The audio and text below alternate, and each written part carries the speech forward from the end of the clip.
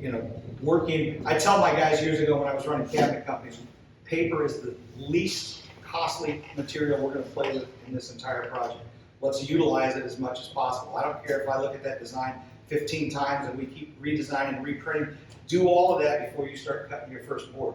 Many times I find customers that have purchased these things in our video calls that we do, and they're in their project and they've already put it in and the enclosure's completely built and it's completely built wrong. And the customer's not happy. And then they're like, okay, so what do we do to fix it? Alan was talking about the environment aspects, right? And I was going to reach out to Justin Canada on this since he's an HVAC guy, but one of the things we run into down here, this house is not one of them, is hurricane impact windows and doors and negative pressurization of that house, right? And it does affect. My air just kicked on, and when it kicked on, you'll notice that that vent is coming down and hitting this side. It's actually bouncing off the wall because you can watch and see which way the flame is moving. And these flames are easy enough to move by simple airflow, which gives them that realistic look. But at the same time, I'll have clients, well, why isn't this the same as this? Well, it isn't right now because that is blowing on it, right? So we have to sometimes just adjust that vent. I've got several houses that I've gone into that, when I say negative pressure, flames are short. You pop open that sliding glass door, whoosh, flames are up like this. Same problem he ran into in the trade shows, right? So it's all about that breathability. And so as you get more involved with these at that construction level, one of the things Rafi and Ella and I have done a couple of times with customers, and at the Brandy's house down in the living room was a perfect example. The open cavity wall that's behind is actually created in a downdraft tied to the HVAC system. So there's enough movement inside the walls of a construction project, whether it's commercial or residential, makes no difference, that depending on how the HVAC system is put in and how it's all plumbed, we're actually seeing air, enough air being sucked into the back cavity of the wall. You simply go in and visqueen and close that off, or up front, if you got a guy that wants to do it right, he's going to drywall off that enclosure, but he's going to keep that other area from underneath the fireplace from impacting the flow of air. And I've seen it time and time again, immediately fixes the problem, right? But anyhow, we'll go a little deeper into that. So back to the models and the changes. So as Alan mentioned, with the changes that are coming into play, some of them, for example, will not be, while they may be compatible, they're not going to give you the look that you're after. So for example, we've gone in the original back fans, and we replaced with what is now the current fan, not the new fan that's coming in. So understand we have 3 levels of back fans. And so if you've got a 60-inch fireplace, each 20-inch section is its own little mini cassette, right? Within a 40-inch housing or within a 60-inch housing, which is why these come 20, 40, and 60. Is because they are modular, which makes them great to work with. The challenge is if you replace this rear fan, and all of a sudden this rear fan's not working as well as that rear fan, you're going to see a variance between the two. One's going to be moving more air. One of the houses that we're going to hopefully get into Carlos's tomorrow is that we had to go in, he's got 260 side by side, and it's aluminum sail, and one of the rear 60s, the fan went out. So we went in and we replaced with a new fan. And when we replaced the new fan, now you can kind of see the difference. So we ended up having to replace the other 2 fans in that 60-inch. Then the 260 side by side, a little bit of difference, but not as noticeable as 2 cassettes side by side, right? So those are some of the things that as dealers now and tech support people, you're going to have to start to pay attention to those serial numbers, as Alan mentioned. For example, you don't want to sell a serial number from year 2022 with a brand new unit that's 2023, because there are going to be changes in those that the 2 of them side by side won't be exactly the same. We've got a client, and again, AquafireRaw has made some crazy good changes in these designs that we didn't have in the early days. So for example, this filter used to not be on a ring. So this is actually an amazing help. Like what a pain in the ass. Right. But it isn't. It really isn't. Because when I first started playing with it, and again, I caution anybody that I show this to in terms of a customer, tech support's a different issue. I used to be able to, I'm a plant fanatic, so this is part of plants. I can easily reach down through here and pull that up. Now, in the early days, Lumen had on their website, you can pull up 1/4 of an inch, right? I never want to pull these things up more than 1/8 of an inch, because what ends up happening is, you can see the density now has changed so much because of the airflow to that fan. It's getting so much more air, but you see what I call a sea fog look, right? This mist that rolls over actually detracts from the look. And so when they went to this, I kind of thought, okay, that's a little bit of a problem, but because customer, if they know they can lift that thing up, well, I've actually seen installations with the old style where when I'm looking on a video chat, Raphael and I have seen it, you're on a video chat and you're like, okay, there's no fan, there's no filter in front of that fan. There can't be. And you look down and sure as heck, there's no filter. So I asked the technician at that hotel chain, what happened to the filter? Oh, I don't know. Well, the nice thing about this is, again, we'll go back to the analogy of a car. The mist maker itself wears. It is a wear part. 2,000 to 3,000 hours is what the manufacturer says it's good for, right? Depending on water quality and maintenance. Allowing you to easily adjust the airflow as they wear is so valuable. And the reason is, a customer will call us up and say, why isn't that side as nice as this side now? Well, guess what? I can fix that by literally lifting a 1/16 of an inch. And now, as that mist maker is wearing, it's putting out a little less mist. So a simple adjustment on that air filter now makes those two the same. It's kind of like rotating the tires on your car. If you leave a car tire in one position, it's going to wear differently, which is why they recommend you rotate them around, so that they all wear evenly. In this case, these will wear at different rates. And so this is a great way and an easy way for the customer. But again, caution your customers in your tech support calls not to raise that thing more than a 1/16 to an 1/8 of an inch. If you pull it up that high, what happens is you get all of this excess mist, which I would call this a macro adjustment, and then you can go back to your remote and tweak that. And all you're doing in your adjustments, again, since we got some people here who don't know, in the way that the remote works, you've got 2 rows of plus or minuses. And again, Justin, most of these guys that have been involved know this, but you got 2 rows of plus and minuses. Everybody thinks that top one is flame height. It's really not, it's flame density. And all these adjustments are doing is changing the speeds of those fans. You're changing the RPMs of the fan. So if I change the RPM of the back fan and I go to the slowest, you'll actually see what the flame is going to look like as it works through. So on the AWA circuit, in the remote, you'll see that the big difference between the two, size is the same, is that all of these RGB color features come with the AWP series, the AWPR and the AWP series. With the AWA series, you only have adjustment of the fans because there is no second light strip. So all of this goes away, right? But if you come through and you now speed this up, you'll be able to push a little more mist through, but as I've shown most of my customers, what really happens is you're making the mist evaporate a little sooner than it really should. And so a lot of times when we're on a tech support call or I'm on site with a customer, what I see is what's wrong with theirs is they just don't have it adjusted for their house. And as Alan mentioned with the trade show concept, I've learned that every house or every building that these are in is a little bit of a microclimate. And so you have to tweak the fireplace to get the best performance look that you can get, right? And in some instances, you'll be able to go full density. I mean, you'll be able to go full Mac Daddy, run that flame until this beep stops, right? Current models out there, you've got 8 positions, so you'll hear 7 beeps in one direction or the other. And all you're doing is changing the RPMs of the fan. So when I push this up, right, one of the things you'll notice when we talk about wear, you see how dense that mist is, and this one's a little less? You could actually go in and raise that up slightly, and you'll be able to get the same density. Now, as I said, that's a macro adjustment. Now I can go back and I can lower that density to bring the 2 of them back into the same level to where I can avoid that excess mist. As you may know, this excess mist, a lot of times, if it falls back on the light strips in the older models, those light strips will have a tendency to corrode a little sooner than not. So a client who's going full, and the reality is they're driving another problem.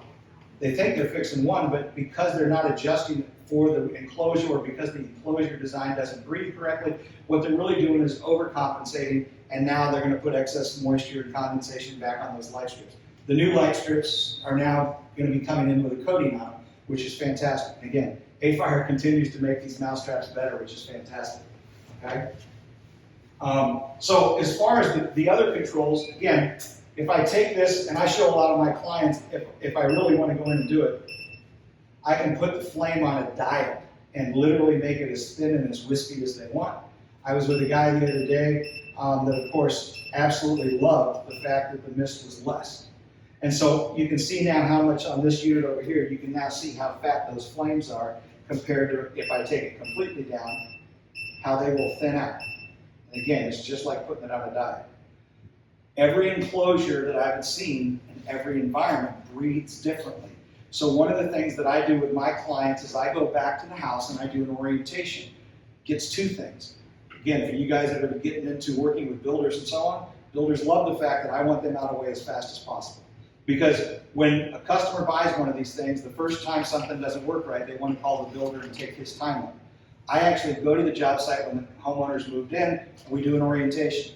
Welcome to your fireplace, here's how your controls work. I've set it to where it breathes and works best in their house, and then I go through the whole maintenance cycle.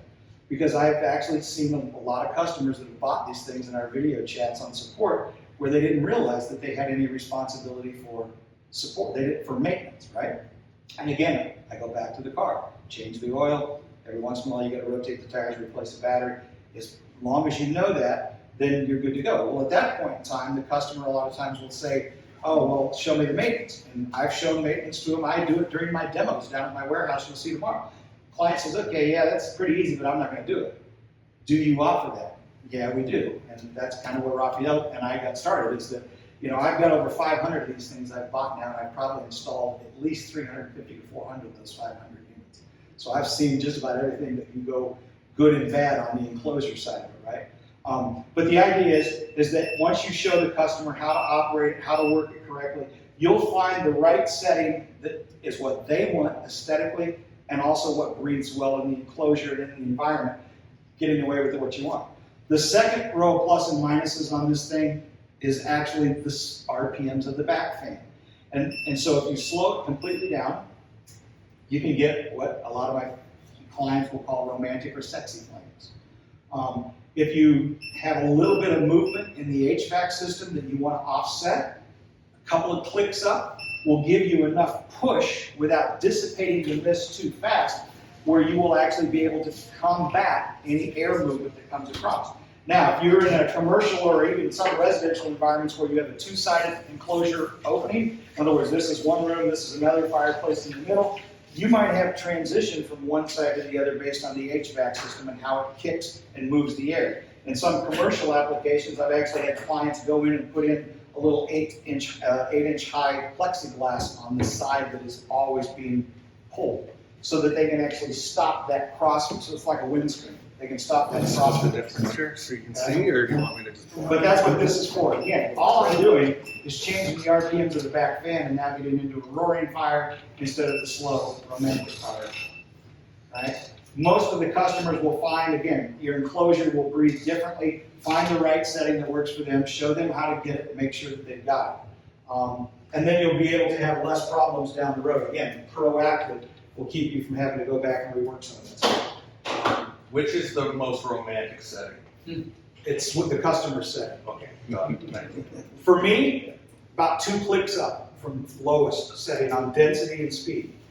Now, again, the density setting is really going to matter how the unit breathes. I don't know, that you have a perfect example with the customer that had the downdraft issue in the house. Remember the one you sent me a video to, said what the hell? That's the only issue I've ran into, it's everywhere. Yeah, and so his was a perfect example. Justin had a customer that his was just sucking straight down. And when he sent it to me, he said, what do you think? I said, there's definitely a downdraft. Go and close this out. Pulled that out, amazing difference, right? I'll show you a couple of pictures and videos that I've done in the past couple of months that have been some really good enclosure designs. And again, you can see how this air, notice that the flame is moving this way. So that tells me that air is bouncing off this wall right here, and it's coming back and pushing that flame back that way. So those are all things that will be enclosure design issues that, again, the more of that you can address up front. I tell the builders when it comes to that kind of stuff, here's the things I want you to do as your framing, here's the plumbing, electrical, all these kinds of things. And again, we'll see a lot of that tomorrow. And I tell them that proactively, now's the time to fix this and get it right. Don't wait until all this is done just because the designer said to do it that way. Let's figure out how to get form and function, right? So in our support calls, James, you could probably tell me this, what's the number one support problem people have? Mist, no mist. Mist. Yeah. Mist, no mist, right? Okay, so again, quite a few guys have these and you understand what the mist maker is all about. So it's technically what AquafireRaw calls a sonic transducer. And so this center section is a little ceramic disc. I don't know, have you ever taken one of these apart? Yeah, so what you have here is basically a ceramic disc, and I've had a couple of customers thinking that they can replace them and buy them, and as Antoine has told us, there's a lot of guys out there making these. So what this really is you've got a hard ceramic disc that's on a spring, and this guy is actually vibrating, and it's actually extracting mineral content out of the water, which is why you can hold your hand over this thing for a long period of time, or lay a piece of paper up on it, and it won't get soaked with condensation. Because what you're technically seeing here is more mineral content than water. Water is just kind of it's kind of like alcohol. You know, you got hops and all the other things that make the flavor. Alcohol is kind of the subbase. In this case, water is kind of the fluid that carries it, but the mineral content is what you'll see.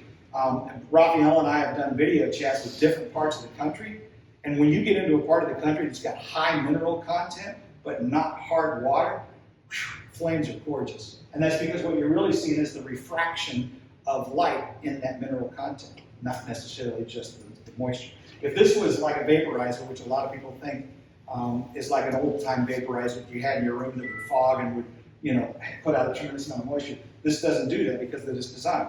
I had a customer when one of these went bad and he didn't want to buy one, he decided to go on Amazon and he bought a kit of these little ceramic discs. And he bought this little tool to take that mist maker apart. And what he found out is that simply putting that ceramic disc on top of this mist maker didn't fix the problem. The reason it didn't fix the problem is there's other components inside this thing that are probably wore out. Again, it's why it's a wear part, right? But James is absolutely right. It is the number one issue is mist. Now, what causes mist to not take place really could be 3 or 4 different things.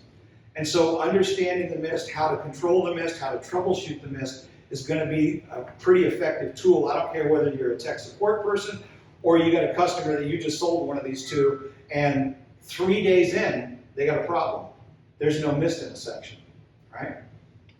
That could be caused by a couple of different things. And of course, Raphael will tell you exactly the first thing I always tell a customer, and you and I have done this, what's the first thing you have them check? Check the water. Water level, okay? The proper water level in the mist tube is flush to the top of this cap.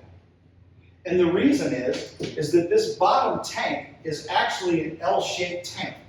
So you have this mist section right here where the mist maker is in this tube, but it's attached to this bottom tank. So think of it like an L-shaped tank. Let's say that tank's 4 inches tall. 2 inches of it is water, 2 inches of it is the airspace.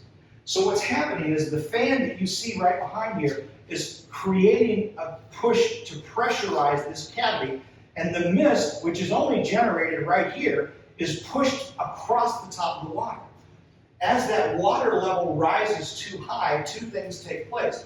The first thing is you won't see enough mist being generated because the mist is engineered on this transducer to only work with a certain amount of static pressure of water on top of it. When that water level gets too high, that mist is squashed. The second thing is the mist can't go across the top of the water because the water is too high. And so there's no way for that mist to get in. And the fastest way for them to see it, and you can see now that this isn't pressurized, right? You can see that the mist isn't there because it needs that pressure to really put it in. And of course, once you seal it up and you put the cap on, now you've repressurized that section. So first thing to check if the mist is not there is going to be the water level. It's usually that. And again, hats off to AquafireRaw for knowing how to do this. In the early days of the AWP series, which again, you guys will except the tech support guys won't ever run into. This tank was actually wider, and the float sensor that controls this water level, I again tell customers something they understand, a toilet. This is just like a toilet in a lot of ways. You have an upper reservoir tank that when water is requested down at the bowl, in this case the lower tank, water moves through a valve to fill that back up. And then as it gets low up in the reservoir, it gets filled back up either manually or through your automatic fill system if you're connected to a water line. Follow? So that float sensor is a big deal. That float sensor determines what this water level is. So again, if the water level is too high, it's not that something here went wrong, it's that float sensor isn't there. So AquafireRaw came back and changed this design, which is one of the best things they've done, and they put the float sensor now as a removable item. They've threaded the top of this lower tank, and the float sensor is right there where you can pull it out, and they shortened this tank up to allow you to get to that. We got a couple of clients that we've been working with that have had to have that lower tank literally replaced because the float sensor that was in the old AWP series did not have the accessibility to remove it. You actually had to remove everything above it, take the tank out, replace it, and put it back together. I've actually got, and this is kind of one of those pictures worth 1,000 words. So this is one of the original AWP tanks. So this is really what you're looking at. And so the fan, the filter sits right here, and what it is the fan sits right here. And you see that little slot right there. So the fan is pushing air, which is bouncing off the top of this, and now the air created by the fan is going down into that little hole. So now that air moves the mist that's generated on this side, it moves that mist all the way across and up through this. You have two openings. This is the mist opening. This is the air opening for the rear fan. Okay? Any questions on that aspect of it? So the mist, the tank, is actually multiple components. So you have two tanks here. You actually have, pull this out. So when people talk about other size tanks and different shapes of fireplaces, you're looking at exactly why they don't have it yet. Yeah, oh yeah, this is... Every one of those pieces is a separate mold. Right, every one of these pieces is separate mold, and here's the thing. They've actually, the only one that's a solid piece is this lower section right here. So you actually have two cavities. You have a wet cavity and you have a dry cavity, right? And I haven't pulled this out, it's a snug fit. I haven't pulled it out for a while. Yeah, it's not easy to right. But in essence, you've got a second cavity over here that's the dry cavity. So dry cavity is the back fan, wet cavity is the front fan. So the front fan does have access to the water chamber through this little hole right here, right? So when you have a client that has an overflow and it's not addressed, well, you could have a potential leak. And again, this is the float sensor that's in the AWP. So you'll notice it's what's called a magnetic reed switch, very common in HVAC. Again, Justin would know a lot about this. This is like, I tell people, think of it like a lifesaver on a pencil. So this is a magnetic reed switch. You've got two wires in there, and this is a magnet. And as this magnet travels up, it either makes the connection or opens the connection, which sends a signal to the control card to tell this valve to open up and let more water through. Okay? And that is removable from... In the new versions that you guys will deal with, yes, it is. It's now removable from the top. It's a threaded piece, but in this one, it's not. Yeah, that's looking. So here's the reason for maintenance. A lot of customers will argue with me in a tech support call that, well, we've put a meter on this thing and we think this is the problem. This is such a simple system, it doesn't usually go bad. But what it does is it gets stuck. So again, think of it like a toilet. If you flush a toilet and the ball cock goes down, right? Imagine if that ball cock didn't float back up. What's it going to tell the toilet to do? Keep giving me water. And eventually that upper tank's going to overflow, right? So this is the same type of mechanism. And so one of the challenges is people that don't do regular maintenance on these things, they'll get stuff stuck in there.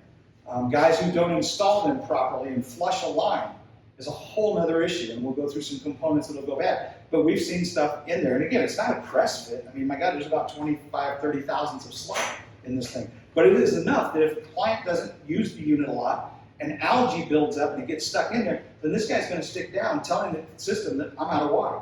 And it's just going to keep giving it water. The upper tanks are connected by these tubes. If you had a 60-inch, there'd be another tube here. So now, one mist tube can actually have all of the water from all of the upper tanks, giving that an even bigger problem. Again, AFire has addressed this in new systems that are coming on, I guess, in August. The You ones said that are they're running in August. And I'll show you, because this is a prototype. I've got components in here that aren't in any of the other systems that you guys have seen, and they've fixed it, and it's fantastic what they've done. So they've fixed that problem. Again, hats off to them. What they continue to do with this is gonna just make it, again, the premium water vapor fireplace on the market, right? So if you ever had to do one of these in a tech support call, if you had a couple AWPs out there, a lot of times, yes, it's a serious replacement. You have to pull this all back apart, and then you gotta go back and reseal all this, a little bit of an issue. While I got this here, I'll show you another thing. A lot of you guys will get questions from customers, hey, can I drop something that smells good into the water? Yeah. No, is the answer. Yeah. But, we have two chambers.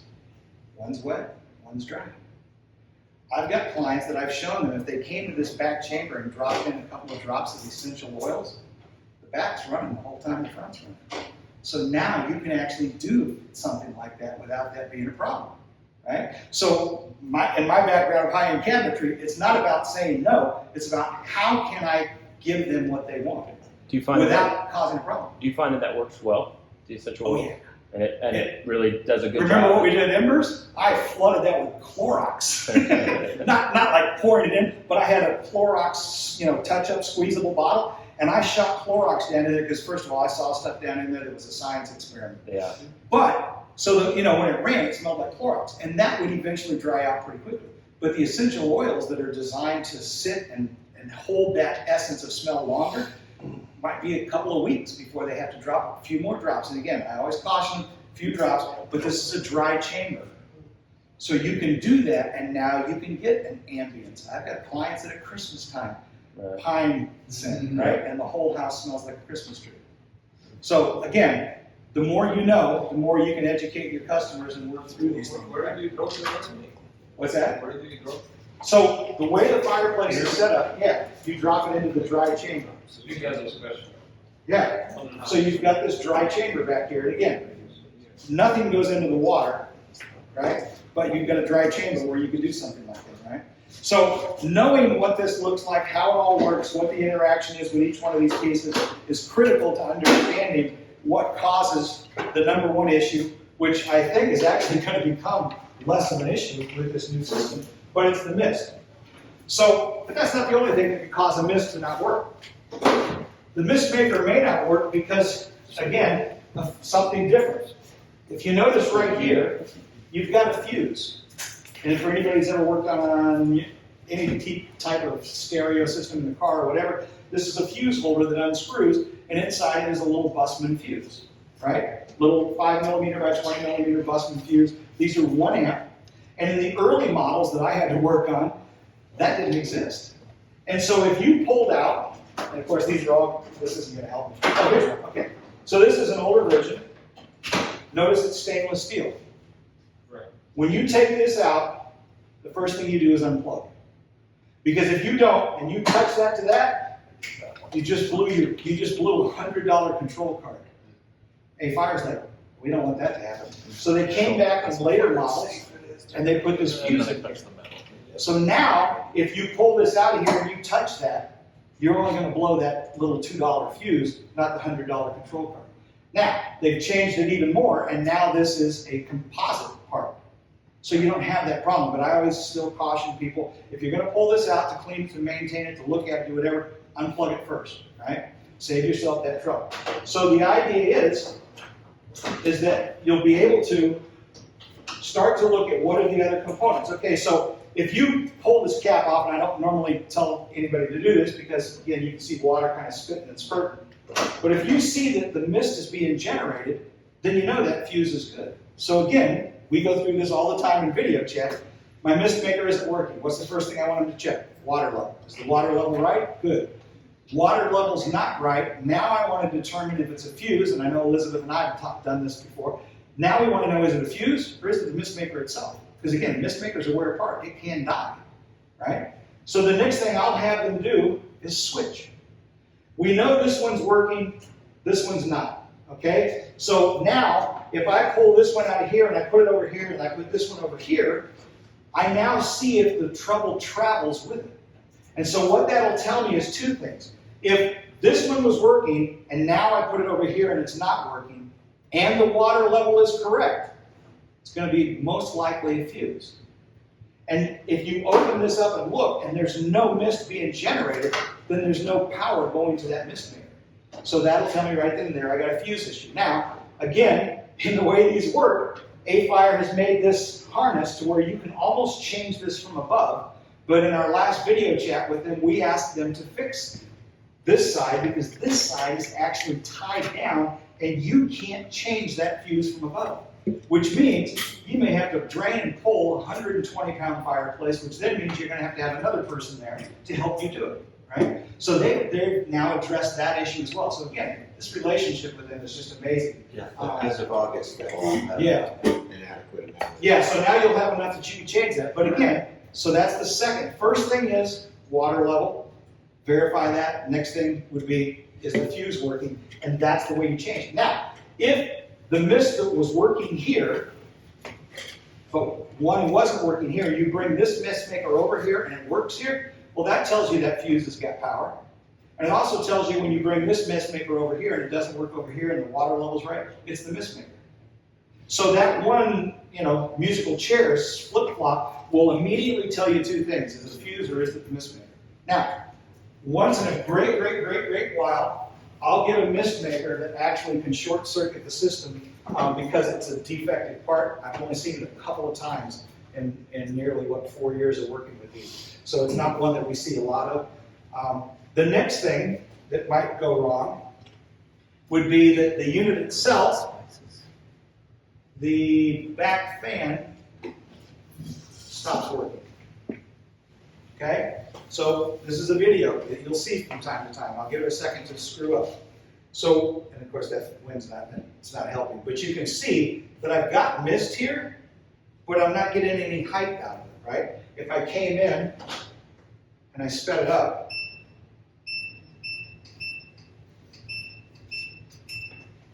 you'll see that. Come on, wind. You'll see how I'm getting this, but not this.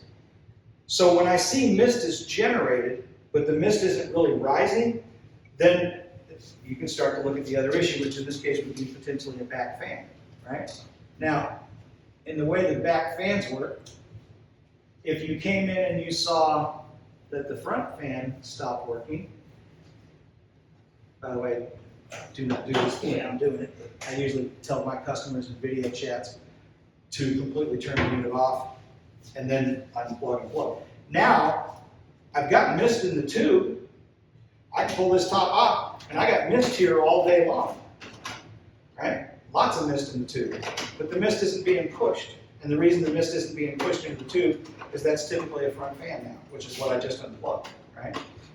And so, again, number one issue we get with these things is something's not misting correctly.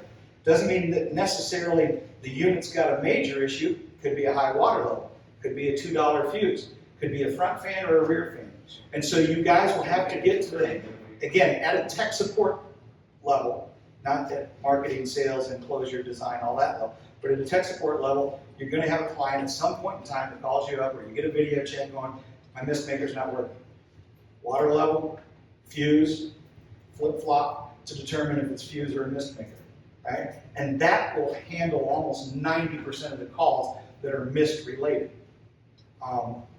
The ones where I showed you in the beginning how you can adjust the airflow, that's sometimes a missed phone call. Hey, this side doesn't look like this side, why is that? And again, sometimes that simple air filter, which now they've made easy with that ring, is the way to adjust that and explain to them. Just like your tires on your car wear at a different level, the mist maker will wear at a different level.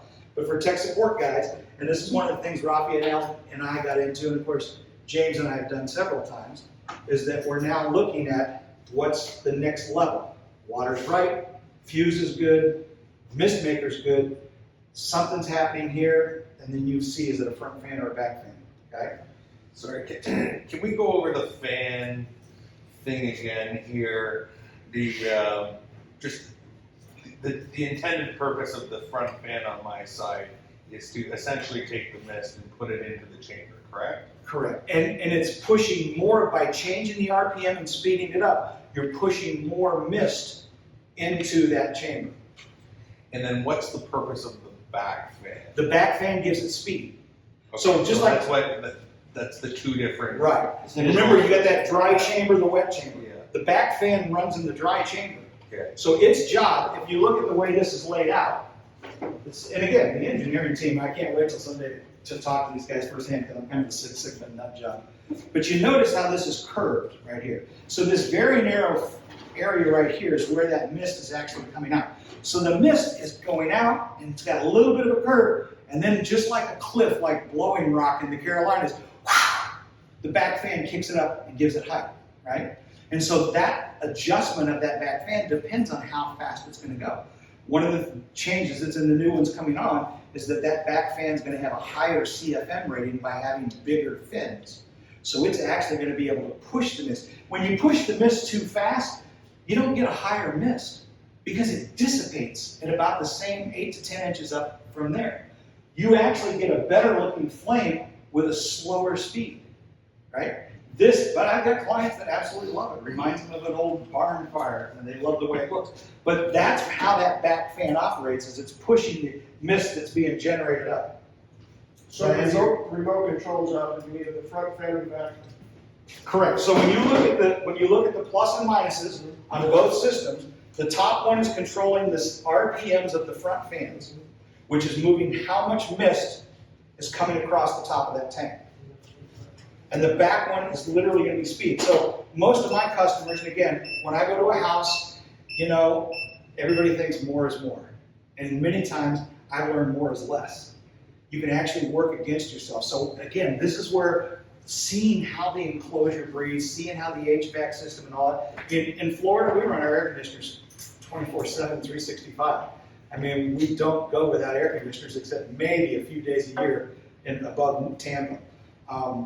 So the idea is that you have to adjust the way that it breathes. So I'll show the customers how to work that, and then they'll start to have fun with it and play with it themselves. Okay? So that's kind of front fan versus back fan, and addressing the number one issue, which is usually mist. And again, with the changes that AquafireRaw is going to bring into this with the double float sensor, which by the way, let me show you, when we're talking single versus double. Your upper tank reservoir is a double float sensor and always has been and always will be. And the reason is it has to measure both. It has to measure both full and empty, right? So this is the way this system works. So just like the lower float tank sensor I showed you, you'll see this one's a double. And again, tech support calls, we've talked about this several times. If you've got one that's permanently connected and it's filling up with water, you take this lid off and turn it upside down, and that's how you're going to test whether or not that water pressure switch is working, right? And whether this float sensor is doing exactly what it's supposed to do. And you can actually just shut off, and you'll hear the pump shut off as it's filling up. Because again, what you've just told it, this is full. Think of that ball cock in a toilet. So when this one gets to the top, it tells the feed that's coming in, stop. If you use the nipple and the hose to fill up, that's how it knows that it's full. Again, this tells it, I'm full, stop. No more water comes in. As the bottom tank takes water out, then this starts to drop, which again turns that magnetic reed switch back on and it'll automatically fill up again. Or I'll get that phone call from a customer saying, hey, your unit's yelling at me. I'm like, what do you mean you're yelling at me? She says it's beeping. And in the old days, it beeped and flashed. You actually had lights flash and it beeped in some of the earlier AWP models. And then that's when I would tell the customer, well, it's actually running on water, which is usually followed by, wait, what? They didn't know. I've actually seen people in video chats where one of you guys has sold a unit, and the customer didn't realize that it ran on water. They bought the house, and it just had this fireplace in it. They enjoyed it for about 20 hours, and then it started beeping and yelling at them as they put it, right? So the idea is, again, part of cleaning and maintenance is to always check these components. These things have to be working upside down. They have to be working and be free in order to work the way they're supposed to work, okay? So you'll have that kind of a system where, again, you got double bells and whistles to make sure that each part of the system is regulating itself correctly. Okay, any questions on any of that kind of stuff? What's the best way to clean that float switch? If it gets algae or whatever, calcium. Yeah, so, and I've got that further down the list to discuss, but basically vinegar. You're going to descale it like you're scaling a coffee maker. Depends on the system. If it's really, really dirty and bad, you're gonna take it apart and clean it individually. But I don't have much trouble with these upper tanks. In fact, a lot of times when Raphael and I do our preventative maintenance for customers, this is always fresh water. So unless the customer has not used it for 6 months, this water is rarely ever your problem, right? It's what happens down there because you have residuals that come off of the mist maker. As that mist maker is extracting mineral content, depending on the quality of the water, you'll see all sorts of things from what looks like jelly or Vaseline around the base of it to what we saw at Embers, which was like a fried egg. A very nasty looking fried egg because of the fact that it hadn't been cleaned for almost 2 years. And yet ironically, out of 48 fireplaces, I think we replaced one mist maker. Yeah. It was all we had to do. The rest of them all came back to life. And those things were 2 years old when I got up there the second time. So that was an amazing thing to see. Okay, so that kind of, like I said, covers the whole concept of the mist makers, which is one of our bigger issues. The next thing that's down on this list, if you guys had this and you're kind of following along, because that's kind of what I want to do. And I built that list based on what are the most common issues, followed by what are the next most common issues, and then we'll get into stuff that's really proactively keeping issues from even existing, right? So the next thing you'll see, and I already showed you a couple of those concepts, is the fan, right?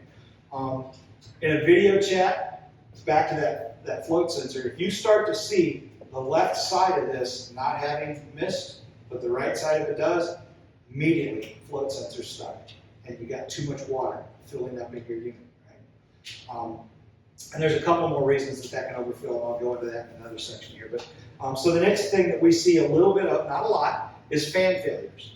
And again, fans can fail for a lot of reasons. I used to be in the electronics industry for a musical instrument company out of London. I was a designer. And I learned a lot about what we call infant mortality. In component part manufacturing, electronic PCBs, there's going to be a certain number of failures. I mean, in my early days as a kid, my old man told me, don't ever buy a car made on a Monday or a Friday. It's just not going to be as good as the stuff that's made in the middle of the week because of the focus of the employees putting the stuff together. In the case of most of this stuff, nowadays in the way manufacturing is done, it's about components. So you may get a bad component. Maybe a bad component on a card, doesn't happen too often, could be a bad fan. Sometimes the reason that fan is bad is because the customer isn't using or hasn't adjusted the unit correctly. Number one pet peeve for me with contractors is putting these things in way too early. I tell them, when you're ready to hang that TV on the wall, that's the time to break this thing out of the box and do the installation, not before.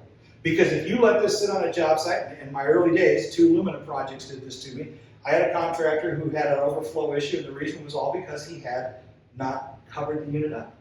Well, it doesn't take rocket scientists to understand you mix water and drywall dust, and you've got drywall mud. You put drywall mud in those float sensors, and you've got a real big problem, right? And so, cleanliness, when to put it in, how to put it in, those are all things that, again, for those of you who are going to be dealing with contractors directly, help them help themselves and tell them not to do this. And as many times as I tell them not to do it, I still see it from time to time. I was on a job site just 2 days ago that way. And I let the customer know, this is not the way for this thing to start its life, right? It's got a lot of dust in it. So that dust can get into these systems and cause problems as well. But again, educating the contractor on this will keep a lot of that stuff from going away. Sometimes what you'll find in the fan failures is that you've actually, if it's a fan that's brand new, it's a component failure, infant mortality. But if you got a customer out there that's got you got a 2-year warranty on the parts of these, right? If you got a customer out there that's 6 months in, 8 months in, they got a fan that fails, a lot of times that failure is due to the fact of several different reasons. One is airflow. They're creating a vacuum in their enclosure because maybe they covered the tops of these up and they don't have any airflow coming into the bottom. So you're asking that fan to work so much harder. And these are not massive fans. To get this delicate looking flame, you need the right fan with the right CFM and the right flow.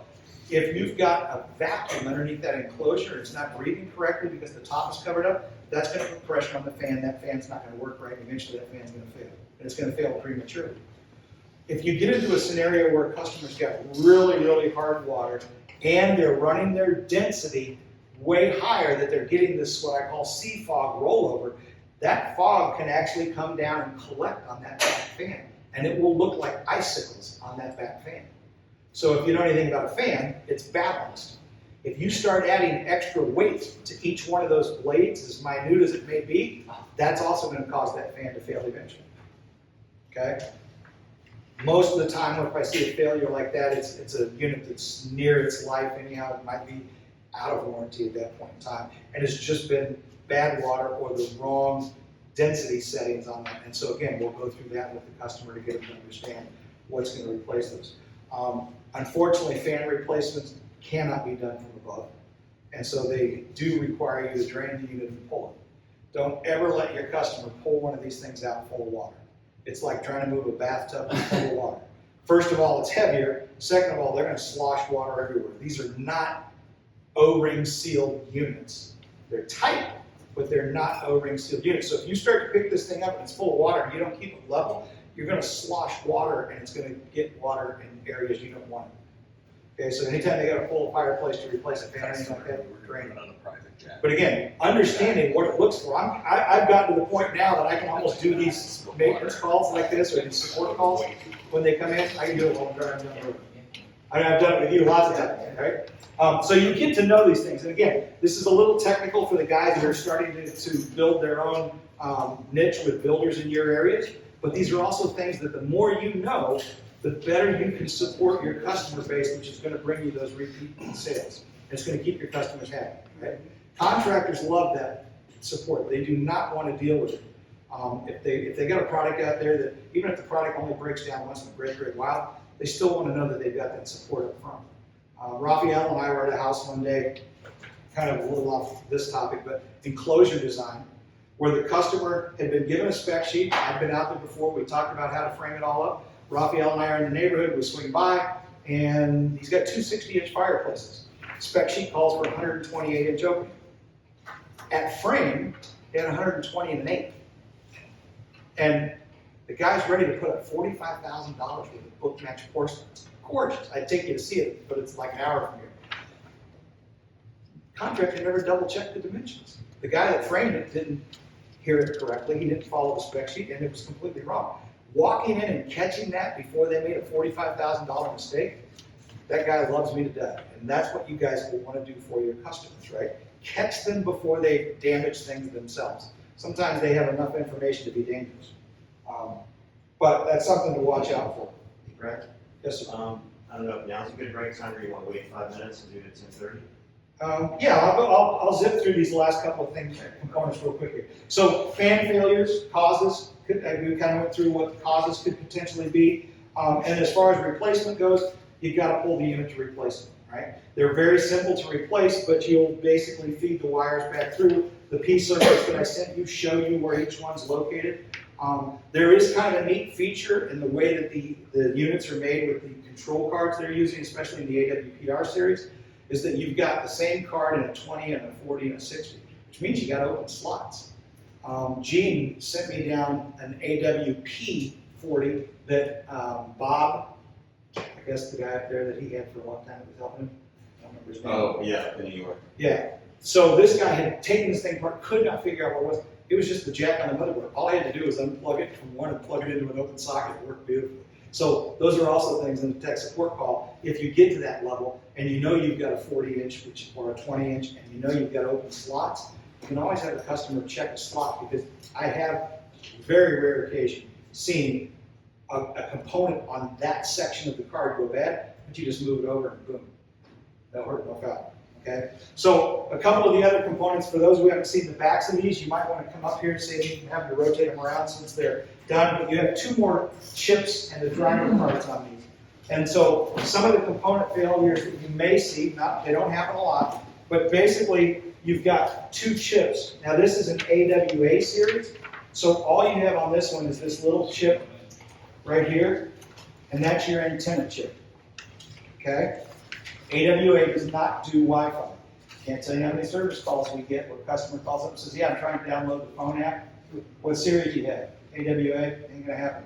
Or they tell me they don't know what series they have. I just look at the power button, I see two buttons, I'm like, you got an AWA, you're never gonna hook it up. In the AWPR series, right next to it is the Wi-Fi chip, right?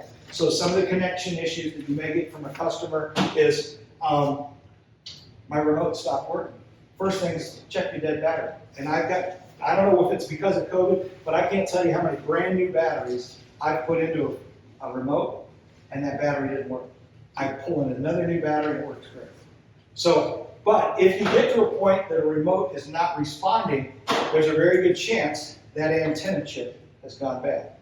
Doesn't happen very often, but again, it's nice to know how to do it, but again, it's one of those things you can't change it from above, right? The only thing you can really change from above are mist makers, now fuses, and the light strips can usually be changed from above without much trouble, okay? So those are two of the components that you'll find on the back of the main card itself. These other cards that you're going to see here, these are your driver cards for your lights, okay? And in the AWA series, they're going to give you one that's basically running both. So this is running this orange light, this one is running this orange light. On the AWPR series, you're going to have one for each 20-inch section. This 4-wire right here is going to be your RGB, and this is going to be your orange. And those are interchangeable from above, but the card itself is not interchangeable from above. Okay? So in a 60-inch, you'd actually see another driver card, even though you only have one main card. Okay, you guys want to take a break real quick? We'll take a break. The problem is that some of these components don't really know what the other component's doing. The next one in that system is what's called the electromagnetic valve. So again, I'll go back and make that comparison to the toilet. This is the upper tank, this is the bowl. When this flush, so to speak, takes, when the water is burned out of the lower unit and now needs to be replaced, a certain amount of water is let in, and then the signal goes back to close this electromagnetic valve. But how many times have you seen a drippy faucet where you turn the valve off, but it still continues to drip, right? And depending on how bad that drip is, that can start to collect a lot of water. So think about this. This is the electromagnetic valve that goes between an upper tank and a lower tank. And its movement is strictly from gravity as far as the water movement. So the water in this upper tank flows into the bottom tank through this valve with gravity as the source. But this valve has a little float inside that's on a spring. It's a little silicone cap, and that silicone cap sits against the top of this injection mold part, right? So when the float sensor says, I'm full, turn me off, it sends a signal to the control board. The control board sends a signal to this guy, go ahead and shut. And so at that point, this spring goes up and bottoms out against this, shuts off the flow of water. But I have seen, because of installation, I've seen garbage that has gotten into the line because they didn't purge the line, and all of a sudden this cap, think of it like a grain of sand, is underneath this little silicone cap, and it's going to act like a drippy faucet. So the float sensor says, hey, I'm full, don't send me any more water. The upper tank says, okay, I'm not going to send you any more water, but the upper tank can't control if this is not seated properly because there's debris, and that debris could be anything from, like I said, think of a grain of sand down to something else. But if something gets in there and keeps that mechanism from coming up and making a full stop, then water is going to continue to drip from this upper down into this lower, causing this to overflow. So I've got a guy right now, it's again a national support call I'm working with a guy on, and they're totally convinced, it's an AWP series, so you can't change out that lower float sensor, but they're totally convinced that that float sensor is the issue. And they said the reason they think that is because they checked the voltage on this, and the voltage on this said that it's shut. It says it's shut, but is it really shut? There's a very good chance that there's something that's gotten through these little lines, could be some sort of construction debris that eventually, think of it like an air bubble in your heart, it eventually worked its way to where now it caused a problem. So that little debris might have taken 6 months or better to get to that point, but now it's inside here. This part could also go bad, but if it goes bad, then the signal that they were testing wouldn't tell them. So I'm guessing 10 to 1 this is their problem, but they want to replace that lower tank, which is a real pain in the butt to do. And I want them to replace this part first because I'm pretty sure that's going to solve their problem. I don't see these, again, understand, I'm showing you failures that rarely ever happen. The mist is going to be the #1 cause, that's why we started with that. This does not happen a lot, but it can. And eventually you just need to understand, okay, we know that we can hear the float sensor. this is one thing I didn't show you in the whole mist concept. This float sensor down here, if you listen, you hear that? You might have to get a little closer if you can hear it. Okay, so what you're hearing is you're hearing that little thing bounce up and down. I created a wake by plunging, lifting and plunging, I'm splashing. And as I splash, that little thing's up and down. A lot of times when somebody's float sensor gets stuck, the first thing you want to have them do is drain the water down to flush with the top of the mushroom cap. So you know you got your water level right. You don't want to overflow the bathtub, so to speak. So get the water level down to where it's supposed to be, and then just simply plunge and listen. And that tells me now that that float sensor is free and clear. If I deal with a customer that now has a problem hours later, days later, whatever, my next component to look at is going to be that magnetic float or that magnetic valve. It's not shutting. For some reason, water's come back. I saw only one instance in years of doing these where when they turned the water off and they turned the fireplace off, so they shut off the water supply to the fireplace and they shut the power off. Now, generally speaking, when the power shut off, no water is moving anywhere. And yet, overnight, their tank filled up, which is back to that drippy faucet, right? There was that electromagnetic valve was not seating correctly for whatever reason. And so at night, water would just gravity drain from the upper tank to the lower tank. And in the morning, that tank would be overfilled again. So again, that would be one of these components. We don't see them fail often, but again, you're going through a series of check this, check this, check this, then it has to be this, right? When all else is eliminated, it has to be that, okay? So that's the electromagnetic valve. They're pretty straightforward. Again, you won't see too many of them go bad, but they can. The fill and drain pumps are on this series. You have both. That's why you have 3 buttons up here. You got a power, a fill, and a drain. And those work off of this port and with this hose, okay? And so the concept is if you wanted to drain this unit, you'd simply push and hold the drain. You got 2 pumps down here. Back pump is the drain, front pump is the fill. So customers who, for whatever reason, don't want to permanently plumb their unit with a 1/4-inch water line, right? If they don't want to do that, and I do run into some high-rise buildings down here that the HOA has outlawed water features on anything but the ground level floor. Kind of understandable. But if you have a leak upstairs, so those customers can't permanently plumb this, and so they have to fill it. This is also a drain. It will not drain 100% of the water out, and it has to do with the way the injection molds are made, is that there's a little cavity at the base. So this tank would probably still have 1/4 of a cup of water in it. This tank would probably still have 2 or 3 tablespoons of water. The only way you're going to get those completely out is with a shop vac, which is what we use most of the time to do all of our PM stuff, because it's fast, it's quick. And think about this, some of you guys saw those nasty pictures of what we saw at Embers. Imagine now that you're going to use the internal drain pump on the fireplace to do your PM maintenance. What that means is you're now sucking all that stuff through these little 1/8-inch tubes.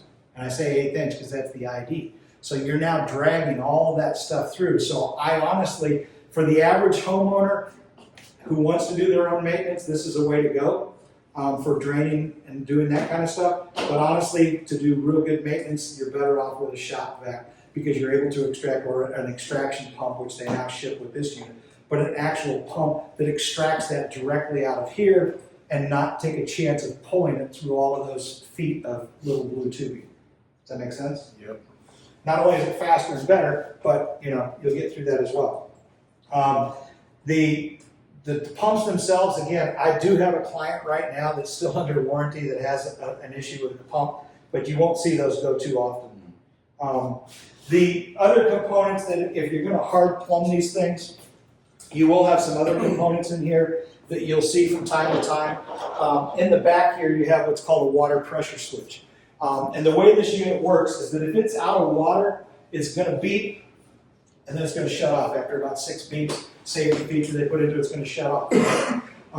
But that system down there, that water pressure switch, is what reads if it's being permanently plumbed or if it's actually going to be filled up this way. So that if you were going to, and this is how I know a lot of times on installation, plumber will call me up and he'll be like, yeah, it's not filling up. And I'm like, okay, how do you know? He goes, because no water's getting inside of it. I said, then your water pressure's you don't have this valve turned on. I can't tell you how many guys will not turn this on, right? And so they've left it turned off. And the unit itself, because it senses that there's enough pressure on the line coming into that point, it will actually deactivate that sensor set up for manual fill. This is, even though this is semi-automated. And so it'll tell you whether or not there's pressure there. And so the guy will go back and understand that he just didn't turn this back all the way open, or he maybe only got part way open and it was enough for the pressure switch to kick into play, but he doesn't have it completely open and it's taken too long to fill up. Once it fills up, again, all you're refilling is the upper tanks. So it takes a lot less water. These units are really only using about a quart of water per section in 20 hours.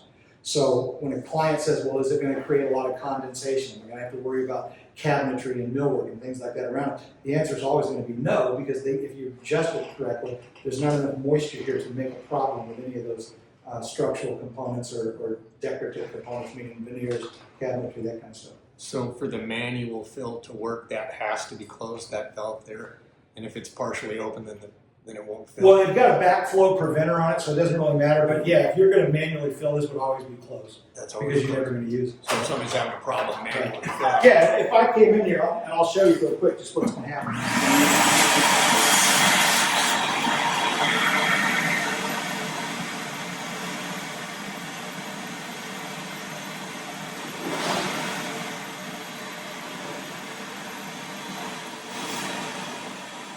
So the bottom tanks still have water in them, they're still full. And all I really did was empty one. Remember, these are connected. So whatever you do to this one is now this one. So I basically emptied this guy. Now, a little bit would start to move over if I go down to hit it. I got the wrong remote.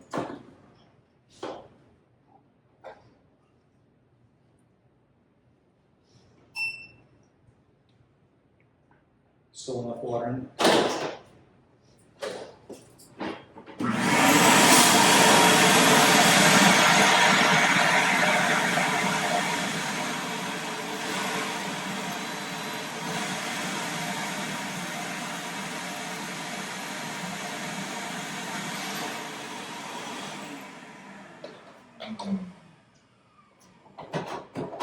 Take my all out. Do this real quick just to show you. It should be beeping. It must still, because again, it's a double float sensor. So most likely there's still just enough water down the bottom that it doesn't read completely empty.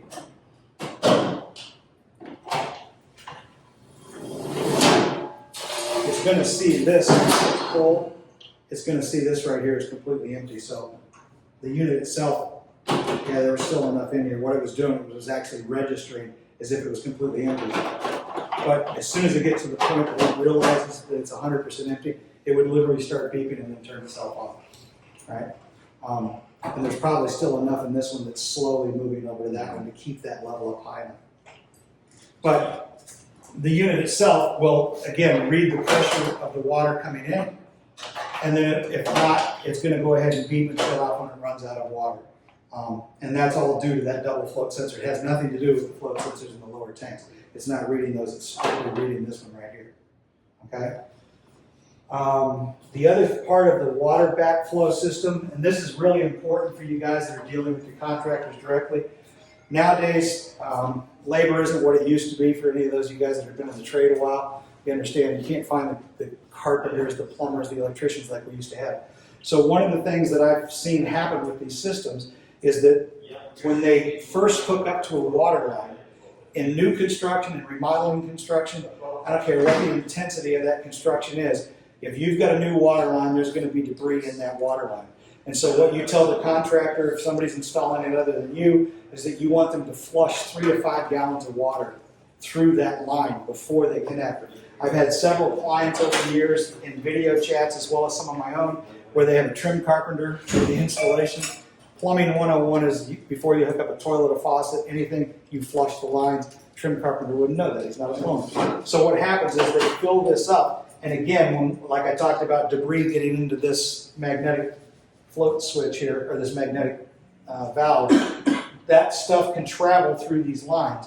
And we've seen it time and time again that can clog the system down. It can get stuck in the backflow preventers. It can cause damage along the way and eventually find its way here to cause that overflow. So what you want to make sure is that if you're hooking up to this thing, you're flushing at least 3 gallons of water through. So you're getting all of the sand, all the debris, all the air, all that stuff out before you hook up to it. And again, it's proactively, you're going to eliminate anything that could get into the system through that water line by purging that water line. Make sense? And that'll solve a lot of those problems as well. Some of the other things that you'll want to watch with, and again, some of this will still go back into the whole concept of the misting and the water issues, but the quality of the water is a big deal. You know, we talk in our spec sheets about 7.5 grams per million being the perfect. I have clients that will use reverse osmosis water. No good. It even says in the owner's manual, no good. And again, back to what I told you originally, what you're seeing here is mineral content. Reverse osmosis has no mineral content. So I do have clients that want reverse osmosis in their house, but they'll have a separate faucet at their sink that's their drinking faucet, right? And what that is that faucet has a remineralization filter built into it. And so if they want to use that water, I tell them to just tap off that water, or if you're going to manually fill it, use that water to fill your unit back up. Because when you do that, you're going to get the right mineral level in there. But I tell customers, don't go to spring water, don't go to bottled water. If you're going to do anything, just clean the water up as best you can. There are filter systems that you can buy that are actually water softeners, which is probably the best way to go. But you can get those on Amazon. Real quickly on that one, because I think there's a lot of mistakes made there, is that if you have hard water, a water filter is not going to do anything for you, because it's only taking out mineral and debris. If you have hard water, you need to have a softener.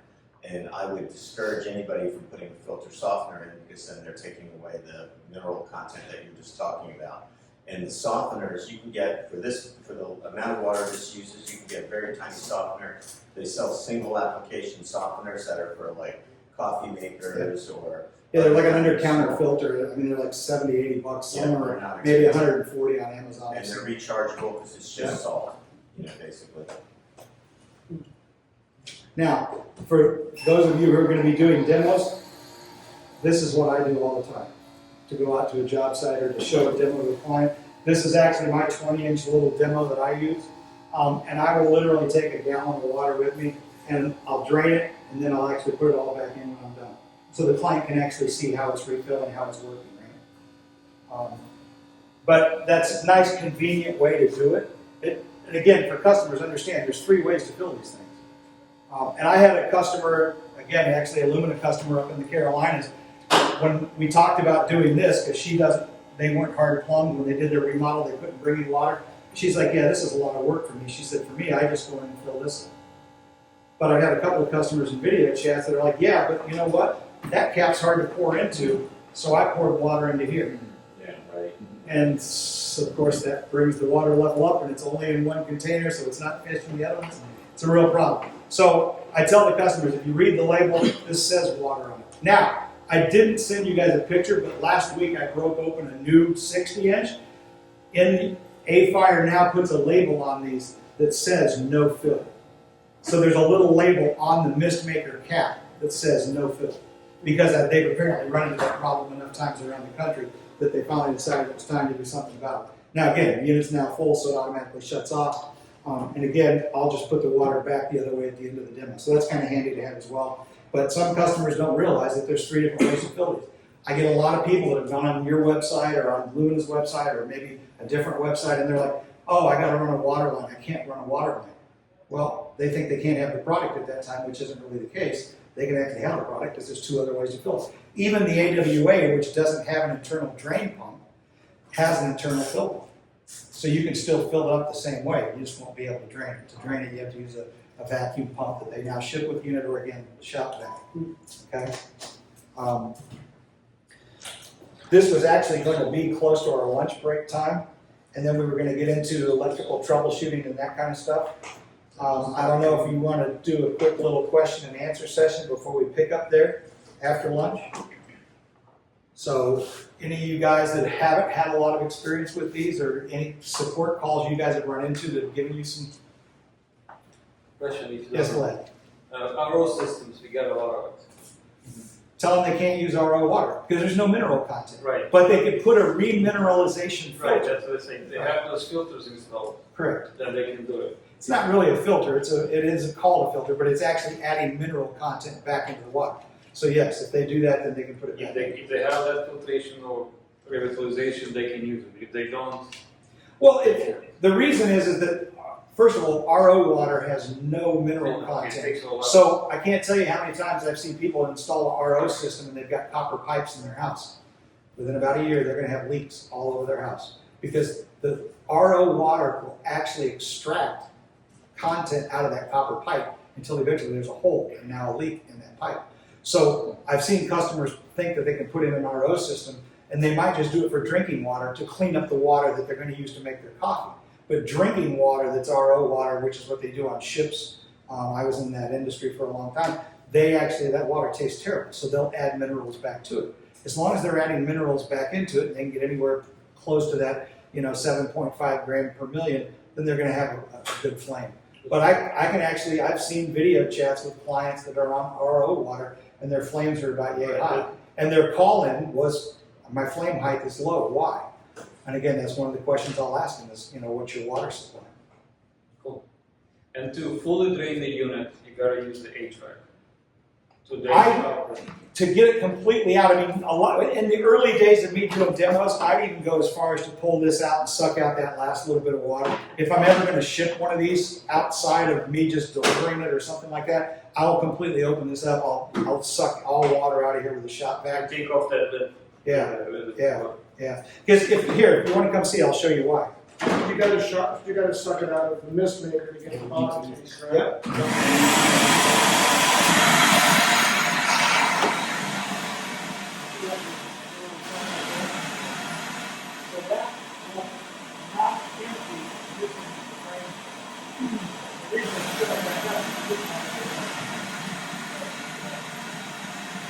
Because of this too, I'm not sucking this water out. I'm draining this one. And over the top.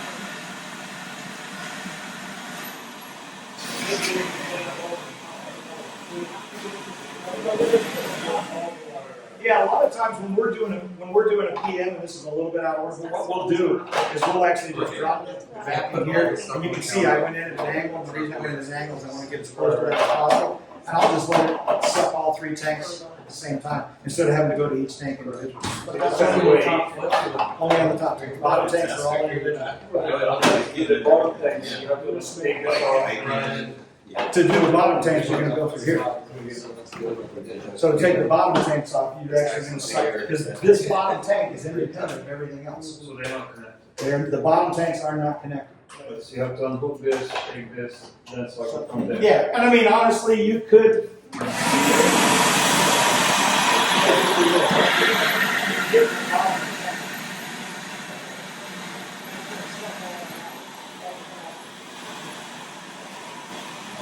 The reason I like the shot vac from TN is because think about this, you got a chocolate milk.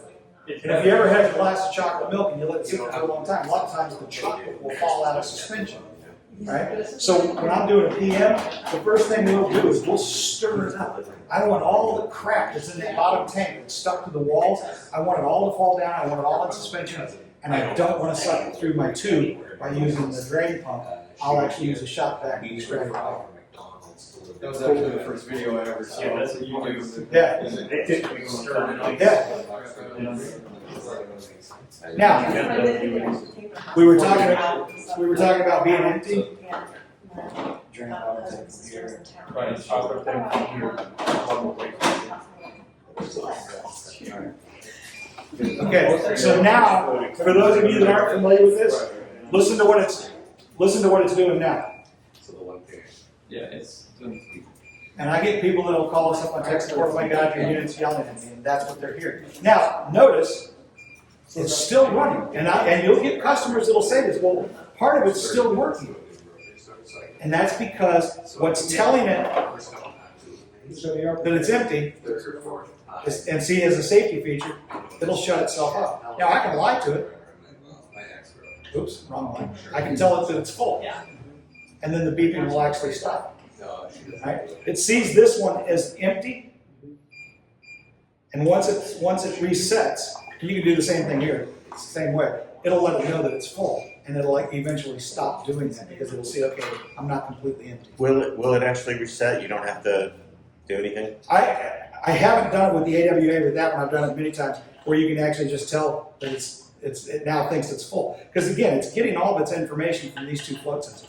And there's a little bit of a delay between when it goes down and the magnetic read switch reads and sends it back. But it'll actually tell it that it's full because that's what this sensor is doing. This one is the one that tells it if you're pumping it out that it's empty, right? And this is the one that's telling it that it's full. So as long as you're telling the system that it's full, it will think that it is. But I've had customers on a support call that will tell me, well, I still got mist coming out. How is that a problem? Well, it's only because there's still water in that bottom tank, but the upper tank itself is actually empty.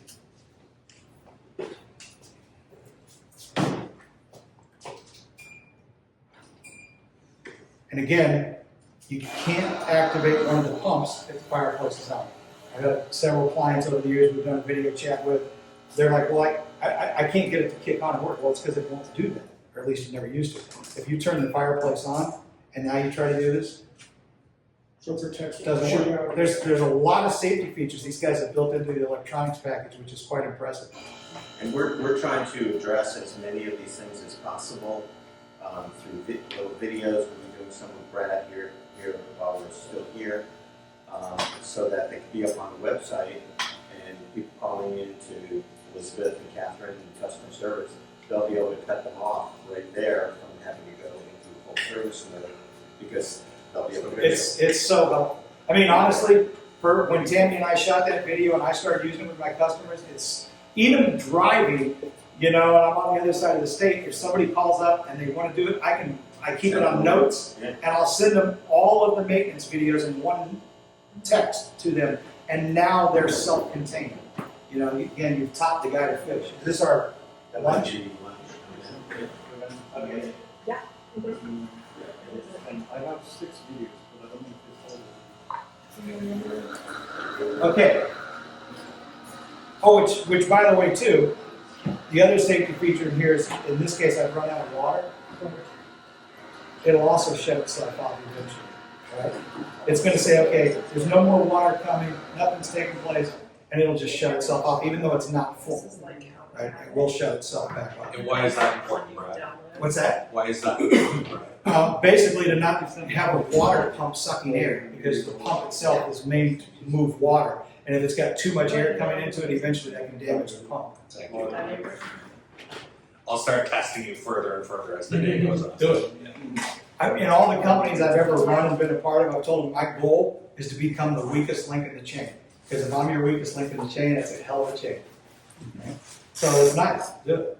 And again, there's going to be HVAC issues that I'll reach out to you on as well to discuss some of this negative pressure. I don't know if you see that in Canada as much as we're seeing. No, we don't have negative pressure in Canada, just positive pressure. You just have lots of smoke. We have it's stunning. I've seen some HVAC systems down here. Again, you can maybe weigh in on it, but I've seen some HVAC systems down here where they can go into the software and change the dampers that are coming in and out of a room to lessen. I can't tell you how many HVAC guys I see. This is a wall with an 85-inch TV, and right here are 2 vents blowing right on the TV, which also blow on the fireplace underneath the TV. And so I'll ask the HVAC contractor, why are those blowing against the wall? The room is back here, right? But a lot of times what they'll do is because they'll set it that way because they want the return is on that side of the room, and they want that air to get all the way through the room. And so I've had them just, move those dampers up here. Sometimes it's just an old fin like this that you can close 1 or 2 fins to keep from blowing on the fireplace. But I've actually had guys, systems are so intense that it's all in the software. And they can go in and change dampers. One guy told me he could even rotate. If he's got a plenum and he's got multiple units coming out, he's got dampers inside that plenum. He can actually go in and change the angles on those. Pretty cool. Yeah, it's pretty sophisticated. I think you'd run into problems with high velocity systems. I'm not sure. I assume you have them down here. They're like 2-inch holes in the ceiling, and they blow tons of air like an airplane. Right? I think that's would screw things up. Yeah, it would. And again, a lot of times, the more you know, especially for you guys that are going to be dealing with contractors, The more you know and the more you can intelligently bring to the table, there's times where I'm watching these in construction when they're framing and I'm seeing what they're doing. I know right away that's going to be an issue.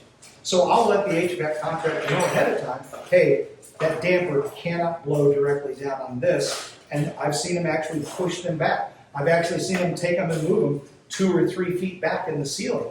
But a lot of times they're built into this, you'll see some of them, these whole big light ceilings now that are the red. Everything kind of runs in trends.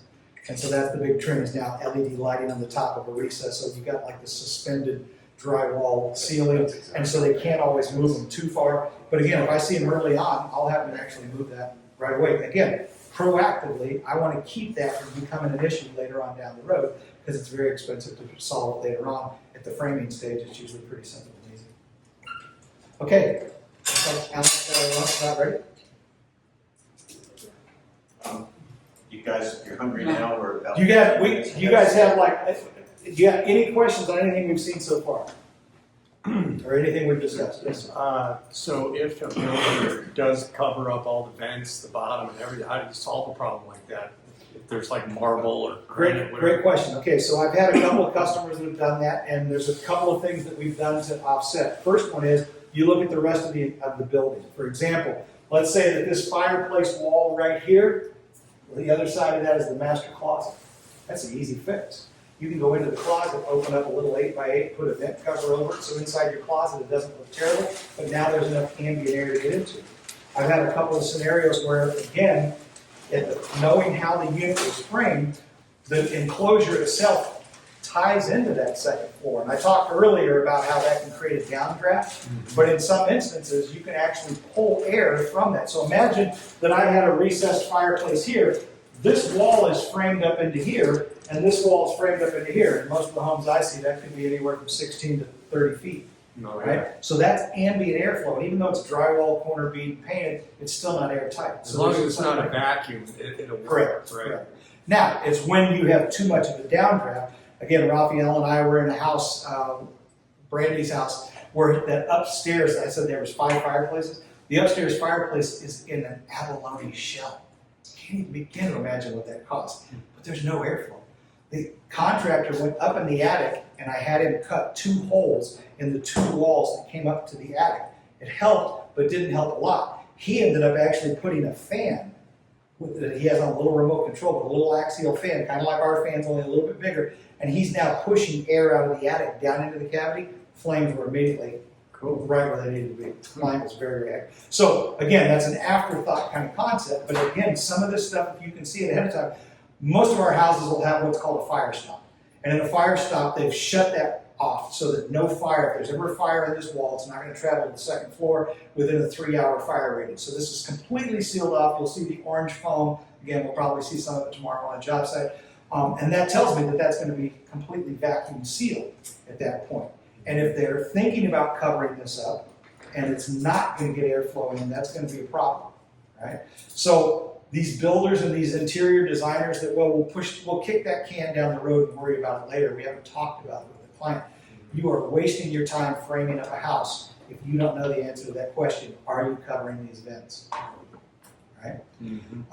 And then the whole light trap issue, right? We have so many designers that, again, they'll design for a unit and they don't use that unit, and they upgrade to, let's say they were going to go with this series, then they see a demo where oh, that blue is beautiful, right? And so now they want to go to this series, but the enclosure doesn't have that 6-inch setback, the 14-inch height to the balance, doesn't have that recessed bottom. Now all of a sudden, the 2 units, even though they're mechanically the same size, the enclosure design will cause that problem as well. So these are all things that the more you know, and the more you can help your contractor and your interior designers up front, even if it's in plan review, right? Get them to send you spec sheets and look at the job, get a cross section and see how it's going to be built. And then, again, verify that as we saw with Rocco. He walked past that one I told you about that was framed 120 and an 1/8. Well, the framer understood 120 and an 1/8. That's what he heard. But the contractor didn't tell him what the wall thicknesses of materials. All of this comes into play. The types of materials, and we'll talk about that a little bit later this afternoon in enclosure designs, but the types of materials can make or break how the unit's going to look as well, right? reflective materials in the right location, reflective materials in the wrong location. All of those can kind of be issues as well. So I think the water, the light trap, the cutout, and the air intake, you master those three 90%. And that's what I tell my customers. Most contractors, and you guys will see this, most contractors overthink this. They make it way more complex than it has to be, and then when they do it, they actually make it difficult. For example, a lot of contractors in the early days of the AWP series, they would build a platform that this thing sat on. Okay, then they're going to cover it up with stone. I can promise you those two are never parallel. Right. So the next thing I know, I got shims, sometimes a half-inch shim under one side of the lid from the other. So then the flame's shorter on one side than the other because the lid's sitting crooked. I've seen some crazy stuff out there. These things are designed to hang. I tell my clients, think about it like a drop-in sink or a drop-in cooktop. You got a horizontal deck, you got a cutout, and it just drops in. I can't tell you how many times I'll tell them the specs for that, and when we get to the job site to do the install, it's a press fit. And the contractor has taken the thing out of the box and he's measured that it's only 12 inches front to back, and you told me to make a 12¼ opening. I'm not going to do that. I want it tight. It's 12 inches, except it's metal studs. And the screw heads that screw metal studs together are an 1/8 inch thick. So when you frame it 12 inches in metal studs with those screw heads, you now got 11 7/8 minimum at the top, or I should say maximum at the top. This thing is not going to go in there. And I've had installers had to go in and unscrew every one of those screws to drop this thing down. We had that too. I've had, what's that? We had that Yeah, one like. And I had a contractor one time, he goes, oh, you think you're kind of accurate? And I'm like, I'm telling you what works. Take it or leave it if you don't want to believe That it. was in open And he- time offices. He did exactly that, and when we got to the job site and I showed him the thickness of the screw head, he goes, wow, now I know why you told me to go 12¼ Because even at 12¼ you're scraping the walls. Now here's the problem. Don't go 12 3/8 Because if you go 12 3/8 these lips are a 1/2 inch. And I've seen a customer make it 12 3/8 and the unit actually kind of went down sideways because he was 12½, almost 12 9/16 down here, and 12 3/8 up here. Right? So 12¼ is a great number, it works beautifully. Yeah, they had to redo the whole frame because of Yeah. the protest. But thankfully they caught him before it was finished. Oh, the day Raphael and I walked into that house and the guy told me, he goes, oh my God, am I so glad you came up here, because he goes, we were ready to put $45,000 worth of marble, and it took the customer almost 3 months to pick out that marble. You'd never replace it. And the customer was really happy. And if you get a contractor that has that kind of problem, who are they going to point the finger at?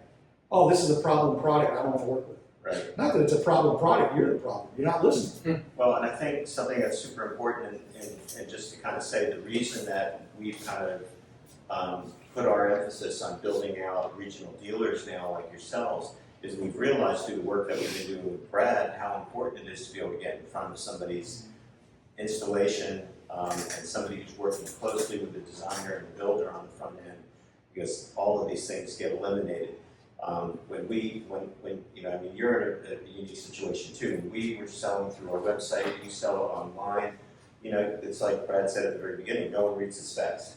And if the designer read the specs, they don't hand those specs to the contractor.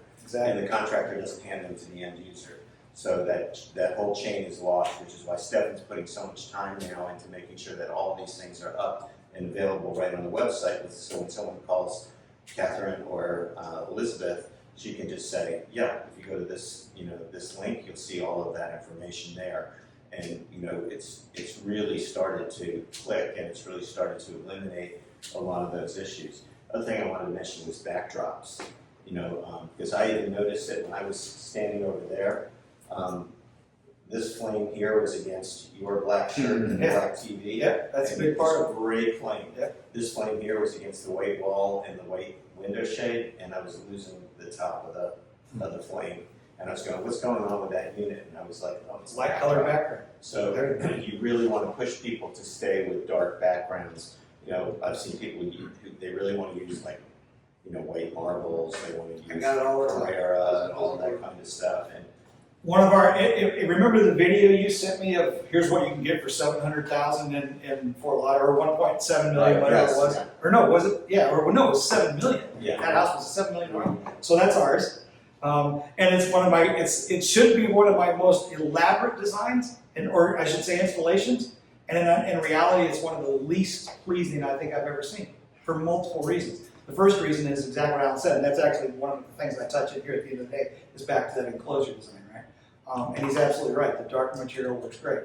Reflective dark material can work. Light colored materials, they don't work. I've had clients that have, again, they've installed these things, the designer is like, look, this is what she wants, great. Because the fireplace isn't always on, is their response. So we want it to look great when the fireplace is on. I get that. Okay, so they'll do these book matched porcelain backgrounds that are white. But then when the fire turns on, all you see is color. You don't really see the flame. And that's because it's not standing against a dark colored background. So again, these are all things that I walk, again, for me, it's always about being proactive and fixing the problem. The old thing your parents would tell you, ounce of prevention is worth a pound of cure. Fix the problem before it becomes a problem. Address it, don't hide it, address it up front and let them know this will work better than this. If you do this, the results will be less than satisfactory down the road, right? So the more of those things you start to learn and you get it resolved either at a review stage or I've had a couple of great designers here in Boca. I mean, there's a couple that I work with that they're phenomenal, but they didn't know because they don't really go back out to the job site that often after the client moves in. And once I showed them the difference between a dark background and a light background, hands down now they got it. Most of them are pretty straightforward. They want it to look right too because they've talked the customer into using this product, so they have to listen to us to get the right enclosure design, the right material schedules. Every once in a while you'll get a customer that just wants to do something against the will or a designer that wants to do it against the will. And I'll show you some of those pictures later on. But a picture is also worth, as they say, 1,000 words. I can tell you I have a Dropbox folder that I keep lots of installation pictures in, do's and don'ts. And I share those with a lot of my designers when we start working together so they understand them. In my tech support calls, I've had customers call up and say, oh my God, this is annoying. Why do I have this? It's because you didn't follow the specs. Here's what you needed to do. And I use those pictures now to show my contractors, here's what will happen if you don't build light trays. You want to do a flush bottom? Here's what it's going to look like. You want to do a flush bottom with reflective material? Here's what it's going to look like. And then they're like, oh yeah, I don't want that. Okay, and listen to me, recessed bottom. We got the house that was the $7 million home. They spent, the guy told me, almost $10,000 on a piece of book matched porcelain on the top of the light truck. And that one piece of material is what makes that unit look terrible. Even more so than the light colored background. It just looks terrible. And I told them, I'm like, guys, you're gonna have to go back in and paint that black. And they're like, you're kidding me, right? I'm like, I tried to tell you. But again, the designer, Michael Gray, talked the builder, Keystone, into not doing that drywall painted black, which is what I suggested. They put this $10,000 piece of porcelain in there and it backfired. And when I saw that video you sent me, I'm like, oh my God, they still haven't painted that thing black. And it looks terrible. And I feel so bad, but it looks terrible. 2 other points on backdrops and things. I mean, a lot of people talk about two-sided fireplaces or fires that are just kind of out in the open. And it's the same kind of thing. If you have no backdrop to it, the flame becomes more transparent. If it's an area that's really well lit during the day and stuff like that, you're going to lose a lot of that flame. So you have to, again, it's managing expectations. Yeah. And letting people know that yes, it's possible, yes, it works, it's going to be great at night, maybe not so good during the day. But it's still 10 times better than Dimplex. Well, that's Any day. I've got, just to tell you real quick, Justin, I've got a client now who just bought a home that had Dimplex in it. Sorry to hear that. And it's broke and it's busted and they can't get parts and they can't get support. He's building another home. He's selling his current home to his son. And he told me, he goes, can you fix these Dimplex units? And I said, is that really what you want your son to have? I'm like, just buy a couple more fireplaces. And that's what he's going to end up doing. So he's literally going to AquafireRaw in his new home, and now he's going to retrofit his kid's house. It's his current house that he's selling to his kid, just to get rid of Dimplex. It's like selling your son a broken down Well, and here's the other thing. The other day, I was about an hour and 45 minutes north of here with one of my customers, and they've got one of those Dimplex units that has the whole surround that slides into the wall, and it's only about yay deep, and again, just orange lights. The superintendent, who carries a lot of weight for the builder, pulls me into his house and he goes, let me explain something to you. He goes, I buy one of these, it's like you said, I cut the hole, I hook it up, I drop it in, I hit the button, it's beautiful. He goes, this Dimplex, look at this box with all of these parts and pieces they sent me. He goes, I immediately went back to my owner, my boss of the construction company, I said, don't ever buy this again, buy these. And so I've already got a phone call this week from the owner saying, is there any way we can retrofit that existing Dimplex unit before it's ever even installed? They're We gonna met with Royal Caribbean, and not Royal Caribbean, not Viking, it was Royal Caribbean. Yeah. The big company, yeah. Oh, yeah, that's one. Yeah, it was Royal Caribbean. And they are pulling, they have fireplaces with Dimplex there, they're pulling all of them, replacing with ours. Yes, a fire or no fire. Like, What's well, the yeah. flame? There's a company in What about Europe, Flame? called, I talked to Antoine about them, they're in Europe, they're a licensee of Dimplex called The Flame, and they sell it under their own brand. And that's who sold into all of Royal Caribbean, and they're pulling all of those out now, and they're gonna replace them with ours. We're meeting with the engineers to talk about how they can retrofit the openings Nice. and things like that. Nice. Yeah, this is by far, I'm telling you, all those years I've built these houses down here with gas fireplaces. This is great. This is the way to go. And that's why our business down here has been so good. But we're seeing in other parts of the country that are cold water climates or cold weather climates. This is also from a liability standpoint. No heat, no expensive fuel. You're not storing combustible fuel, even ethanol or piping in natural gas propane. California, Washington State, Oregon, all these states out there that have wildfires, Colorado, they're now starting to outlaw wood burning fireplaces, and they're actually starting to figure out another way to outlaw some of the fossil fuel It's fireplaces. in the gas a couple of years. Yeah. Yeah, so And I now will this tell you the is going to delight, be a great way to go. the delight in people's faces when they walk up like at a trade show and see this and realize that it's not real flame, not real fire. It's amazing. I mean, over and over again, it's like, that's cool. It's, no, it's hot, kind of thing. But it's amazing. Their faces, and they touch it. And, the experience is just so positive. With kids and pets, grandkids, I mean, again, I've got people down here that will probably leave $1 million to their bird when they die. They're that kind of people, right? And to have something in your house that isn't going to create any kind of heat, it's not going to generate any kind of problems with kids and pets. I've had a couple of customers that said, I wish you came up with a glass front on this thing because now my kid's constantly doing this. I had one guy in Boca, little sweet Jewish family, and their kid was added to the bar mitzvah money. He had all of his little friends come in and said, okay, so I woke up this morning and I've got this special new power, so watch this. And he does this whole theatrical, give me $1 and I'll do this. And his dad's like, yeah, it lasted about 2 days until they figured out the thing and he had to give all the money back. But it was just the idea that, this kid had figured out a way to monetize his new fireplace, and his friends were smart enough to give him money for about one time, and then they figured it all out. But yeah, so I mean, it's a great feature. It's a lot of fun.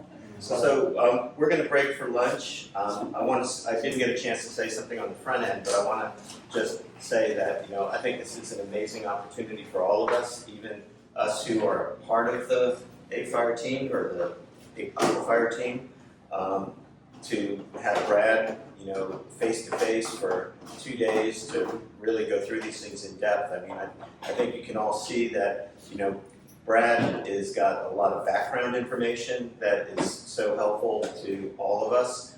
And he's been doing this now for a couple of years and really understands the units. He's worked directly with all of the Aquafire production team in China.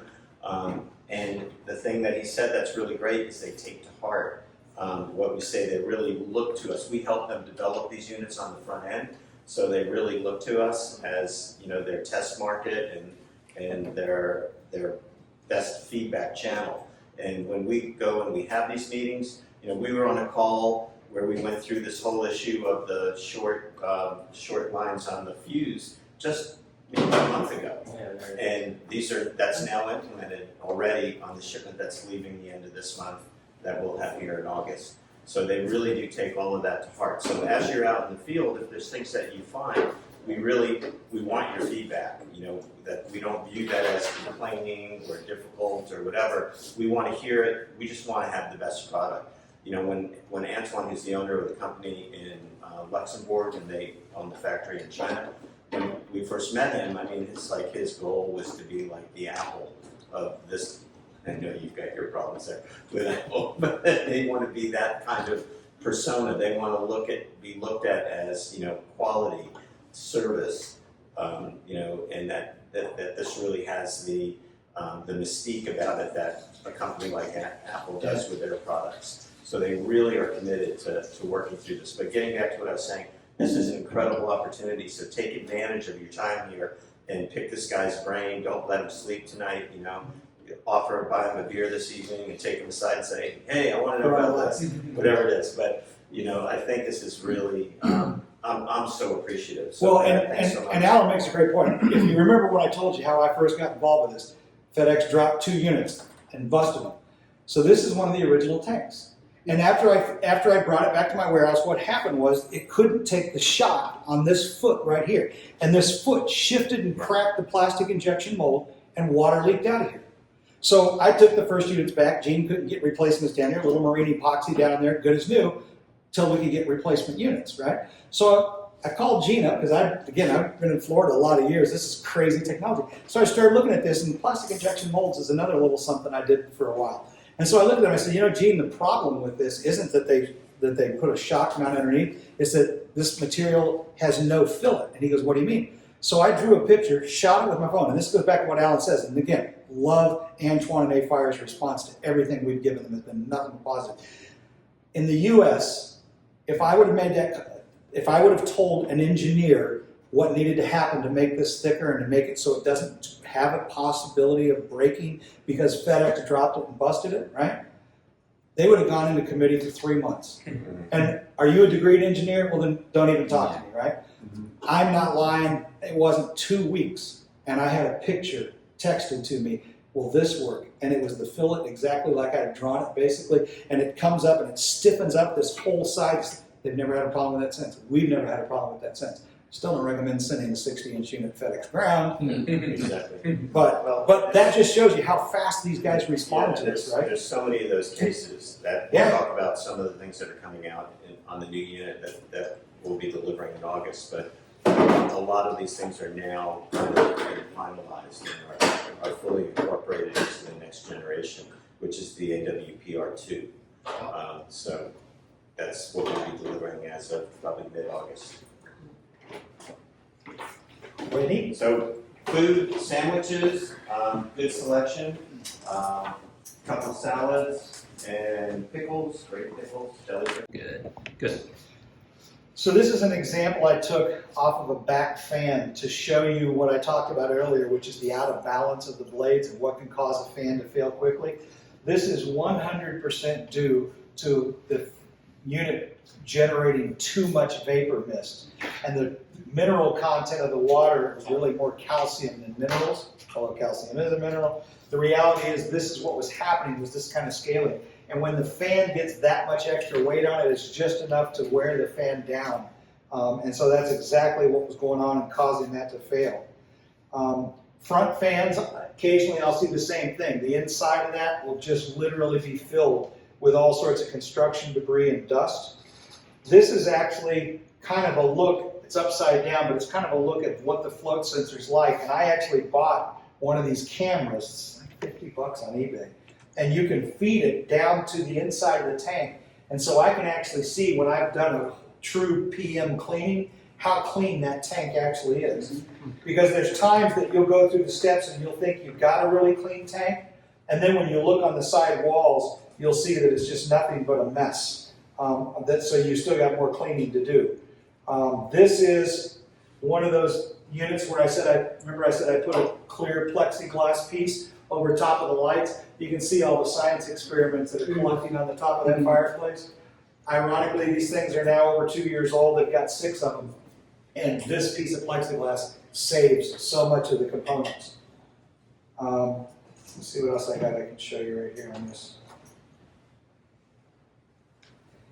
This is B1. We were talking about Wi-Fi chips, Elizabeth. They don't go bad often. But this was, again, a customer sent me this. Once I had them pull it out and see what it was, you can see that they actually had a burned part on the Wi-Fi chip. And again, I'm showing you these things not to pick on the manufacturer.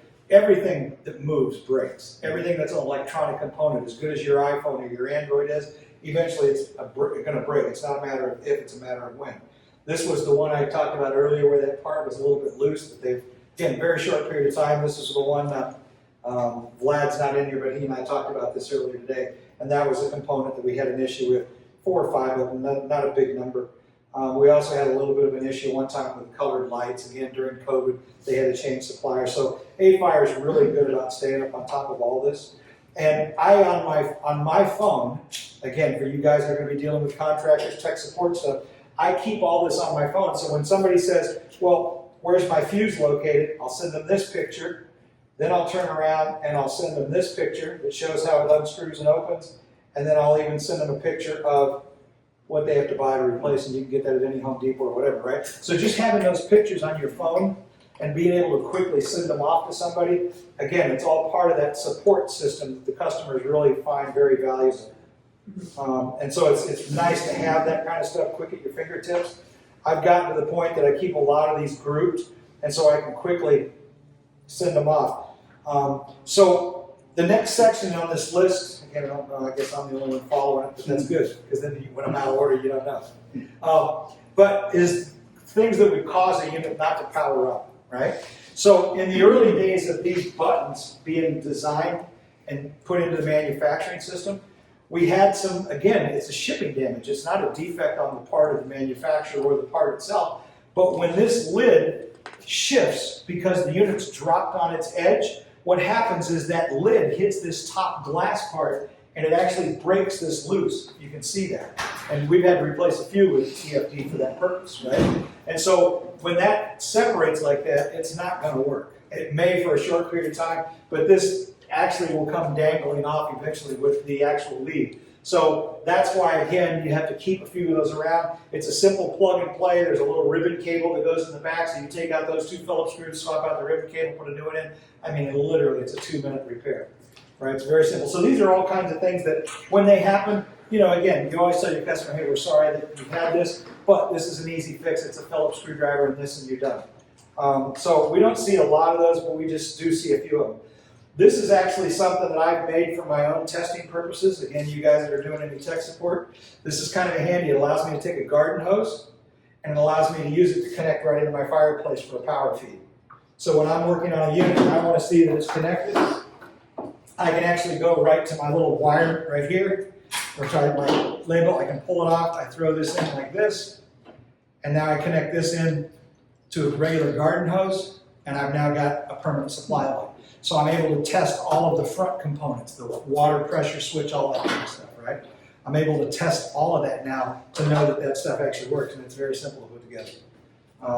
Again, off-the-shelf type of components. So I've shared that with a few different people that have had to do tech support issues. I was talking to James during lunch. One of the things that, again, and this is kind of back to that concept of when they make a change in the process of the manufacturing, letting us know and us being able to track it through serial numbers, right? So as dealers go, if you got an order coming in and the guy wants 2 40-inch fireplaces, the way the serial number works is that you go by year. I think I got a picture of one here because I use it all the time to show people when I tell them that I got to have a serial number. So if you look at this right here, this was built in June of 2021 on the 29th day. And of the 29th day, this was unit number 42. They can make 99 units a day with that numbering system.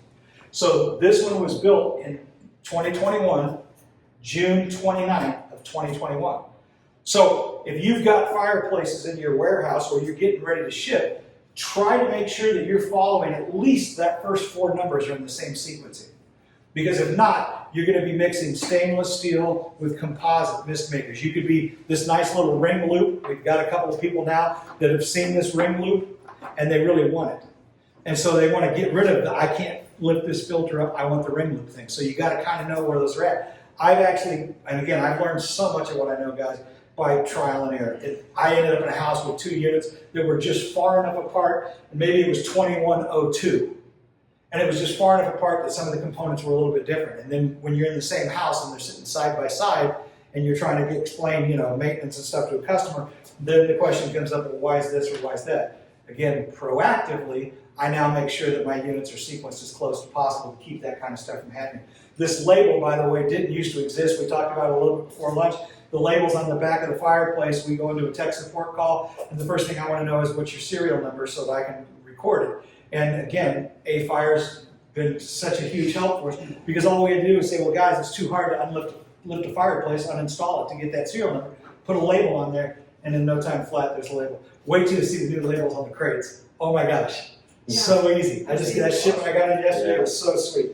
And when we ship to you guys directly from our warehouse, we ship them from the same container. So we try to control that as much as possible when we're shipping them on the front end to make sure they're in the same container. So hopefully they're produced around the same time and to go that way. So we don't try to mix them when we're shipping them to you. Exactly. I had a couple of other pictures I wanted to show you this here too. This is strictly construction debris. If this was all inside this fireplace that was less than a few months old when I went out to clean it up, and it was all because they left it out on a job site. This is kind of some of the experiences I've had. Goes to a job site, nobody's ever seen one of these things so many places, right? And so what's the first thing they want to do is throw it in the hole, fill it up with water, do what I call a dog and pony show, where you turn it on and show. Then every new trade that comes into the house, the other trades are like, yeah man, you ever seen fire from water? Watch this. And they turn it on and they uncover it, and it sucks up more dust and more contaminants. And then all of this ends up inside your system, inside your water. So I caution you to always tell your guys to keep from doing that. By the way, here's my little light thing. This is what I use. I mean, I'm telling you, it's like 50 bucks. It's a godsend. I can feed that thing all the way down through the tank. I can see if a component isn't working correctly. I can switch from in view to side view. Pretty handy little guy to have. And again, it's a tech support issue. Alan was talking about the water softeners. Again, I keep these on my phone so that when people come up immediately, it's all about service. I can immediately send this to them and say, here's a bunch of them. You can get them on Amazon. Here's the cost of them, right? To put this into you. And again, like Alan said, these are little under-counter canister kind of water softeners that have a pretty good life. This is actually showing a tank that was cleaned, but you can see that this is the part of the tank that isn't cleaned yet. It's actually the lid. So the top of that lower tank, if I pull my tank back up here, what you're looking at there is actually this piece right here. The bottom side of this is what you're seeing. And one of the things Raphael and I have experienced is that we go in, we do a PM cleaning, we're using the vinegar, we're going through and soaking it. We'll show you how in a little bit later here how all that's done. But we go through and we soak it, and then Raphael, what's usually day 2, day 3, client calls back up saying Mister isn't misting anymore. That's when I get the tickle stick. Yeah. Yeah, exactly, which I made, and I'll show you guys how that's probably handy too. But the idea is that what we did with the cleaning was it was just enough to loosen this algae and contaminant that was on the ceiling, and then 2 days, 3 days later, it falls down into the water and clogs the same float sensor back up again. So that's why the camera's kind of handy. It's an extra step, but it allows you to see how good of a cleaning you did, right? And how are you getting that off if it hasn't come off? I've got a couple of little tools that I've gone back in there and been able to scrape it with. Honestly, one of the things that I do, if I'm doing the unit at my shop, is that I will take this and I'll actually put it on here. I've got a longer piece at my shop, and now I can feed this down in and I can actually bend it to where I can spray the top of that loose with just garden hose pressure. I'm actually trying to come up with a system where I can do it on site with a mobile unit. Right. But I have units when I bring, especially like these Disney units I bring back to my shop, I'll actually use this, feed this down into here with a longer piece of this, and now I can actually bend it, and I can open it up at a lower pressure from my garden hose, and I can actually hose that whole bottom of that and knock all that stuff off.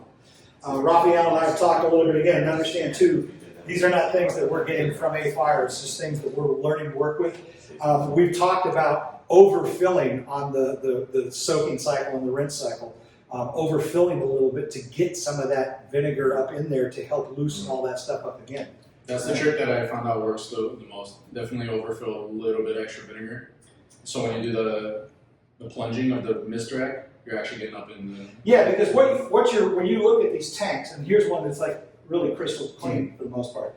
Little stuff here in the corner you can't get. But the nice thing about this, and this is an AWP, you can tell because this is kind of upside down, but this is actually where it's screwed into that top. But all of this is, for all intents and purposes, clean. All you're seeing here is a little bit of residual water that hasn't been sucked out of the unit yet.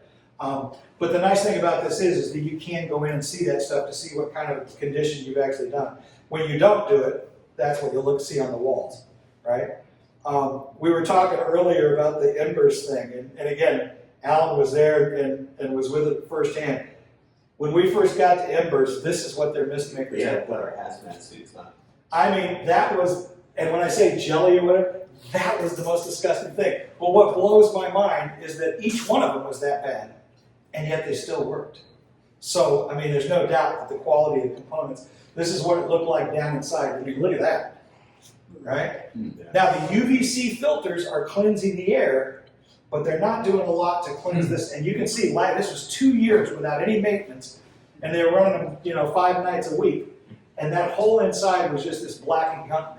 And we went in and cleaned it all out. The problem is when you get a system this dirty, and I probably didn't know what I know now, I would have gone in with that hose if we could have got one in there, and I would have cleaned it, because I guarantee you, as soon as you clean that, what you're doing is loosening some of that crap off the side, and then it falls down in the water, and it potentially can clog you up later on. But that is the worst case scenario, and it's also, to me, one of the best selling features for a fire. That under those conditions, that part still worked beautifully. And this is a 2-year-old mist maker. Yeah, and just real quickly on that, because we had a call from Net Zero telling us that that they were looking for some replacement mist makers, and they were on Amazon looking, and they saw these mist makers that were much cheaper than what we're selling our components for.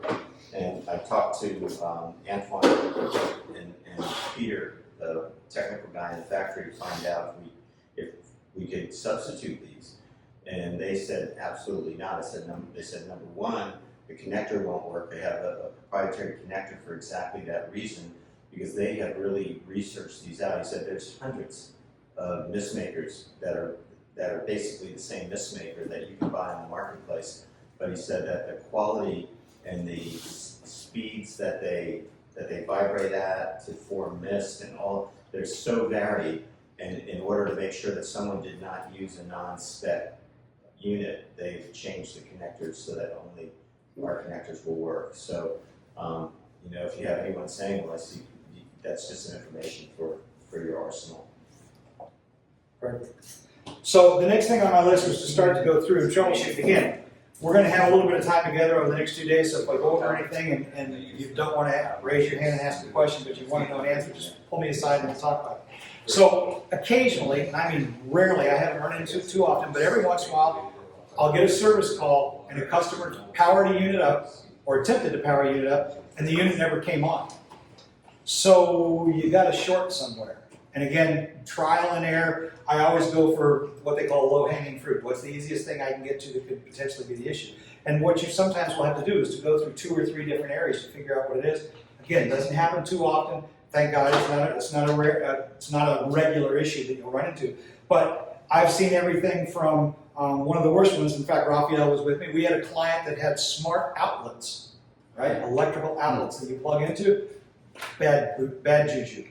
The unit what was happening was the lights were acting really, really weird. Immediately thought maybe, okay, we got to shorten the control board, we got to shorten the driver card, something like that. Turns out it was the smart technology outlet was changing the voltage coming in, which was not allowing the full 24 volts to hit the card. It was the strangest thing we saw, but as soon as that outlet was changed out, problem went away. Clients never had a problem with that issue again.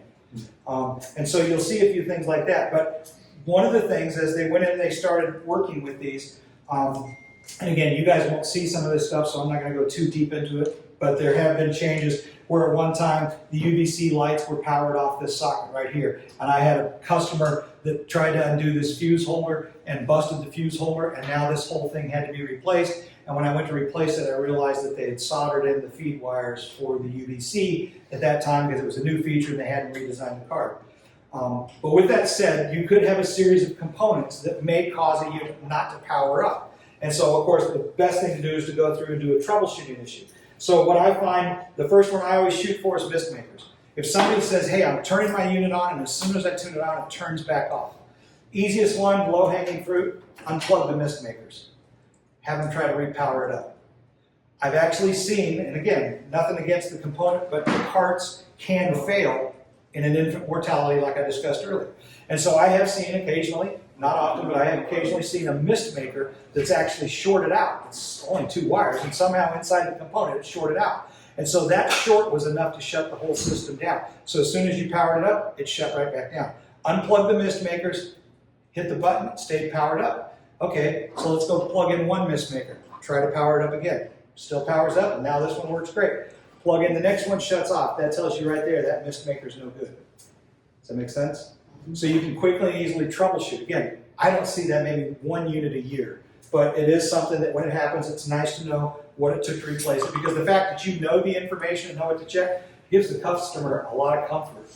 Then if you just say, well, I don't know, I gotta call somebody, you know, and look into it, right? So the next one that I learned is the UVC drivers. So you guys understand, when they added UVCs to this unit, this is actually the UVC driver right here in this little box, right? And that box connects to these little white wires, which connects to the actual UVC lamp that goes in. So each one of these units has a UVC light in the front and in the back. So think about that again. We know the front chambers are wet, back chambers are dry. So they cleansing the air of microbial, fungal, viral, COVID, anything that can be killed by UVC lights like they use in HVAC systems all the time. Again, Justin knows a lot more about that. But what I find is, I thought initially I would have an issue with maybe a lens, one of the lamps got busted, cracked in shipment kind of thing.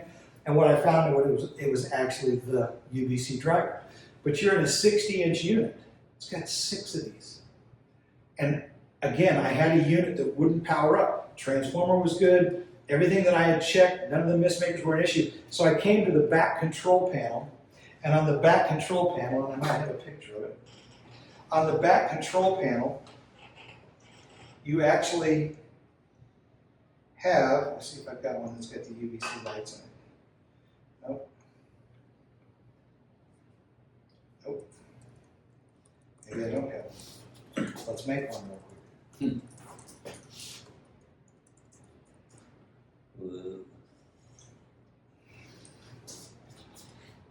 Okay, so in the back of the control panel, these are your 6 UVCs. Here's UV 4, 5, 6, 1, 2, 3's underneath it. Again, the beauty of how these guys design their cards is that you've got open slots, right? So in the case of the UVC lights, and Raphael and I have experienced this a couple of times with units, one of these UVC drivers, what's inside this little white box here, the little driver chip card, actually had a short in it. Again, it's a component. It could be an early component failure. It could be that it passed QC in the shop and then during shipment something else went wrong with it. So what we do is we go in and we unplug all UVC lights at the main control card, unplug them all. Once you unplug them, power the unit back up. If it stays powered up, you now know that it's in this network, this little array of UVC drivers. And so what we would do is one by one, plug them back in, power the unit back up. I think you, James, I've had you do this a couple of times too. And so you work your way through and it's UV number 4 that's the issue. And you can go back and now figure out which one that is and replace the driver. I don't even replace the lamp sometimes, even though it ships as a continuous component. I'm one of these, if it isn't broke, don't fix it. If the lamp's not bad, save that lamp later on, you may want it, and just replace that driver, right? They're not like it, you have to have the 2 of them sentenced together. So does that make sense? Yeah. The power unit coming off here, again, I showed you this guy earlier. So again, we did have a few issues in the past with some of these being a little bit loose. This has a fuse in it, and the fuse that's inside this main power socket is actually the right size fuse for that unit. A 60-inch AWPR is going to end up using a 10 amp fuse. The next size down will use an 8-inch and a 4-inch and a 6-inch. And if you got down to an AWA20, it's going to use a 2 amp fuse. So the fuse will be connected to that. And again, they're little busman fuses. If one ever blows, it keeps you from being able to power the unit up like any other fuse. This is actually your main fuse coming in, which is what O1 is going to right here. Okay, so that could potentially be a reason that a unit wouldn't want to power up. The power button module, again, like I showed you in the picture, if this for some reason in shipment shifted, don't even waste your time. It's a warranty replacement because and we'll get that part replaced. The light drivers, I gotta say maybe once or twice I've seen a light driver short out a system. So the way these are working is that, as I showed you guys who walked back in here and looked, You have the main card, which is where everything controls fans, float sensors, all that kind of stuff. But your actual light strips have their own card, their own PCB. That's a UVC driver, lamp driver. And I've had a couple of those lamp drivers that had a short in them, just enough that they would keep it from powering up. And so when that happens, if you look at like this guy right here, for example, this is a RGB. So you've got a power feed coming into your main control card. This is your orange light. And then this one over here is actually, if I can hold still, the 4-wire one is your RGB strips, right? So that's how you would be able to know which one of these are for the lights. On the AWA series, everything's only a 2-wire because you only have orange lights only. You don't have any RGB strips. And so what they're doing now in the AWA series is they're actually making the cards specifically for a certain size driver. Same with the control card itself. There's your same UVCs. A lot of your components are going to be in the exact same positions. Here's going to be your fans and such. But what they're doing is that instead of having a massive driver card for each light bay, you've only got a single driver card for the entire fixture. Okay, so that actually lowers the components, helps them lower the cost, and brings a lot of different things into the mix.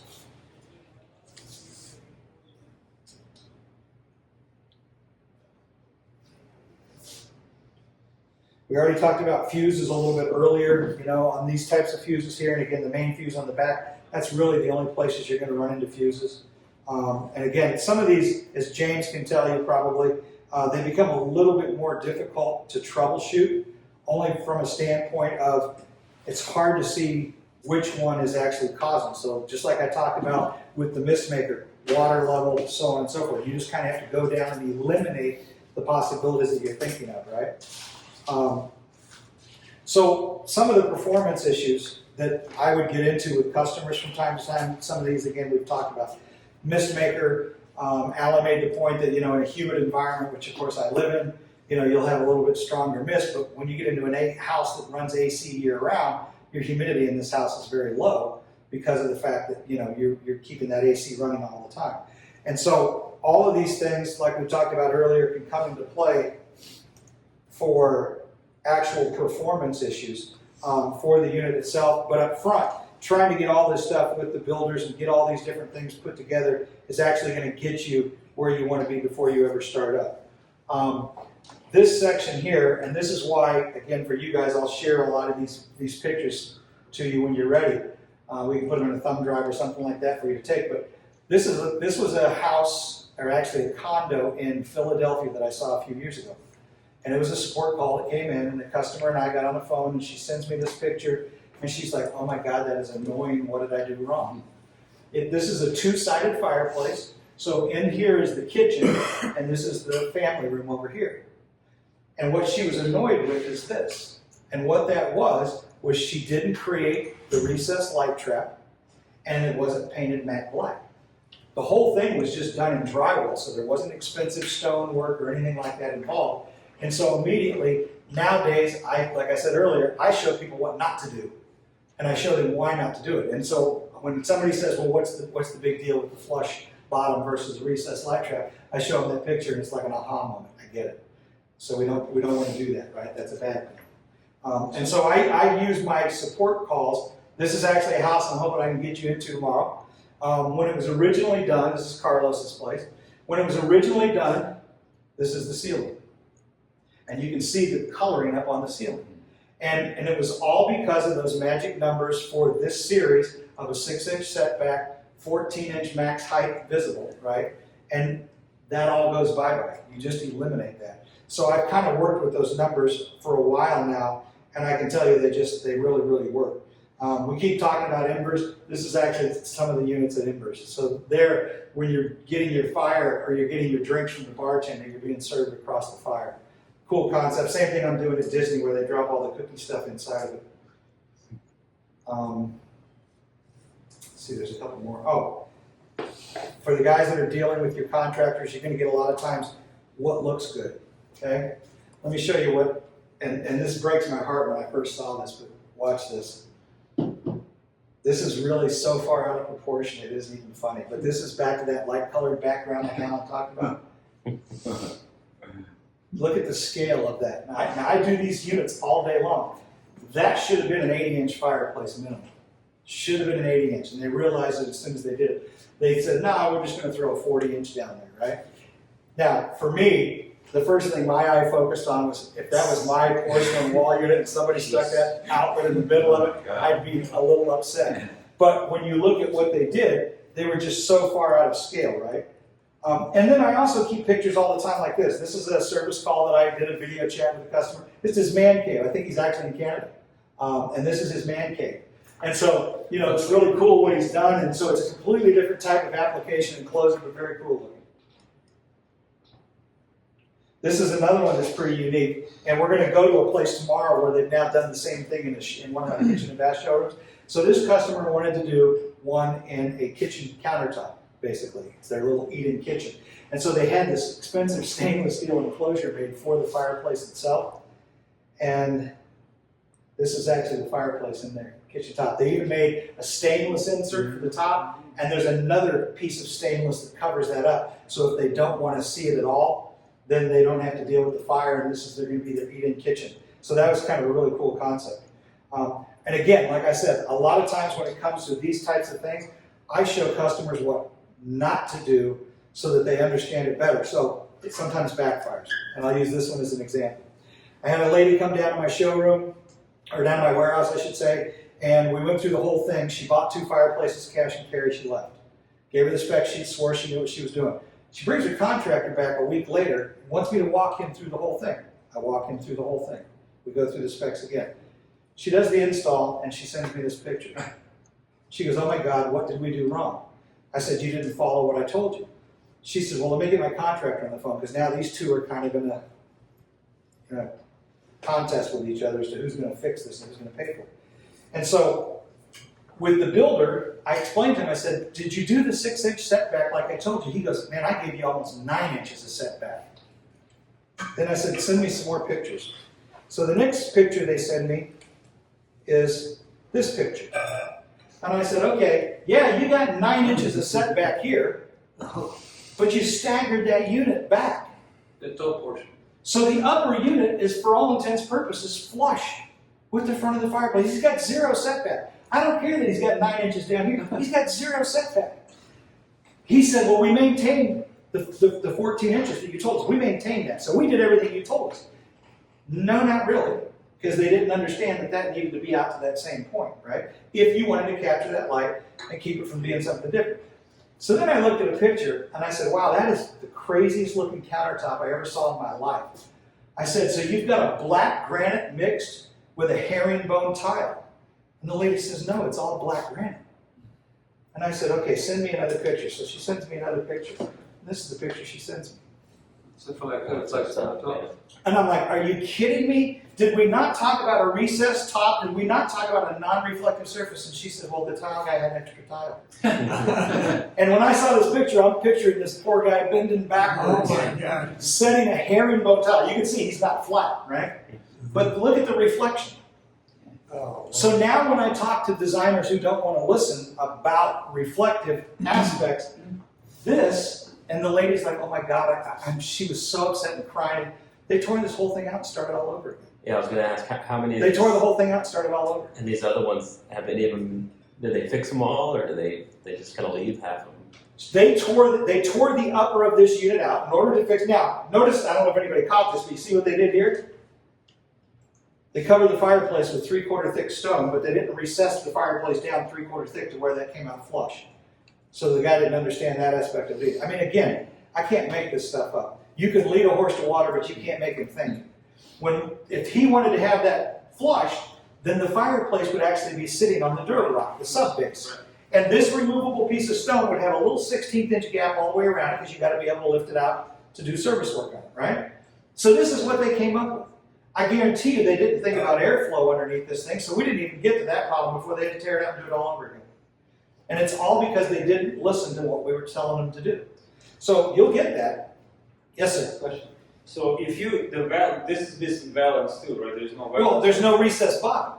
The 14 inches from the bottom of what I call the valance to here, that's the critical dimension. So this is what I would show you. This is what I share with my folks all the time. So the easiest way to make this is you're gonna frame this bottom section, your lower hearth. 14 to 18 inches is what's on Gene's spec sheet. More clients are somewhere closer to 18. I've done it as high as 32, and I've done it as low as 12. Right. I tell customers you want this space underneath you, right? And so there's your 6-inch setback, and of course the fact that I tell them a 12 1/4 opening. But this is doing nothing more than framing 19 inches to this point, Right. and then coming back and taking a 2x4, turning it on edge, and framing across the front flush there so that that light is coming up and hitting the back side of it. Right. So the total clean area is 14. The 14 inches, and it says 12 to 14 in the spec sheet. I tell my people 14. I squeaked by with 15 and it's actually worked, but I'm going to show you why. Now, for a double-sided, I show them this the same concept. It's just both sides.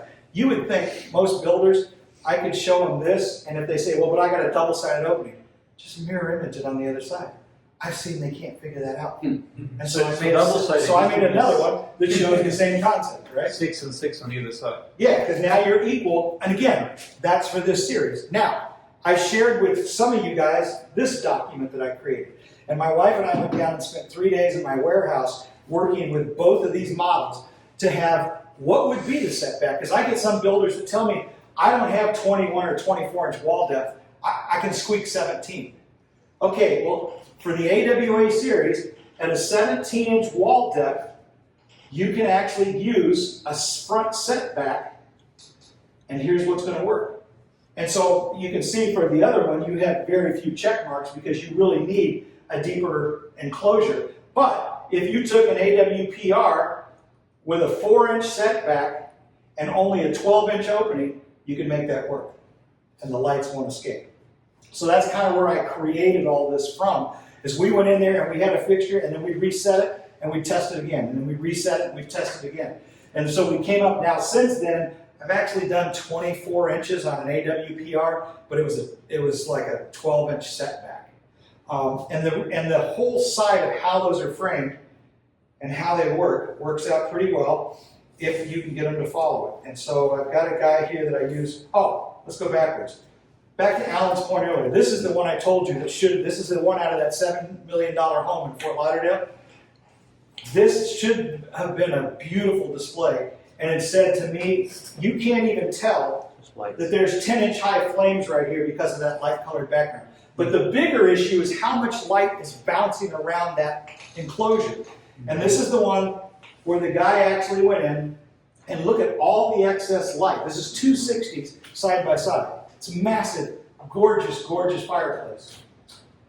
But in reality, it doesn't work that well. Were you guys able to repair that? Were you able to get that? Look at all that excess light. No. And the reason is because this was the one where I said they had to have a $10,000 piece of porcelain as a reflective overhead. And you can see this is all book match porcelain all the way down. That thing's 160 some inches long. And I had to go back and tell them to paint that black. And they told me they were going to do it. Then I saw your video showing what $7 million will buy in Fort Lauderdale, and they didn't do it. In fact, in the video, they blew apart. So this is what you see down on top of the fireplace. Mirror reflection, right? Now, look down on the floor. This floor is a matte floor, Right. but I've got houses where this is gloss, underneath is gloss, and the floor is gloss, and the light is just bouncing everywhere. Yeah. And so from a distance, it's just a blue blob. Mm-hmm. That background needs to be a darker material. It doesn't have to be a solid color material, but it needs to be a darker material. And you need to stop that overhead from being a reflective material. Now, there are times that a reflective material in tight tolerances works really well. You did the light trap right there. He did. I know. And then I come in and I'm like, That looks good. I think the guy's a builder out of Chicago, and he actually likes me. We get along really well. And the day that went wrong, he just looked and he goes, "That's not on you at all." I'm like, "I know it's not. We've talked about this." He goes, "Again, Michael," and he goes, "This designer just is adamant about certain things." And I'm like, "You're never going to see the bottom of that light trap. Why would you spend 10 grand on a piece of porcelain you're never going to see?" It's painted black, cheap black paint. Yeah, exactly, right? So that's the same thing happened in the Oppenheim offices. They wanted to put expensive granite at the top, and they took them on to a plywood. yeah. You're not gonna see it. Unless So- you're on your knees, you're gonna see it. This is kind of a short video, but I want to show you this as an option. Here's why. The unit itself, it's not going to do that. Let me just stop it as it gets started. Okay. So this unit itself is using a black Ubatuba granite. The guy didn't have space on the sides for that 4 to 6 inch clearance. And understand, if you don't want to see any light on the side, you really got to be out almost 12 inches, right? So as this plays out, the back is a reflective material, so that's not the end of the world, you can kind of see it. But notice on the end, the little light trap that you see a lot, that light triangle that you'll see because it's a tight tolerance, is actually diminished by the reflective aspect of the flames. You see the flame actually moving when you get to the end of that, and so the fact that you only got 3/4 of an inch clearance, this is where Alan was talking a little bit earlier about, you know, different materials will do different things. This reflective material on the side actually in this case worked out beautifully. And I've got a couple more in here from the other side of the state that I'll show you for the same reason. And these are just, I'm going to just flip through some of these. These are just some of the different units that these are a couple of old AWPs that are recessed down in. You can see how thin the flames are just because of the fact of what they got. This was one that was done with a faux marble. I mean, again, this concept here, back then they weren't doing a flush light, or they were doing a flush light trap. This one was a kind of an ugly install, but interesting couple to say the least. The guy had 2 40s, one was orange, one was blue. I sequenced them to one remote for the wife. The husband comes back in and he said, no, I want one side blue and one side orange. He's a Gators fan, so. Boo. And again, you can see all this reflective material, that blue just gets lost, right? Brad, do you have another surge protector? Core.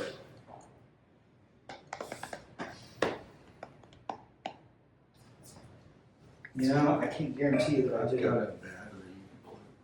Let me look and see. I don't think I have that USB-C.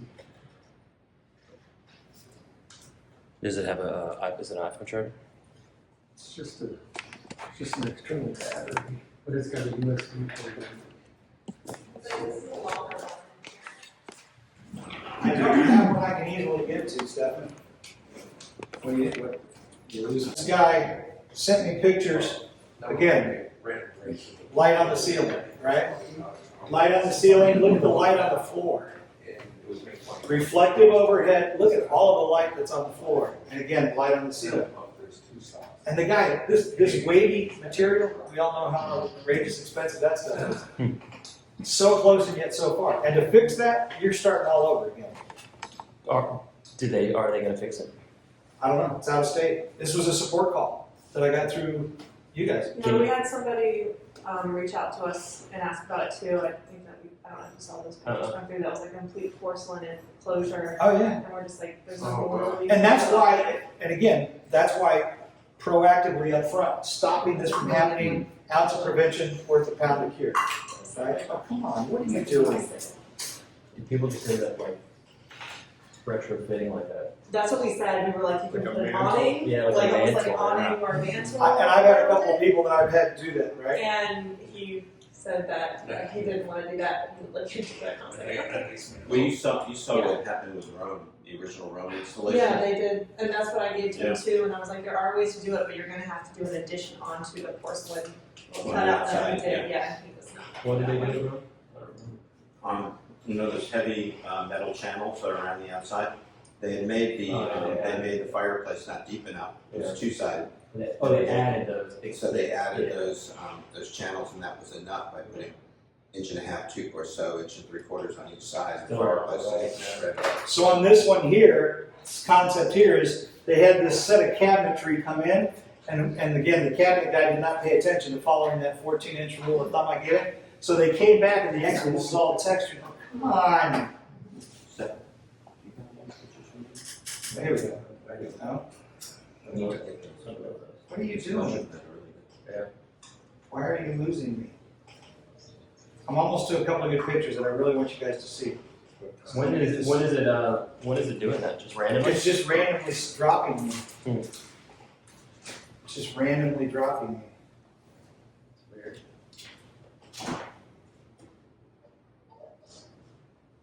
And then it comes back. It's like, it must be in my Wi-Fi network. Yeah, you might need to launch that app again. Looks like it's on here. You just send this. Where was that at on here? It'll be like in your app, where the app library is. on a TV or back? It's like a quarter. Because this next set of pictures are really good pictures for these guys to see. Internal for you, Gates. That would be exciting.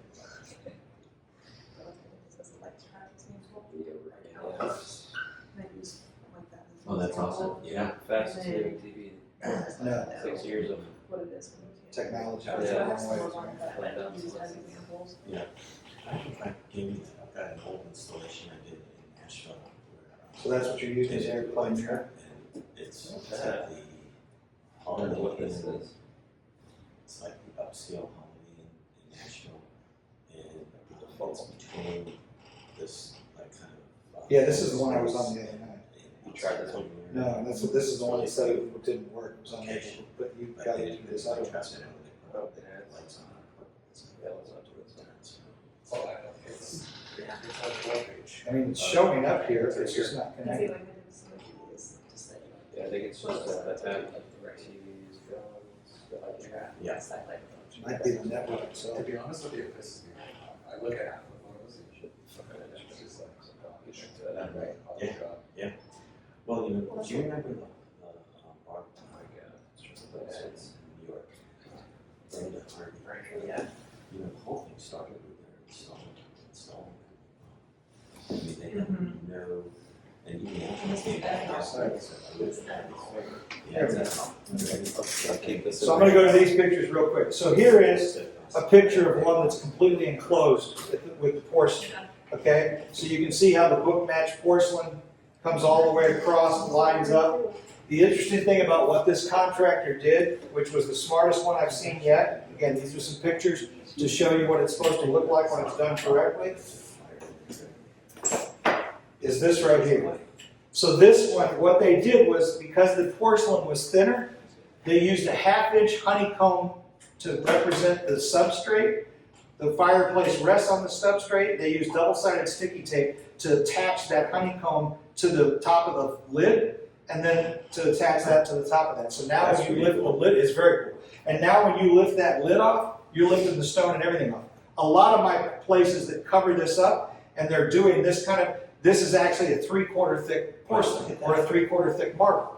And so that marble is removable, so you can see the gaps around it. But because theirs was so thin, they were afraid it was going to bust and crack, which it probably would have. And so they just went ahead and adhered it right to the top of this lid. And man, that's a slick way to go. And so I actually show that on a regular basis to contractors who want to do that, right? Now, this is a guy that I built. Go back to that, is that the one in the $7 million house that they have? No, that one was done. Do they have a light trap up above that one? No. Oh, above this one? Yeah. Well, this one was an early house. I wasn't really too involved with it. I honestly think you guys. Yeah, I'm saw just it. wondering, because, Yeah. I mean, to do all that work, which is so beautiful, if they're getting reflection from. No, they actually aren't getting reflection off this one. Again, they went back and Good, dealt good, with the good, paint. So this is another concept without a light trap whatsoever. I've got a builder in Orlando that builds 26,000 square foot homes, massive homes. And the first time he built one, he didn't build it right and the light escaped. And his customer's like, oh, that's really cool. So then he went back. Now this one's not in Orlando, this is actually in Parkland. But the guy in Orlando is now building just like this, 16-foot high book match porcelain. Fireplace just sits down on the ground. And when it's on, it's just like here. It lights up the whole room. And the guy in Orlando who's doing the same thing now says he's got people that drive by his houses and literally call him as a GC asking what is that light fixture that's in that house that lights up the whole house. Every time we drive by, it's pink, it's blue, it's red, whatever. He's like, it's actually a fireplace that runs on water, no light trap. So I actually have more and more customers starting to do this. So they like the light. Well, Embers likes the light. Yeah, I mean, they didn't lights want up the their light whole trap, they wanted to reflect it. Then he went back and put stones on it when he runs it. I haven't been back to see it at night. Are those stones just loose? Or Yeah, they're just sitting on top of it. So he didn't make like a tray or something where he could just lift them off? No, because they were big. I tell the customers that want to do that with little ones, what I tell them to do is to actually take the lid itself, get a piece of galvanized sheet metal, paint it black, and then go in and actually cover the sheet metal with epoxy and put their 1,000 little pieces of cracked glass into the clear epoxy, let it set, and now you can lift it off and it's one piece, right? And that's actually working out really well for those guys. Okay, so before we lose it again, we'll go through some more here. Here's one you can't fix stupid. This guy just didn't want to listen. Polished porcelain everywhere. I mean, it's a cool looking unit, but It look at kinda the works. reflective of the front, right? That one we've already seen. Yeah. This one, similar concept. Again, they got maybe about 2 inches of side clearance, but you can still see a shadow on the side itself. Here's one that's actually another nice reflective. This one worked out well. You can see they're using an HPL, so they got a gloss HPL on the ends. And so even though you're seeing a little reflection there, you're not seeing that light triangle because your eye is actually catching the movement of the flames, right? This one's over in a I stair. love the stone, that's really nice. That's a nice effect with it. Yeah, the blue, I'm telling you, the people just love the blue. Yeah. Although Raphael and I went to Blue Miami on, Why did they put the sheets on the right and left? well, they've got this side, it's just the way the millwork guy did it. He built this little Oh, I leg see it now. I was seeing it that different. I sits thought on it the was side, yeah. clear. It's a little It's different. really reflective. This one I taught specifically to show the light concept. And again, they're about 4 inches. And then again, in this light color, that's a little less noticeable on a light colored material than it would be on a dark colored material. But again, they've got a reflective overhead. So again, you can see that it's lighting up that lower section, right? This was one that if we were going to go north for tours, I would take you to this one. Because one of the things that, you were with me on that as well, right, Raphael? When we went to this guy's house. Who is this? What's his name? He's the guy who just moved down from Jersey. So in his light trap is where he put a shut-off. And that's one of the things that, again, when I talk to my builders, one of the things I recommend if you're going to permanently plumb these things is you have a shut-off valve outside the fireplace. So that if you're a snowbird and you want to leave and you want to turn the water off, you don't have to uninstall the fireplace to turn the valve off. And a lot of plumbers do it. So what this guy did, it was very tricky. Up underneath the light trap on the back wall, he put in a quarter-turn valve. So instead of having to go to another room, to a sink base or something like that to turn that supply line off, he's literally got a quarter-turn valve right up inside the light trap. And it was so slick and cool. And then he's got it covered, because everything up underneath there is painted matte black, he's got it covered with a black electrical plate. So you don't, even if you were down on the ground, you wouldn't see that up underneath there. But I've started sharing that with, again, some of my builders too. So now when they talk about putting that valve in there, they've got a nice place they can hide it up in there, and it's easily accessible. So the other day I installed this one. This is one of the latest ones. This is the center for Miami Heat, number 13. This is it's not a beautiful enclosure by any stretch of the imagination. It's basically black melamine. They hadn't put the TV in yet, but again, you can see a little bit of side clearance of the lights right there, because again, she ran minimal side clearance. But there's something about that enclosure that it just breathes. And this was right out of the box, and I was getting those flames without any adjustments. And that's why I say each house is like a little bit of a microclimate. And so you have to go in and kind of tweak the fire to that stage. I can't wait to go back and really go through it. I did have to kind of cheat when I was there, though. Do you think we can get that photographed? Of that? Yeah. No, I'd have to sell it to you. No, not that photograph. Can we get that photograph? Can we Oh, when it's all said and done, yes, can we get absolutely. it in? Yeah, Are they gonna? Is the house nice? I mean, it's the house is beautiful. Are they gonna do Conversion varnish on every door, molded, gorgeous woodworking. And if they win the finals, then Bam's gonna Bam's gonna have a little bit of money to play with. he's gonna upgrade a little bit. They're not.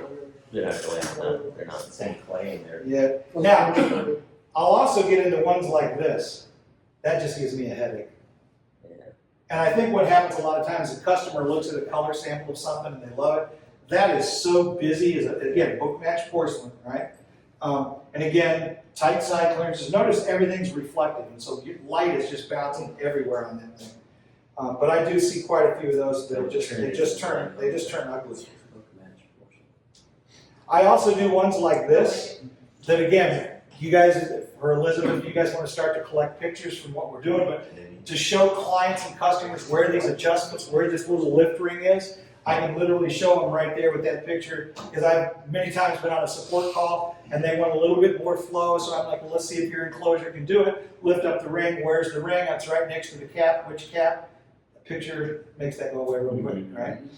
And so those are all things you guys could do as well to help with that. This was actually, I think, Justin, wasn't this your customer? Yep. Yeah, this is the one. So when Justin first sent me this picture, this guy had like 0 flames. And what was happening was, you said there was actually a flue to the old fireplace or something? So this was an existing masonry fireplace that the guy wanted to use it to keep the wall as flush as possible. And it was actually the ash dump into the basement that was creating the negative pressure. So if you have 2 levels, it'll Right. always draw down.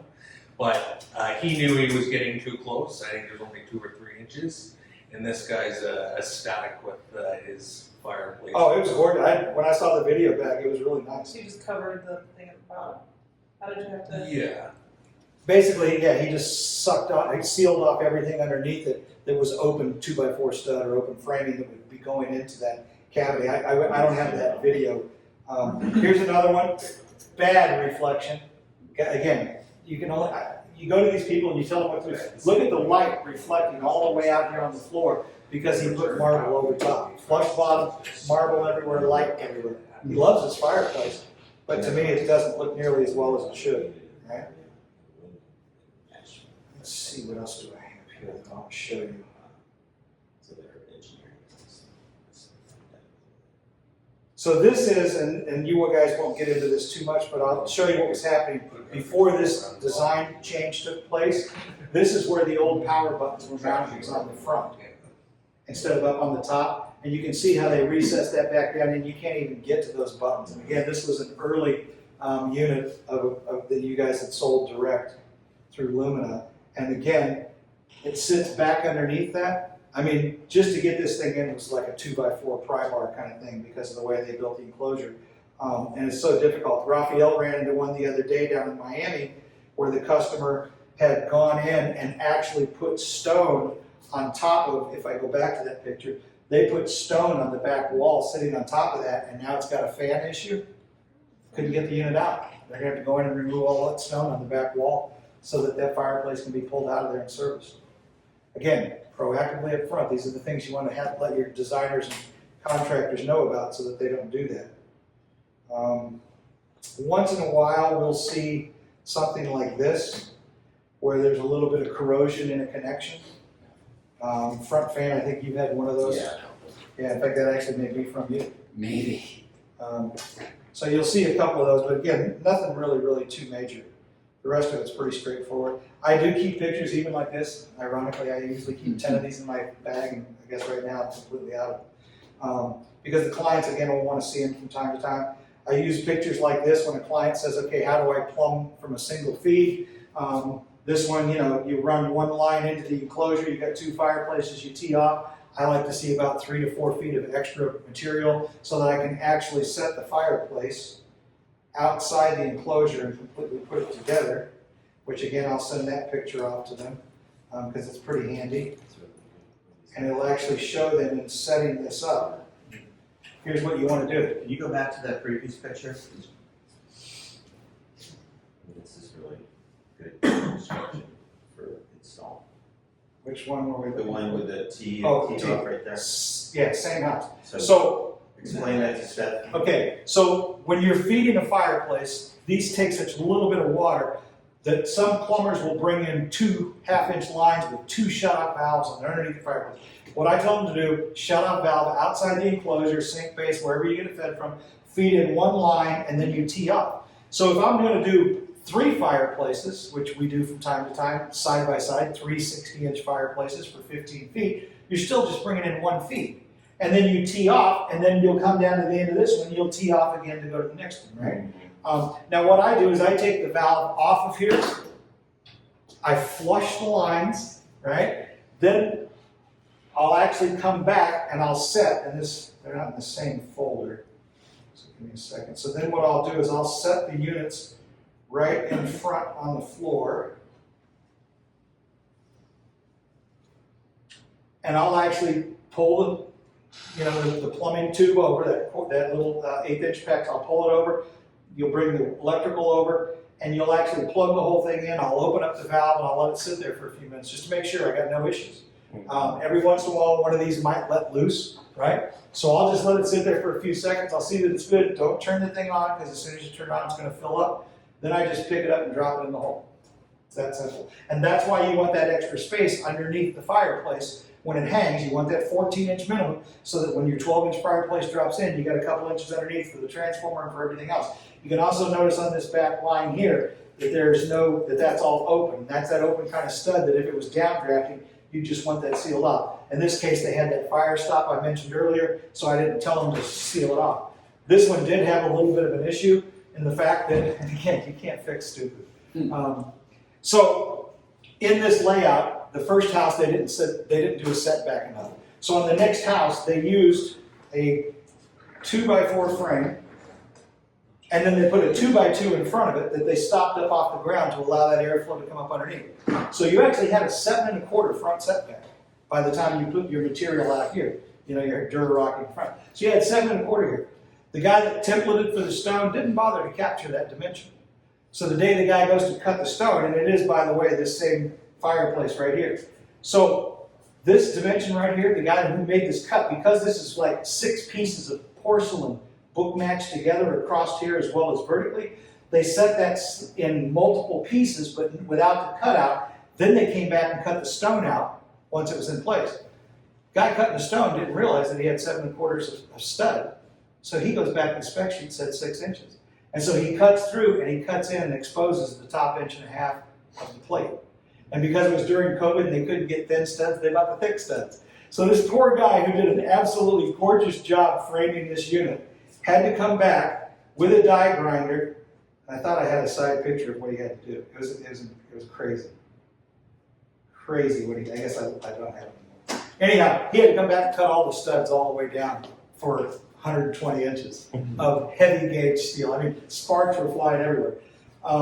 This is actually one of my units down in Miami. Again, they didn't follow the specs, it's in the designs, but they did a beautiful job on this, because what they did was they again let the fireplace rest on the Durarock substrate, bringing that stone up 3/4 of an inch, and that's what holds those rocks in from falling off the edge. But even when you have this kind of loose rock, you still got to bring that airflow in from below, because that's going to be enough of a block to keep that from happening and flowing correctly.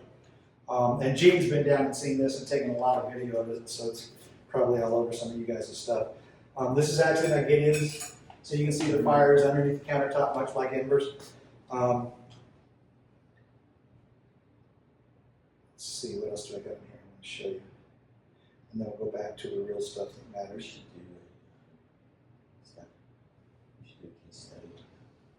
This is actually a brewery in San Diego. They got 5 of them underneath their countertop, love them. They say these are the most popular things going for them. So they do really well with that kind of stuff.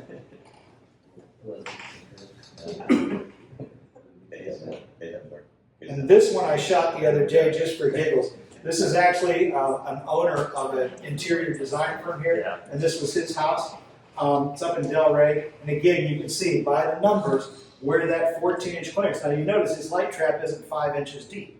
His light trap is literally 3/4 of an inch deep, but it's just enough, and it's built to the right depth and so on. This is actually just a shelf. There's no full height to the ceiling. He's treating that like a mantle, right? And so, but again, he's only got a 3/4 lip in the actual recess. But you can see right where that light's hitting.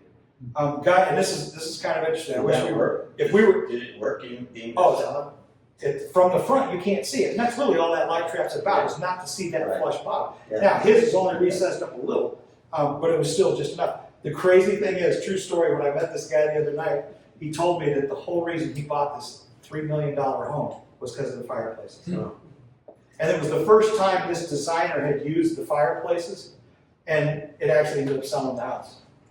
Interesting character, really interesting character. So 3 million is a nice size. Yeah, it's a drop in the bucket around here.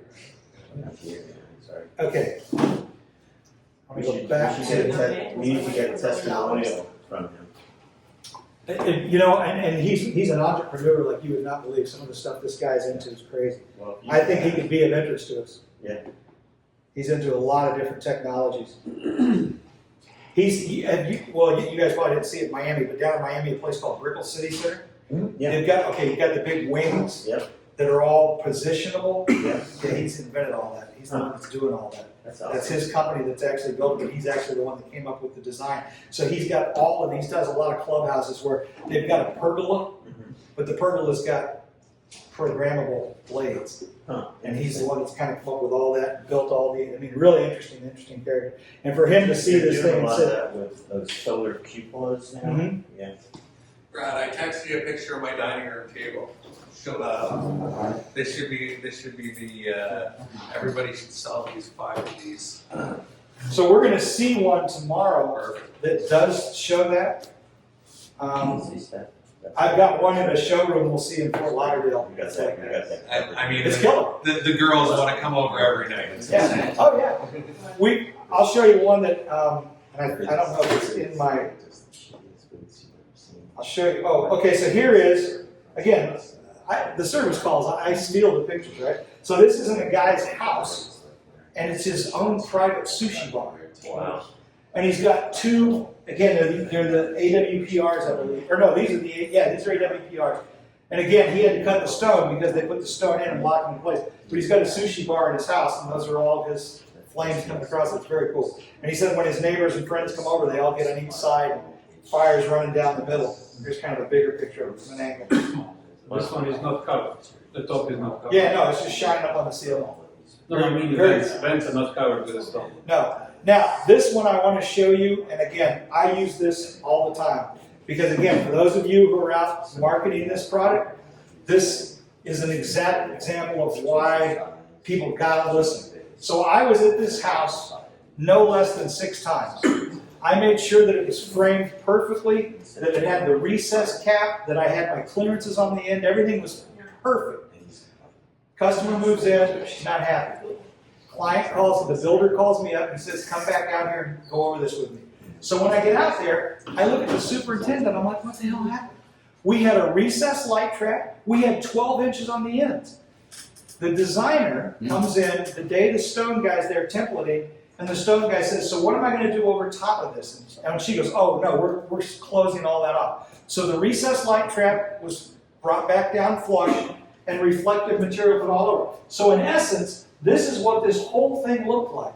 And the customer's pointing at me, I hate this, and I'm not happy that they specified it. And I said, but wait a minute, this isn't the enclosure that I approved during construction. And the superintendent's like, absolutely, he's been out here 5, 6 times, and this is not what we're supposed to be. Your designer made that call. Of course, she wasn't at the meeting. So I told him, I said, do you happen to have any black paint?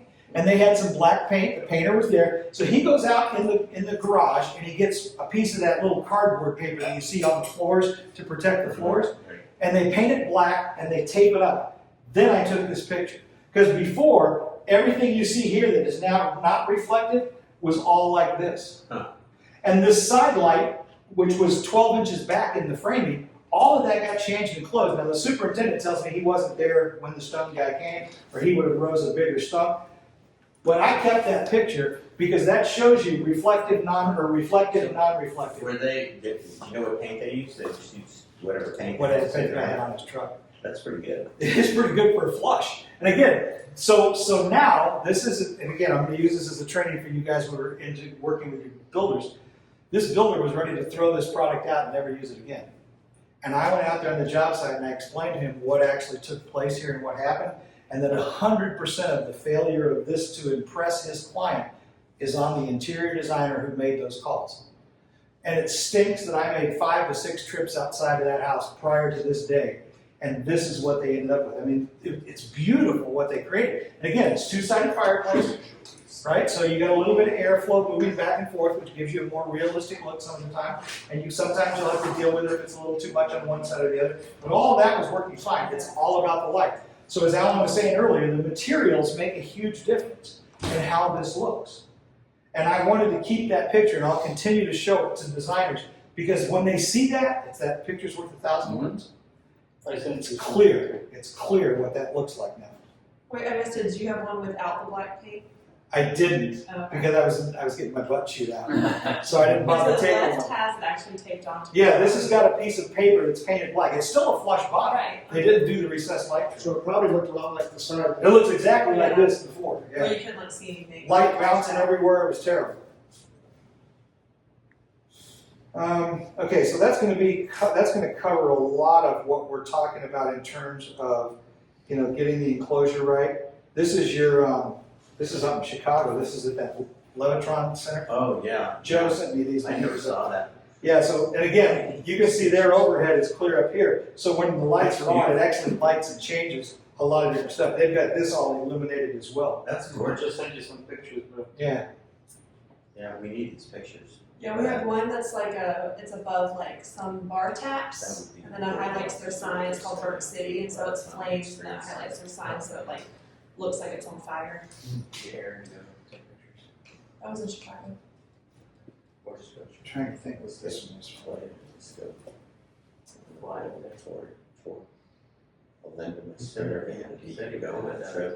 You've been to this house, right, Raphael?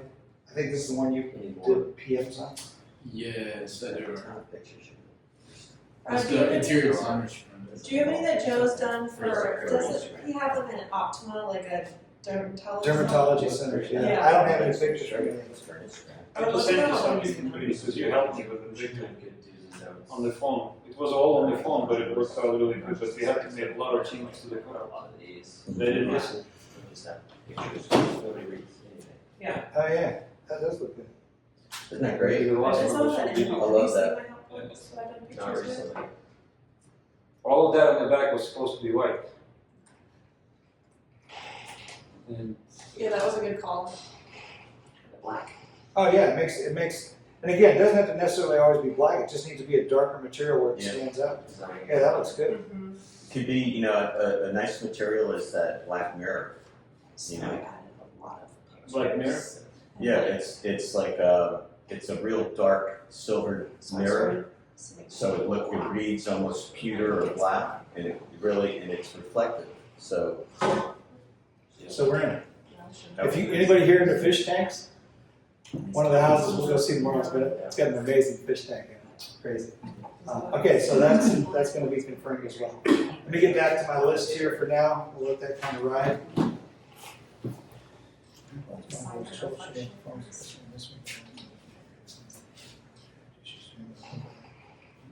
Okay, so we're going to talk, I guess, since we already kind of talked a little bit about some of the performance issues in terms of HVAC blowing down on it, airflow in the rooms.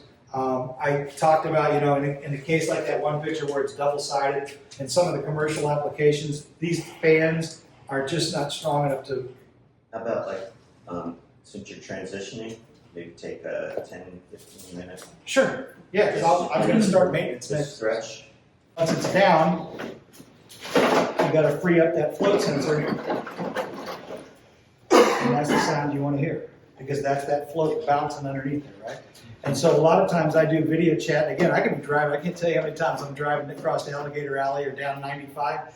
I'll get in, Elizabeth will have somebody call me directly. I'll get on the phone with them. They're like, one of my sections isn't misting. I said, okay, turn the unit off, take the lid off, unscrew the big cap where it's not working. What is the water level? What does that mean? I said, there's a black mushroom cap. I said, lift up on that rack and tell me how high you lifted before you're out of water. And as soon as they tell me that, I said, okay, you got a stuck float sensor, you're overfilled, you need to remove a cup and a half of water, however you can do it. We walk through that real quick. And many times while I'm still on the phone driving down the highway, they're like, hey, it's working again, thanks. But I always make sure that plunging motion is such a simple movement, but that's what it takes to free up that float sensor so sometimes. you plunge in the mist maker to move that. Yeah, I mean, again, I always unplug this thing before I pull this out just so I'm not spitting and sputtering over. But all you're doing is creating a weight, right? And that's the sound of that float going. So, and I gotta tell you, when I do installations, brand new installations, I'll do that on Raphael's been with me. Might as well. We'll do that on every one. Because I've actually seen only a couple of times, but I've actually had a couple that when I went to install it, it actually stuck. So I don't know if coming out of the factory, there was just enough moisture in there for it to lock in. Sometimes these are a real pain. I find if you go backwards, it's red. It kicks in really. But anyhow, so that new double float feature, but again, back to now, Alan, what Alan's saying is they've also changed out the fan and they've changed out this. So, tech support guys, now when you're working with a customer, we really have to know, do you have this, or this? Because now any parts that we ship, and if you guys are telling me to ship a part to somebody and you're doing the diagnostics, we need to know which control boards, which driver cards, which fans. It's all gonna tie the serial number. Well, that's gonna be tied to the serial number. Yeah. It should be all tied. And again, I've asked Antoine, you might mention it to him again, but I've asked them several times, when you guys make a product change, because again, I used to do electronic manufacturing for Mellotron. And when we made a change, we would log that date, that serial number from this serial number forward. We should This is the document case. that when on this August shipment coming in, we know that's of those serial numbers that they've changed. I mean, I have found out so much of these changes just the hard way. Like I was saying, I had a client one time that went to take they blew the fuse on the mist maker, and when they unscrewed the mist maker to replace the fuse, they cracked the housing. So when they crack the housing, now you got to replace this power socket, right? So I go to replace the power socket, and guess what I find out? This was in the early days of UVC. They soldered the UVC power supply into that. I'm on a job site. I'm like, oh my God, I don't have a soldering gun with me. So I had to take the unit back to my shop and solder it, rework the whole thing. Those are the kinds of things that's not really the way to learn it, right? But fortunately, that stuff rarely ever happens. So we just need to get in the habit of knowing, again, back to dealers, when you sell 2 units, just try to pay attention to those serial numbers, because it's important that they're within at least the first 4 digits are matching up, maybe even the next 2, so you know you're within the same day of the month, and just not which unit of that day. Because the chance of them making a change in the middle of the day could happen, but it's not likely. Right. Okay? Hey Brett, I'm thinking with the double flow sensor on the mist chamber, if the actual plastic parts changed in height, meaning we would have to put a different amount of water when we're trying to plunge it to actually effectively. So that one itself is out of water. Right, so So when the mist level's correct, that upper float magnet will be out of water, so it shouldn't be filled with crap. and that bottom one is in the original height that the Yes, single flow sensor correct. used to have also? Correct. Okay, so now we'll go on to the concept of maintenance. Okay, so generally speaking, what I've been telling and what AFire talks about doing is that you can do 2 different types of maintenance. The first one is going to be the mist maker itself. And again, this is much like descaling a coffee maker. Again, regardless of what they do, I always tell them, pull it, tip it. What we tell our customers to do is, much like descaling that coffee, every 6 months, so let's say you bought it in January 1, right? Come June, this time of year, you should be taking this over to the sink and just doing a visual and a cleanup. So you're going to use white distilled vinegar, nothing else. White distilled vinegar on the center of that little disc. Let it sit for 10 minutes. If there's a lot of brown algae, green algae on it, you can take an old toothbrush and hit it, rinse it off. The second thing is, you want to be able to see that gap underneath. You see the air gap underneath here? You want that air gap to be there, because what I've found is if that gets clogged up with stuff, it actually shortens the life of the mist maker dramatically. And I've actually removed mist makers that the bottom of the mist maker is actually burnt. Think about mineral content. Mineral content in many cases is a metal. It's a metallic type of thing. So you're almost creating a short, right? If it's touching this outside casing, and you're actually creating some issues. So I tell them, take this over. Again, toothbrush, if you're going to take it to the sink, you can use your water sprayer to spray that out, clear it out. If it's really bad, just unscrew the 4 screws. Take this whole thing off. Again, with the new composites, it's not as bad, but sometimes you'll see a little bit of what some people think is rust. It's really just oxidation and algae. And you can just scrape all that off, clean this whole thing up, put it back together. So 6 months. The second 6 months, you're now at your 1-year anniversary, right? So at your 1-year anniversary, what I tell clients is, okay, now in a residential application, you probably need to do a maintenance check. And it's a visual thing initially.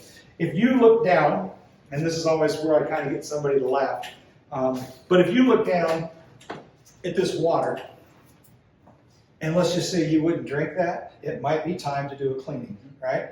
You're going to see all sorts of little stuff get in the water, float around, and again, what it is when that mineral content is being extracted from the water, you actually have some byproducts.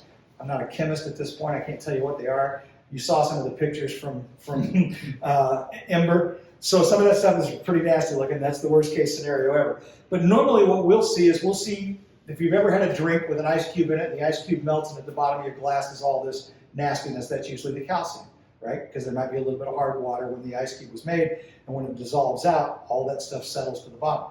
So what you want to do when it's time for maintenance is you want to stir this up. And so if you got a 60-inch, you want to shake 20, 30 times. Because think about this, all that sediment is dropping out of the water, and so it's no longer suspended. And if you come and you take it out with just this, which I typically don't recommend, because again, what I said earlier, it's how that stuff can get stuck in the tube. Think about those pictures of Ember, and imagine trying to suck all that stuff through an 1/8-inch ID tube, right? You're going to clog something up. And if, God forbid, it would get into one of your other pumps or components, you could really clog the system up. So when it comes to maintenance, I use a shop vac. It's the fastest and it's the best. But before we literally suck it out, we're going to stir it up this way. We'll sit here and bounce these things 20, 30 times. Because what you want to do is you want to suspend and think again about the waves that are bouncing up the side of that tank. The vinegar itself that we're going to put in later on will help loosen that. But again, I want to take as much of it out of the way right off the bat so my vinegar can do that much better work. So what we'll do is we'll stir this completely up. We'll bring the shop vac in at this point. Now again, remember, you're going to do these every 6 months. So when you're doing your 1 year PM on the tanks, you're also doing a PM on this as well, right? Because it's all going to soak in the vinegar. So we'll pull this thing out. We'll literally come in.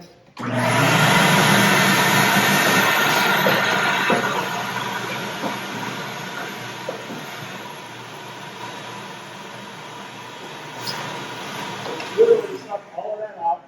Again, you can see how much faster that is, over 5 to 10 minutes waiting for it to be done with the pump. And again, I've got all that crap out, right? So now at this point, what we'll do is literally come back in. I love the Gatorade bottles, although these are 28 ounces, but I use the 32s. And I'll literally come in with a quart of white distilled vinegar. And as Raphael and I were talking today, what we've learned is that you almost want to bring this up a little bit higher. So right now, the reason I use that as my measurement is that's the exact amount needed to get back to this point. Okay. But in order to be able to rinse and flush the sides and the top, you want that to come a little bit higher. So at that point in time, you can come back in and pour like another half a quart inside your unit. Now you're still, if you look down in this tube, think about what I showed you on this mold. The bottom of this round tube, this is what I call the mist tube, the bottom of that round tube is actually the top of the flat section. So I'm still about at least an inch from that tube. So now when I sit here and create my wake with my vinegar solution, as long as I'm not going ba-bam, ba-bam, in other words, if I'm just doing a little bit like this, I'm still not going to splash out of that hole on the top of If that. you're too high, it goes to that hole. It'll go through the hole, right? So you don't want to get so high. So we'll sit here, and again, you can do two of them at the same time. So if you got a 40-inch or a 60-inch fireplace, you're sitting here like pistons in a car. Up, down, up, down, up, down. Let it sit for a little bit. We'll let that sit in there, depending on how dirty that system is, we'll let that sit in there 10, 15 minutes. And again, you're doing the mist maker at the same time, right? So now once you get all that stirred up, and again, you can do a visual, watch what's going on. You'll see crap. You can see crap on the side walls as well. Once you see all that stuff's gone, and your time was, again, now you've got all that in suspension again. Again, you'll go back with the vacuum, you'll suck that out.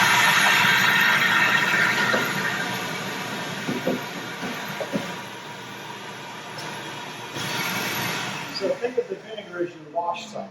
So now we've washed it. Well, what do you do at the end of the wash cycle? You do a rinse cycle. So now you come back, again, quart and a half, like this, of fresh water.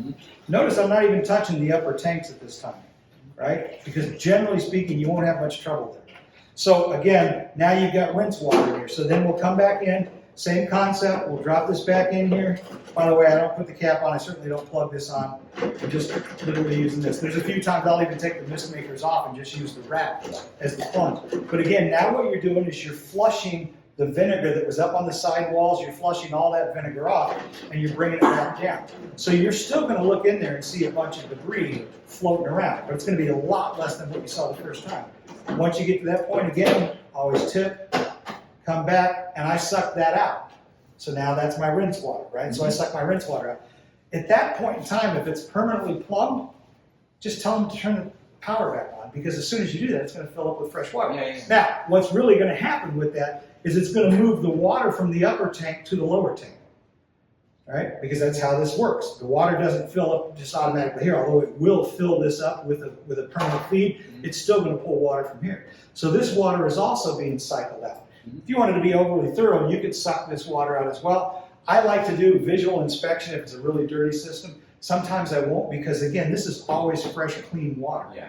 The only thing it could ever do is maybe be a little stale if they haven't run it in the last month.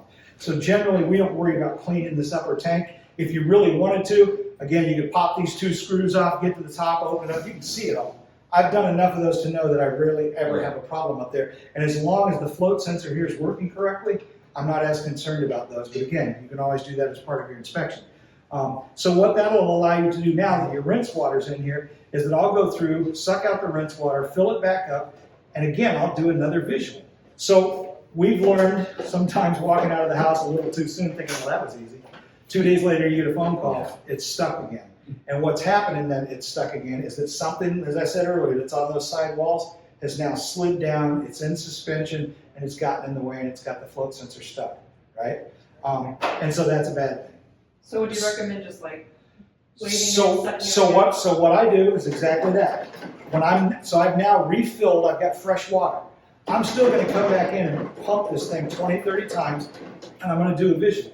And if I see there's nothing there, I feel like I'm really clean. I actually can stick my camera in there at that point and look at the sides and the walls and the roof of what's going on. But it really boils down to watching what's in the water. If you see stuff floating in the water, that means there's still stuff on the side. So a lot of times, even though this is now my fresh, clean water, I'll actually just go ahead and hit it again with my vacuum. I'll suck it right back out. I'll let it refill up again. And I may do that 2 or 3 times until I feel comfortable that I'm not seeing anything else floating in the water. Now, with that said, when I look at the Embers pictures or some of the stuff I get from my Disney client, that bottom top is just nasty as nasty can be. So I'm actually looking right now for a little pump sprayer that's got enough force that I can utilize this guy, which would allow me to come down into this. The nice thing about PEX tubing is that this kind of PEX tubing actually will stay a little bit shaped. So I can do something just like this. I can go down into here, and now I'm spraying. The only caution that I give you is this UVC lamp that's right there, you do not want to put too much pressure on that thing and take a chance of hitting it or knocking it. So what I shoot for is to go underneath it. So in essence, this is the lamp sticking out. I'm going to go underneath it like this, and now I can sit here with my wand and I can spray that whole top. And the unit is sealed enough that it's not like water's going to come shooting out of it. Can you see the light, or do you just know where it is? You can actually see the light. The light itself will be shining, and so when you look down into, I don't know if it's dark enough in here or not. If you look down into the tank itself, you can actually look. Yeah, it's a little too light here. You can look down in this dry airspace, and you can see the light bulb for the back one. Can you check underneath it? Well, the back one, you won't do it, but down here, the light's right there, and so it's in the same spot, so I just go down underneath it by sticking in far enough and coming up right about here is where you want to aim to come up, right? And so you can actually, in dark light, you can actually see light in there, and that'll let you know that that light's working as well. Now, the cool thing about these is that as long as you're powered, that UV light is always on. So it's only, in other words, if you're plugged in, you don't have to be on, but as long as you're powered, you'll actually have enough light down in there. And again, they're not overly bright bulbs, but in low light, you can see them clear as day. So, and the nice thing about the way they've designed this is that you don't have to physically have this unit on to have that UVC light working. As long as your transformer is powered, that UVC light is on. So it's always cleansing that area right there, right? I thought it turned on. It was. It's cycles. It's cycles. It's not always on. Yeah, it's not always on. According to what Peter told me when we first started talking about it, he said that as long as the transformer's powered, the light's powered. But maybe they've changed that cycle. But It cycles on and cycles off. So many minutes per hour, yeah. Interesting, I'll have to get a spec on that then. Okay, so in essence, that's kind of thing. Now, Raphael, you've been doing most of mine. I mean, if you go into a house, what's your time frame? It's usually about 45 minutes to an hour. It's usually a little bit longer than an hour if it's multiple enclosures or more than 60 inches. But what I have found out, kind of what you've been saying, is the really important part of it is the visual inspection. So I'm in there with the flashlight and I'm looking for at least 15, 10 minutes, checking if all the fans are spinning. If you take out the sponge, you can actually from above see if the front fan is spinning, if it's healthy, if it's dusty or anything. Same thing with the mist maker health. The top tanks is another thing you said, like it's usually never dirty. I've never had to really clean them. But for example, like the Blue Martini, who they've been running for about a year and a half now and it's really dirty, that top tank did need a cleaning. So it's definitely important to check the top tank to see if it does need a cleaning or not. Other than that, And what do you normally charge? so I have a flat fee just for getting me out there. It's usually $100-$200, and then 25 bucks per 20 inch. So $25 per 20 inch. So if it's a 60 inch unit, $75 added to whatever the fee was just for getting me there. And if it's not under warranty, that's when I charge for parts and labor, hourly, stuff like that. Yeah, so in essence, Visit, you would charge how much on an average? Typically, it's between like $250 to $350, which it's a little bit ludicrous, but really what Brad explains to me a lot is it's about the fact that we're the only two people in the nation, well, not anymore, but that really know how to get in there and handle the unit, and so it's really just about it's the getting travel the right travel time. I mean, the other day, he drove all the way to Miami, which is an hour drive. He gets down there and he can't pull the fireplace out to do the service because the way they stuck it in the enclosure, right? So there's a lot of times that, like, again, we're doing the whole state. So there's times that it doesn't make sense for us to do a PM at a house that's 3 hours away in Sarasota. But what I'll do is I'll set up with a customer, and the next time I'm over that way, I'll set enough time aside to come and show them do it. Is there a way you could pre-qualify the customer that you can remove the unit before you make a trip all the way? I usually, so in the phone call or whenever I'm trying to schedule with the person, I try to ask them if they are able to, or if they have somebody handy nearby, that if anything were to happen where it would need to come out of the enclosure, they're able to help. I usually try not to do that. I have a buddy that he's kind of learning how to do it, so whenever I do need help, I invite him, and it's easier to, it's a bit safer as well. Well, and sometimes he and I will Losing life. I'll have him ride with me for a day, and he also gets experience seeing the job site framing stage and all this kind of stuff. It's kind of funny. Years ago in the cabinet industry, I had guys that, they wanted to hire a guy fresh out of college to do CAD work. As you know, as a cabinet guy, that's not going to make a great cabinet maker. Right. What makes a great cabinet designer is somebody that's been on the floor for years and has learned all of this. You can't teach somebody that, right? And it's kind of the same thing with that whole framing. I'll walk onto a job site just because I've been doing it for so long. Not only do I see what needs to be done, but I'll give them the fastest, easiest way out of it. If they've gone backwards, okay, I don't want you to tear this apart, but here's what we could do. Like you were talking with the lens around the front or something that we can do to fix that, right?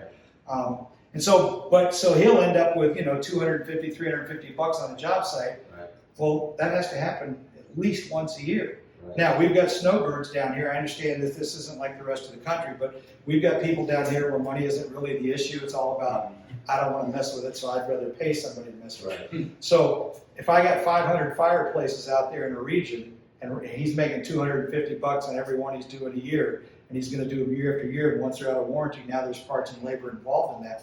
That's actually a fairly lucrative side of the business. In other words, you can monetize this. At the same time, what you're doing is you're keeping your customer happy, their fireplace is running, they're telling their friends are telling their friends. I've shown people how easy this is to do, and they're like, yeah, I'll get the maid to do it, and the maid's over there shaking her head, I'm not gonna do it. So the next thing I'm like, okay, well, it's either Raphael or I, right? And so the idea is you have an entire revenue stream that is away from the actual selling of the fireplace. But it's so important because if you don't offer that service, or if you don't give somebody, like I've done with Raphael, to do that service, because I don't have time to do it all anymore, then what ends up happening is your funnel's kind of going to reverse the opposite direction, and you're going to get people that are going to stop calling you because they're customers. Builders do not like phone calls from customers on a product that doesn't work. And whether it's an appliance or whether it's a design that some interior decorator came up with, if it makes it a problem for the builder, he can just move on and pick a different product. So how many of these people do you have that you're doing a contract with? Are you doing that where you're saying, we'll contract with you to do 2 cleanings a year, or like, I know you got your guys up in Disney that you do. I do myself, yeah. But I mean, do you contract with Yeah. customers? Do you give them a better deal if they'll contract for a year versus just doing on-call? It's going to be, what we do is we tell them what the schedule is, and we let them decide if they want us to do it or if they want to do it. And what Raphael does is he builds it into a spreadsheet. I'll let him know, hey, this one's been installed, time starts. So 5 months out, he's gonna send an email to him, hey, you're 6 months, which is like your dealership does with your car. But I mean, I think you could probably do a really nice program. Oh, yeah. Contracts that are- Some of my builders make me have that in writing, and I actually give it to their homeowner. When I do my orientation, I walk them through and I say, okay, here's kind of what maintenance is involved. And they're like, yeah, my husband's not handy, we'll call you. Okay, great. Goes on to Raphael's bench, and now we remind them 5 months out, hey, your 6 month is coming. You know, you can do it yourself, but let us know. And then he can start to work it into his schedule. The nice thing about that is when you start having a bunch of fireplaces in the same geographic region, Exactly. he's gonna be able to say, okay, I'm doing 3 a day I'll or be 4 a day. I'll be there in this region for these days. Yeah, I mean, You get it done now. If you get them in the right area, I mean, you're gonna walk out with $750 to $1,000 a day with nothing more than a couple of gallons of vinegar. Yeah, I and think this shop is vac. a real good thing for all of the regional guys, because I think it's really, truly an important income stream that could be. Well, and as much as an income stream, it's gonna guarantee your sales continue with your repeat Yeah. customers. Both sides of it. Yeah, you're, Raphael, do you sell them as well? Brad allows me to, I just haven't yet, so I let him take care of He's that. not just hungry because enough I'm yet. really helping, try to take the workload off the cleaning and the servicing and the maintenance and stuff. That already keeps me busy enough, to be honest. And so Brad's been taking care of the sales. yeah, but I tell him, I said, you know, when you're in a subdivision, I mean, look for the builders that we're not working with, right? Oh, that's Those- one thing I those do. are the I ones to take call. a picture of anytime I see a building group or a sign for a builder, just because I know that if Brad hasn't gotten in touch with them, that's a potential customer. Yeah, I mean, I've got builders out there that'll put 3 to 5 of these in a single house, and they won't build a house without them. And part of that, and I've had multiple times tell me, it's because you guys are standing here servicing them. You know, they understand that it's a cool product, but a cool product's only a cool product. If an iPhone didn't work as well as it does most of the time, Apple wouldn't be as big as they are, because the product doesn't support the cost and the effort that it takes to do it. And so these, I'm a true believer, this is a great machine, it continues to be a great machine, but it does have to be serviced. I tell customers, when you buy a car, do you do oil changes? No, we take it to the service department, but it still has to be done. You still have to do these things, and if you do those things, this is gonna last a long time. I'm telling you, what I've seen with some of my older units, I'm blown away how well they're still working 3 years, 4 years later with abuse because of the environment that they're in. There were a few more pictures, if I'm still up, it looks like I'm not, that I wanted to show you, but one of the other things to really focus on too is being able to make sure that your dealer or your contractor is actually doing what he needs to be done. So for example, you see the front filter, right? When I walk into an enclosure, and I took a couple of pictures, which is why I wanted to show you. When I go into an enclosure, and down inside the enclosure,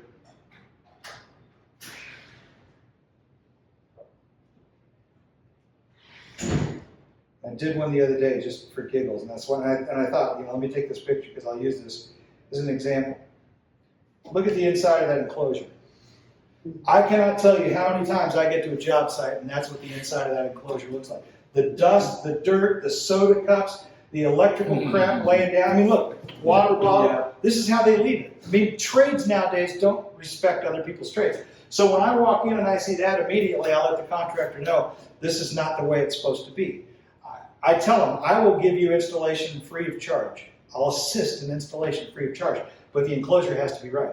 And that forces them to be a little more proactive themselves. And so there's times I have to break out my shop vac, put the filter on it, you know, turn it out of a wet vac into a dry vac, and I go in and I clean all that crap up. And again, it's that proactive approach that if I don't, guess where that stuff's gonna end up?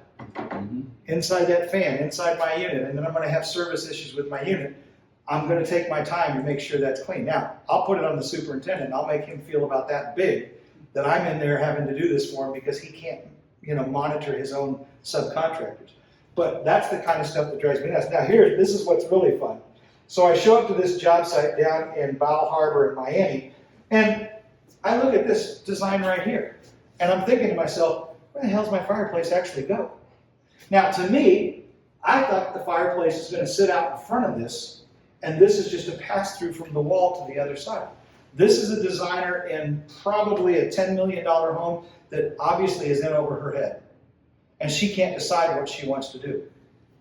They wanted to have it visible from both sides, but she framed this up for one of those dimplex units that's shallow in depth. So then the builder gets the specs from me, which shows more of this type of an enclosure, so that's what he goes ahead and builds.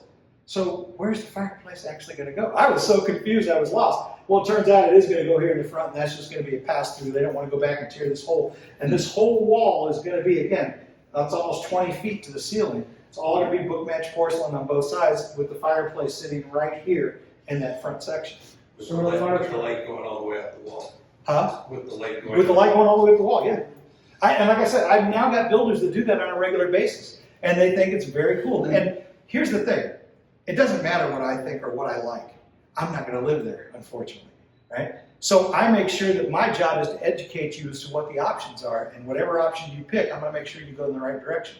In this case, this is the option they chose, no light bridge. I like it. Works for me. It's less trouble, it's less construction, the look is clean. The only thing I make sure is that everything else is going to work the way it's supposed to work, right? So you can see the 2 boxes that are sitting there. There's 2 fireplaces sitting waiting to go in. They called me up and said they're ready for installation. This is what I find when I get there. And I'm like, what do you think? And the guy's like, well, don't you put these in and then we put all the stone around it? I'm like, absolutely not. When you're ready to hang a TV on the wall, that's when it's time to install that fireplace. If telling you 12 1/4 by, in this case, 80 1/4, if that isn't enough for you with a 6-inch setback on the front, although I don't care about the setback on this one, there's no light trap. It could be a 2-inch setback. I don't care because of the fact the light trap doesn't matter anymore, right? But this is when I get a phone call. I drive an hour down there to deliver the units, and they're telling me I'm supposed to install What do you them. tell them on something like that where there's no light trap? Do you let them know what to expect? Yeah, and I mean, I already talked to this guy in person twice. This is actually a new builder for me, so I spend a little more time with the new builder. But when I saw what he's doing and the designer's doing something different, that's when I finally put the 2 of them together, and we got this all worked out as to how we're going to do it now. But again, my job is just to tell them the options that they have and guide them to make the right decisions. In this case, this builder has seen it in one of my other displays where it's open, and so he's decided to do the same thing. But I can tell you, me going down there and taking the time to walk them through this, he's, again, going to be somebody who's going to work with us for a long time to come. But again, you can see just the amount of dirt and crap that's down inside there.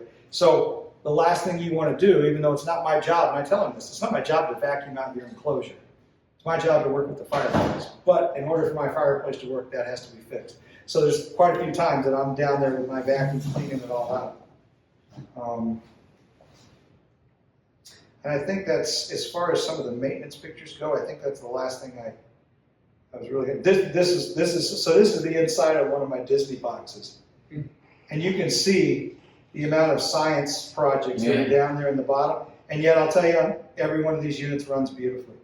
It just blows me away how much crap falls down inside of these units. And these are a couple of years old now. And we'll go in and we'll do a whole, this was before any cleaning was done.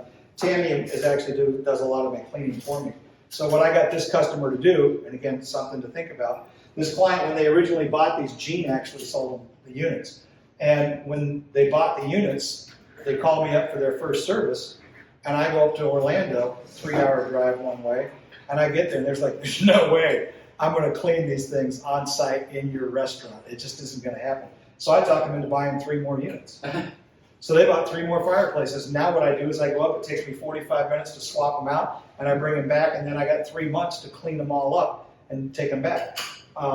We finally started, getting to a point where, we're charging them for anything we got to do, but the lights was the biggest issue. In the first 6 months that they had those units, we replaced the lights under warranty. We replaced them twice in 1 unit alone because of the fact that somebody had spilled a Coke in there. So putting that plexiglass shield on top really helped that. If it was smart, it would be okay. Hey, at Embers, we think we saw whole pitchers of margaritas. Yeah, you're my syrups. A lot of heavy syrups.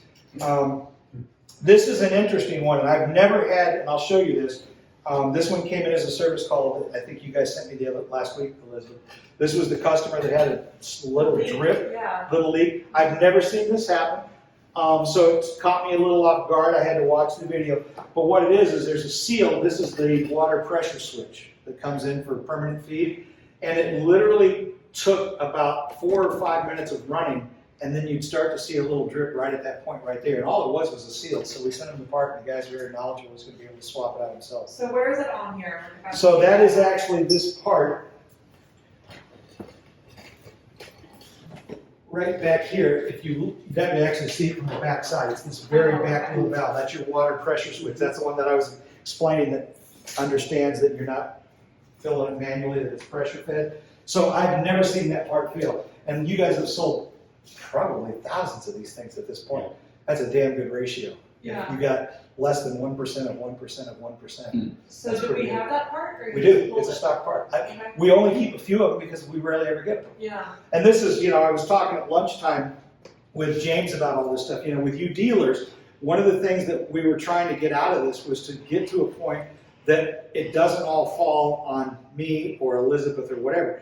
We want dealers to not only be knowledgeable enough to understand good enclosure designs, good business practices with your builders to keep them coming back year after year. And hey, it isn't a matter of if, it's a matter of when something is going to break. And when something breaks, do you have the parts and the capacity to get in there and get it fixed quickly, right?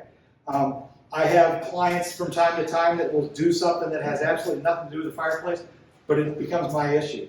Christmas time, I had a new family come in, $17 million mansion in Boca. They came down for Christmas, they turned on their fireplace, and I get a video of a shower going on underneath the fireplace, which always kills me. It's like somebody's watching something go down, and rather than take care of it or do something about it, they take time to shoot a video. But they shot a video, sent it to the builder sent it to me.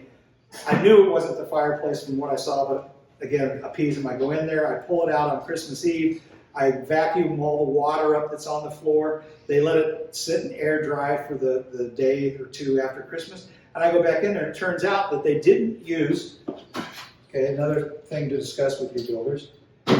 You can go to Home Depot and you can buy a 1/4-inch OD, outside diameter. You can buy a 1/4-inch tubing. It's not flexible like PVC tubing on a fish tank would be for an airline, but it's not as rigid as this. And that's what they had used, and it comes in a 25-foot roll. So whoever installed this thing, they coiled up 25 feet of it, and it was metal studs, which can be razor sharp at times if you've ever played with steel studs. And when they dropped the fireplace in, because they didn't have that 2 or 3 inch clearance that I begged for, they actually clipped the hose. Now I had seen that fireplace 2 weeks before this all went down, and it was running fine. They asked me to come out. I did the orientation with the customer. Or with the builder. Everything was working great. Homeowner moves in. Now they knew where that automatic shutoff valve was in their master bath. So the homeowner wakes up in the morning, hears water running, immediately goes to that shutoff valve, which is why I say, for you guys working at the design end, separate shutoff valve outside of the enclosure, sink base, wherever it's fed from. The guy in Delray that's got it up in the light track, oh, that is so sweet, right? But the nice thing about it is the homeowner was able to turn the water off. When we came in and inspected it, they had nicked the hose when they put it in. And that hose had been dripping, apparently, even when I came to do the orientation with the builder.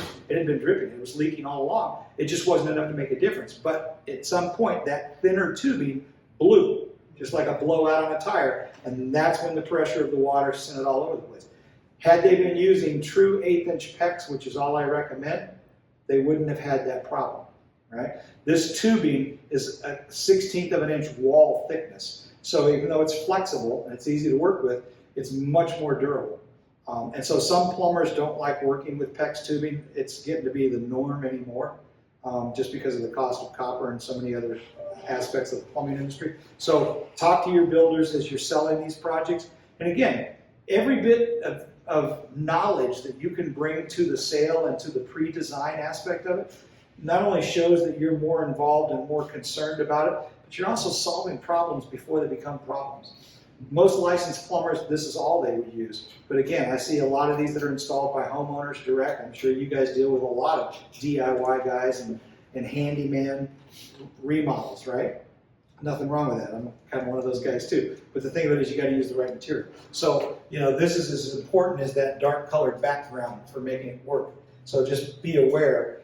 Every once in a while I'll run into a commercial project. I got 2 commercial contractors I work with. They don't believe in PEX tubing at all. And so all they'll do is bring a 1/4-inch water line with a 1/4-inch compression fitting at the other end. And then I bring this part and hook it all up because they don't want to be responsible for it because it's not copper. So, something to think about, and again, having that knowledge and information with you is kind of handy to have. Is there any equivalent connector that you could do that isn't? So, there's several companies out there that make a push fit connector.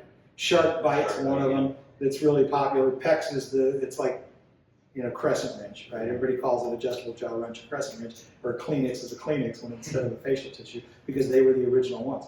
I think PEX is still the best one out there. I have not seen too many of these ones that have the locking clip in here. I've not seen too many of those fail. I have seen some that don't have the locking clip, and again, you got to take off the pressure to get the compression fitting to work. But I have seen a few of those cause a problem down the road. But generally speaking, most licensed plumbers nowadays respect PEX and they work with it quite frequently, so they're used to it. Okay, so that kind of covers all of the maintenance thing. Any questions on any of that kind of stuff? On just white distilled vinegar. Now, I will tell you, I have used Clorox. We used Clorox when we were at their facility in Atlanta with Ember.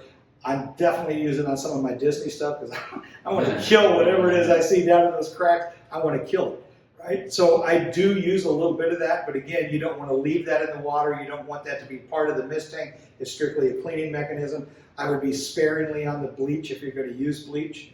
Like to a quart of water, no more than maybe a capful or two of bleach, and that would be just enough to let it sit and kind of, again, cleanse that inside.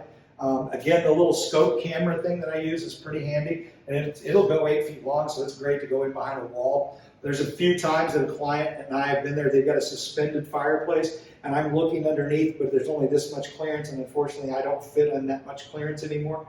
And so I can kind of send my camera under there and look and see what's going on, how it was framed, what it's done. So it comes in handy for a lot of different things, besides just the maintenance side of it. Besides the mist maker, are you doing anything else? I mean, that's all we're cleaning, right? Well, you're cleaning the tank But walls. besides that process, are we doing? That's pretty much anything it for else? cleaning. Looking Again, at you everything can pull this top off like Raphael was talking about and just inspect it. Again, visual is always the best way. It's 2 little screws. Do not use a power screwdriver on any of this stuff. I've got contractors, they don't realize that it's just plastic in some of these instances, and they're gonna bring in that big DeWalt screw gun set to 22 and they're gonna strip it out every time. Phillips screwdriver. I mean, this is the thing about it. When clients talk about doing maintenance, I can't do maintenance, I'm not technically. I said, all you need is a number 2 Phillips screwdriver. You can do almost everything on this fireplace with a number 2 Phillips screwdriver. Replacing the lights on top, there's 10 small screws on those lights. Those 10 screws are probably important when it's shipping around the world, and putting 10 screws back in this, I can tell you, is a little difficult. I've learned to actually preload them if I'm going to use all 10 and drop it in at an angle and just start to attach them as I go in. But honestly, most of the time I only put the 5 screws back that are easy to get to. Your light strips, if you have to replace a light strip, they've got a quick disconnect on them. You can see in this, for example, if you want to look at it, for those that haven't seen it before, you've got a quick disconnect right down here. And again, AquafireRaw love these guys to death for what they do. You can simply disconnect right here, replace this light strip. We don't replace individual lights, we replace the whole strip, and then you just reconnect at that point and you're good to go. Right? Do you ever run into, especially your outdoor jobs, do you ever run into corroded wire connections? Yes, I have. I've had a couple on the fans, for example, Yeah, that have been an issue. like corroded green. Yeah, what it is the metal that is used on this is actually, there we go. And James and I went through this. So this front fan, and this is one of the things that we mentioned to Antoine in our last phone call, and I guarantee you they're going to take care of it. So you see this little connector right here? These are all quick disconnects that allow them to pre-wire their harnesses and then connect it when it all puts together. Well, the fan is this guy right here, this front fan. And I think what I've seen happen, and again, this does not happen a lot, but it does happen occasionally. This little white connector, when they're in the factory, they actually burn these things. They fill them with water, they burn them, they drain them. So because of the proximity of where that fan is in that little connector, I'm guessing what I've seen happen a couple of times is that they've gotten some water on that, and it's not dried, and it's packaged, and it's put in a warehouse. A couple of months later, it ships to the US, goes into another warehouse. The whole time, that metal is corroding. And so we've had several phone calls, which from above, you cannot replace that without pulling this out and pulling this front cover off. But I've had a couple of homeowners, easy peasy people to work with, when I've shown them, instead of sending them a whole new fan, all they gotta do is just splice those wires. And the guy's like, oh, I got crimp connectors, no big deal. And that's all it takes. It's all 24 volt low voltage. I mean, if you wanted to get and technically start using shrink tubing and pull that back and bring it back over and shrink it all down, you can. But I've seen guys go in there and strip them back, put 2 little wire nuts on them, and they're done. So rubbing alcohol should take all that corrosion away within minutes. It might, but I've seen, in fact, I can show you pictures. I've got several that over the years that I've run into that it's actually severed the wire. Right, it's rotten. So it's completely, the wire is completely broken loose. And so when that happens at that point, then you've got to go back. Here's one that was sent to me the other day of 2 pumps. This guy's out of warranty. He's gonna be buying some pumps. But he's had a major leak, and those are his 2 fill pumps on the bottom of the unit, right? But I've had several that over the years, I've taken pictures of them, and I've shared them with Antoine and those guys as well so that they can see them. Here's one right here. Oops, come back. Right there, it's a perfect example. So what ended up happening was this inside wire completely corroded out of that. So all the alcohol in the world is not gonna bring that back. It's literally now missing the connection. And so this quick disconnect, all they had to do was just cut them off, splice the wires together, blue to blue, red to red kind of thing, and put a little zip on it, and it was good to go, right? Again, this is always what we're after. Thanks for the support, right? Give us that. And we get that all the time. And so the idea is that, again, there's a lot of ways that you can fix something that would be DIY fix, and there's other things that have to be fixed to code or whatever the case would be. This is a low volt 24 system, and so it's easy enough to just splice those wires back together. Me personally, if I have to do it, I'll go in with crimp connectors and shrink tubing if I bring it back to my factory, my warehouse and do it. But I've had customers in a video chat, the guy said, well, can I just cut those and splice them and put a little 22 gauge wire nut on it? I'm like, absolutely. I said, now, if you want to go back and wrap that with tape to keep it from getting wet again, that's a good thing too. So there's easier ways to make some of these, and it saves us shipping parts. Especially if it's out of warranty, then the customer's not having to pay for parts. And they still get a working unit. Okay, so the last thing I really had on my list, I'm about a half hour ahead of schedule, was more about the enclosure design stuff. And we've kind of gone through a lot of that already. But I am going to show you a couple more, because I just ran into this one the other day. And I showed a couple of people as we were standing here earlier around lunchtime. But I want to show you a couple of the ideas. Okay, so this was one that I went to the other day. This is the one where I said I showed up on the job site and the unit was sitting out there. It's full of dust, all sorts of stuff. I'm not a happy camper. And I let them know this is not the way this thing should have been kept. The foam tops that come on these, again, for you guys that are out there selling and marketing these things, I tell the customer, do not ever throw that foam away, because that foam fits perfectly on top of this unit and will keep that from getting dirty. I came into the job site and my unit is sitting in the middle of the floor. The lid's leaning over against the side. I promise you these little caps are gone. Another little pet peeve of mine. And the interior designer is kind of an interesting character, but she's like, you need to get out there and get that installed. Customer's not happy. Well, let's zoom in and look at what I can do.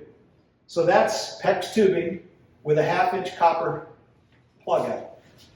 Way too high up in the opening, and it protrudes all the way into the opening where I couldn't even drop the fireplace in it. And I've been out on that job site and told that superintendent that he had to relocate that, and it was clear up here. And I said I want it all the way down at the floor, maybe 2 inches off the floor. Well, they got a minimum setback. There's no way I can drop my fireplace in, and he's still going to put a valve on that. So that's what he's going to do, is put the valve, that shut-off valve that's really nice to have access to, he's going to actually put it underneath the fireplace down. And so, again, this is back on them. No matter how many times you tell them to do it right, you're still going to run into this. Now, the enclosure itself, no light trap, huh? So theirs is clear up at the ceiling. And this particular designer, I've done a couple of jobs with them. The first one, they did a perfect light trap. Then they decided to not do a perfect light trap and let this shine in the ceiling. We'll see how it works for their customer. They didn't bring them down to my shop to see a demo, so I don't know how the customer knows what it is they actually bought. I think they're just trusting their designer, so I hope it works out for them. But it looks like it's going to be a nice install. It's all done with just HPL, nothing special. But that is something that, again, back to that enclosure design, the more you can work with your builder, the more you can try to get them to get it right the first time, the easier it's gonna be for them in the long run. I don't think I really have anything else in here. So Elizabeth, this was one you were asking me one day about backflow preventers. I think you had a client who was looking for them, and I think I sent you this picture, but in this case, with the way that this kit works, is that they've actually created, and for you guys that are gonna start marketing these things, in the US, we offer this separate component, which we call the DP kit, direct plumb kit, which does not come attached to this fireplace. It is a separate component that shows up in a box, and the builder has to, James, how many video chats have you done with somebody that didn't attach the DP kit and then calls you up and tells you, we have water everywhere? Well, all I took was a few calls. Now when I get that call, it's like, that's So- the first thing I ask. So this thing right here, this little DP kit, so what this really does is in the Prestige series, everything is built into this lower tray. But here, you don't have the lower tray. So one of the things that they've done is to take out a few things. If you notice down here, I have two pumps, a fill pump and a drain pump. On this model, I only have two buttons, and this is my fill pump, so they've mounted the fill pump up into this cavity, right? So they've eliminated this entire bottom tray until you get to the DP kit. Now, as they've told Alan and the rest of the world, they don't sell this option with this. This fireplace was designed to be drop-in, minimum color, minimum, features. They do have the UVC lights, so I mean, they got a lot of the same great features in here, but they're just not putting in all of the direct plumb kit. So this is your component. Well, let me tell you, the first few of these I did, what ended up happening was they don't take this cover off, right? So when this cover's off, what the video shows you to do is you got this little guy right here that's only got this much little tubing, and you're going to connect to what used to be a valve. And if you sell one of these without a DP kit and that valve is cracked open, just keep sending water backwards. So the check valve is now in there, and they've eliminated that, so that's all fixed. But what I've seen guys do is when they come to connect to this, I actually had a builder pull on this tubing. And if you look at where this tubing, see this, and sometimes it's so crazy, where this little 90-degree tubing is right up against that valve. And I had a builder reach underneath here and pull on this, and when he did, he unseated that tubing right there, right? And he actually kept it from going back. So when he finally pushed it together, the leak was clear down there. And so he just pulled too hard on it. So again, I pointed it out to those guys at AquafireRaw, and so now they've started putting in this little zip tie down here to help restrict that. But again, I told them, I'm like, if you guys would just give us a little extra leeway to where a guy could pull that, connect it, and throw it back up in there, that would help out tremendously, right? So, but that's what this is all about. Then the other side is that we'll get support calls where they didn't connect this. This is the electronic brain connection that allows these float sensors to talk to the main card. I've had a couple of people that, oh yeah, I connected that thing, it's great. It's still not working right. Well, that's because they didn't plug this in. And this screws into the back of the unit. It's got a little threaded, it's keyed where it's only going to go a certain way. There's only one way it's going to go in. You rotate it in, you get it in, and there's, Elizabeth, there's that water pressure switch again right there. That's probably the most is they don't plug it in because it's connected like really tight. So in order to get it, they have to unseat it and pull it out. Yeah. Like, no one. Well, and also just trying, again, this is pretty rigid stuff, right? Yeah. And so what happens is, if you notice on these connectors here, there's no lock ring. Because this type of PEX connector doesn't really need a lock ring. It's more of a shark bite technology. Whereas all of these other ones, you see these little blue lock rings. So these white connections all utilize that lock ring. And so I've seen several guys that have tried to put these together, and when they're doing it from underneath here, and again, the fireplace is laying on its back if you watch the video, it actually is a very simple process to do, but you'd be surprised how many people get this wrong. And then we'll get video chats with a client that bought this. I can't, even my customers sometimes, they bought this, and the guy that knows the information didn't pass it on to the guy doing the work. The guy's like, oh yeah, I remember seeing this little box, but nobody told me what it was for. But the call I got was that water was going everywhere, and that's because they've installed these before, and so they're used to seeing this, and they know it's real quick and simple. So then when they look at this, they see this little hole in this connector from underneath. So what do? They just hook their PEX tubing directly into here and bypass this entire brain. And so it backfires and leaks on them and water sprays everywhere. So just make sure that when you're selling somebody a DP kit, if they go with that model, because it works, it's a great model and it works lovely. If they're going to direct plumb it, they got to have this. I had one customer that bought from Joe, and they only bought one DP kit because they thought they only needed one kit for all the fireplaces. You need one for every fireplace. There's a few of my customers, the first time I send it out to them, I'll actually pull it out of the box and I'll put this on and I'll show them what I did. And then the next time I'll look at shipping it separately. But again, if it's not done correctly, it's not really the fireplace's fault. It's just the people that installed it didn't install it correctly.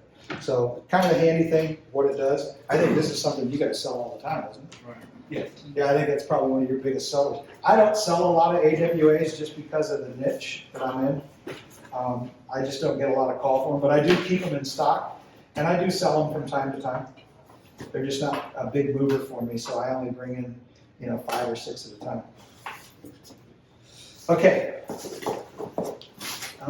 We've gone through, like I said, most of the design enclosure stuff. Those pictures that I gave you, Vlad, that show it, and I've given this to Gene before, but when I'm sitting there talking on a job site with a builder, the first thing that I can show him is that right there, and that is self-explanatory to a builder. He sees exactly how this is going to be framed up with a 2x4 on a gallon.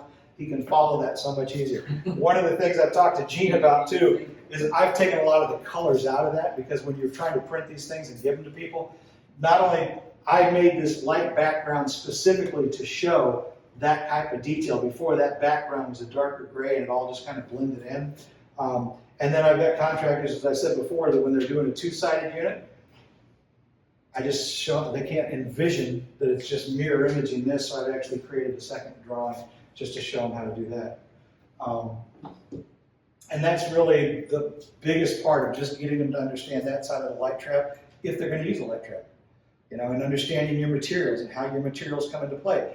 If you don't know if they're going to cover those vents up, there's no sense going any further with that construction project until you know that. Because whatever you're going to do, you're going to go backwards.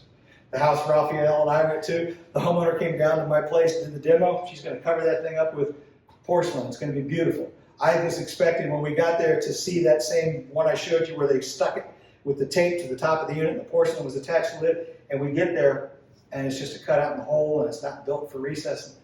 I looked at the superintendent and I'm like, I'm not thinking that's what the lady wanted. And sure as heck, she walks in and she goes, yeah, that's not what I want. I wanted to recess and look down. And I'm just looking at the superintendent. I'm like, I told you. He's like, yeah, we're not going to do all that. He even told us, yeah, we're not going to do that. We're not going to give her what she wants. Okay, so let's see how that works for you. Sure as hell, they had to go back and tear the whole thing apart and rebuild it. So, again, proactive upfront is going to keep your clients happy. It's going to keep everybody working with you.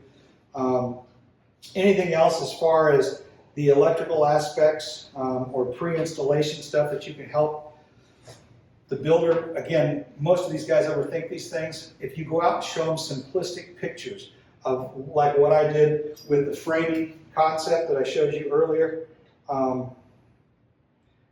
this kind of a concept here, or something even more simple like this, that picture right there shows them exactly what they need to know.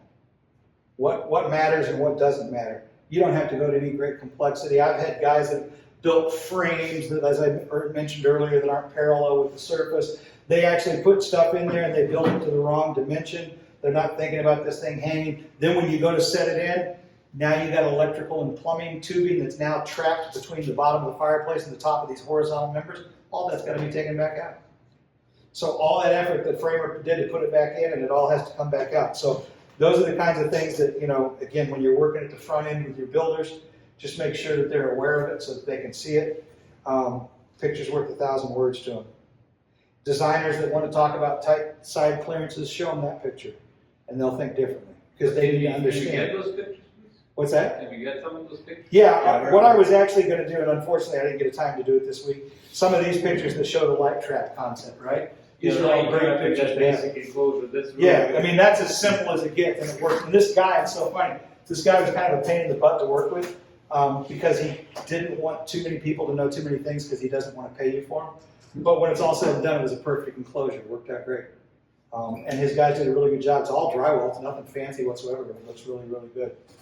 So those are the kinds of things that what I was going to do is put all that on a thumb drive if it's good with Alan and everybody else. What I would do is take a lot of these things that we're talking about, put them on a thumb drive so that you guys have them just like I use them to show people and say, okay, here's what to do, what not to do kind of thing. Yeah, and we're gonna try to do some of this stuff as like, this is the way to do it, this is the way to do it. Yeah, so we'll let Stefan put it all together.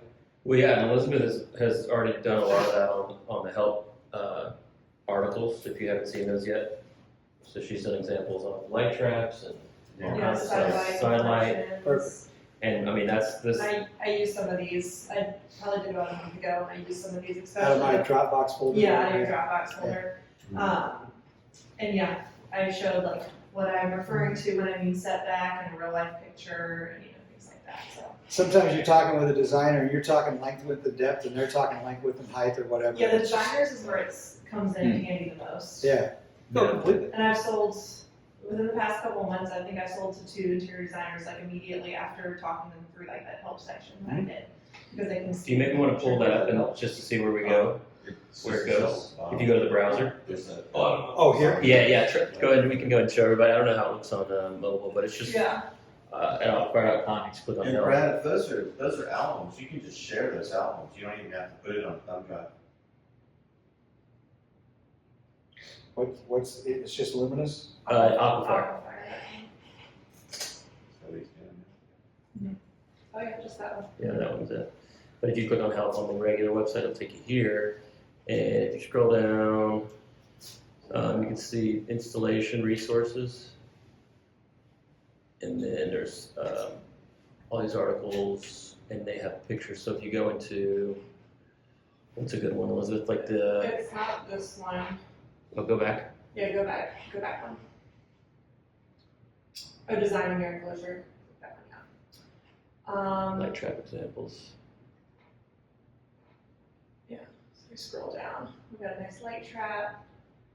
And then if you go down to 2, have that one. Yeah, you got it, yeah. With a little and what is in the front, and then example 3 is what not to do, and then light trap added. And I'm telling you, in my Dropbox folder, I named that as bad light trap. Yeah. Bad light trap. Because it's a good way of saying, I like yours where you can see underneath, and then you also have one in front, so you can see what it actually looks like. Yeah, and that's why the little video I shot of this one where I took my camera and went up underneath is so that the client can see this is what it looks like from the front, this is what it's going to look like underneath, right? And then when I did the yellow and it went right out to that edge, I did that to show that, again, you're on the cusp of just not capturing that light. Mm-hmm. So that's nice. And That's if you good. want to go back, I have one for like side light.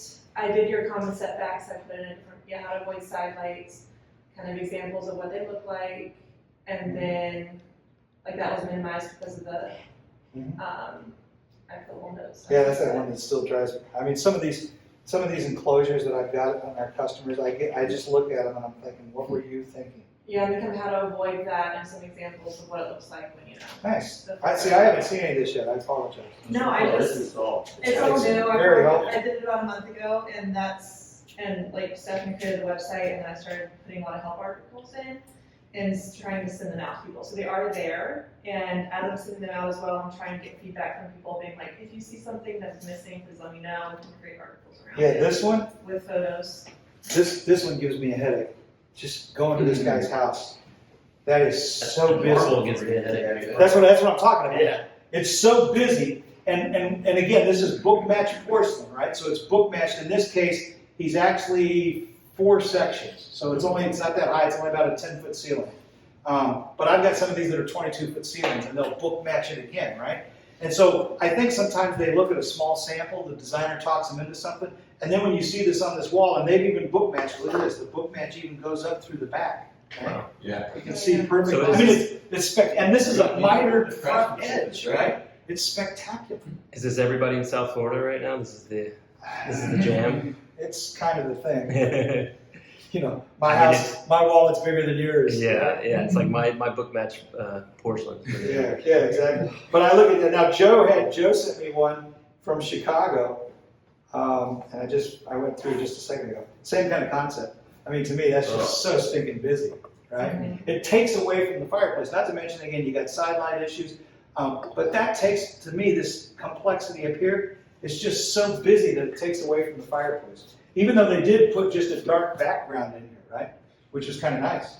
But again, the sidelight issue, you can, if you're tight on space width-wise, talk your client into a reflective material on the side. That's going to help minimize that triangle on the side just by putting a reflective material, which is going to show you a reflection. But even this one, I mean, that's just outrageously busy to me. Now this one, you can see the side light. Again, he's just so tight on that edge that light's going to be there, right?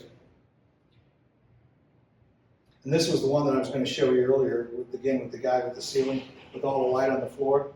I ended up with I saw several other pictures of his job site further down. Yeah, here's another one where he changed colors, and again, light on the ceiling, light on the floor. And when they call you up and say, what did I do wrong? They think that you can magically adjust the angle of that light, which I've actually looked at what it would take to do shims, little wedges underneath that orange light, so that if I get into a situation, again, wouldn't do it up front, but you got a homeowner that's put all this money and time and effort into this thing, and they're really upset, right? They're really upset, and they're not going to go backwards. They're not going to, buy more material and rebuild all that. I looked to see if there was a way to put a shim, just a wedge, underneath the light strip, just to tilt that angle back enough that it still illuminates the flame, but it doesn't shine up on the ceiling. One of the things that I passed over earlier too, that I'll address again for the new guys, these fireplaces do have what we would call a primary viewing and a non-primary viewing. So when you look at this fireplace from the front or from the back, it will look different.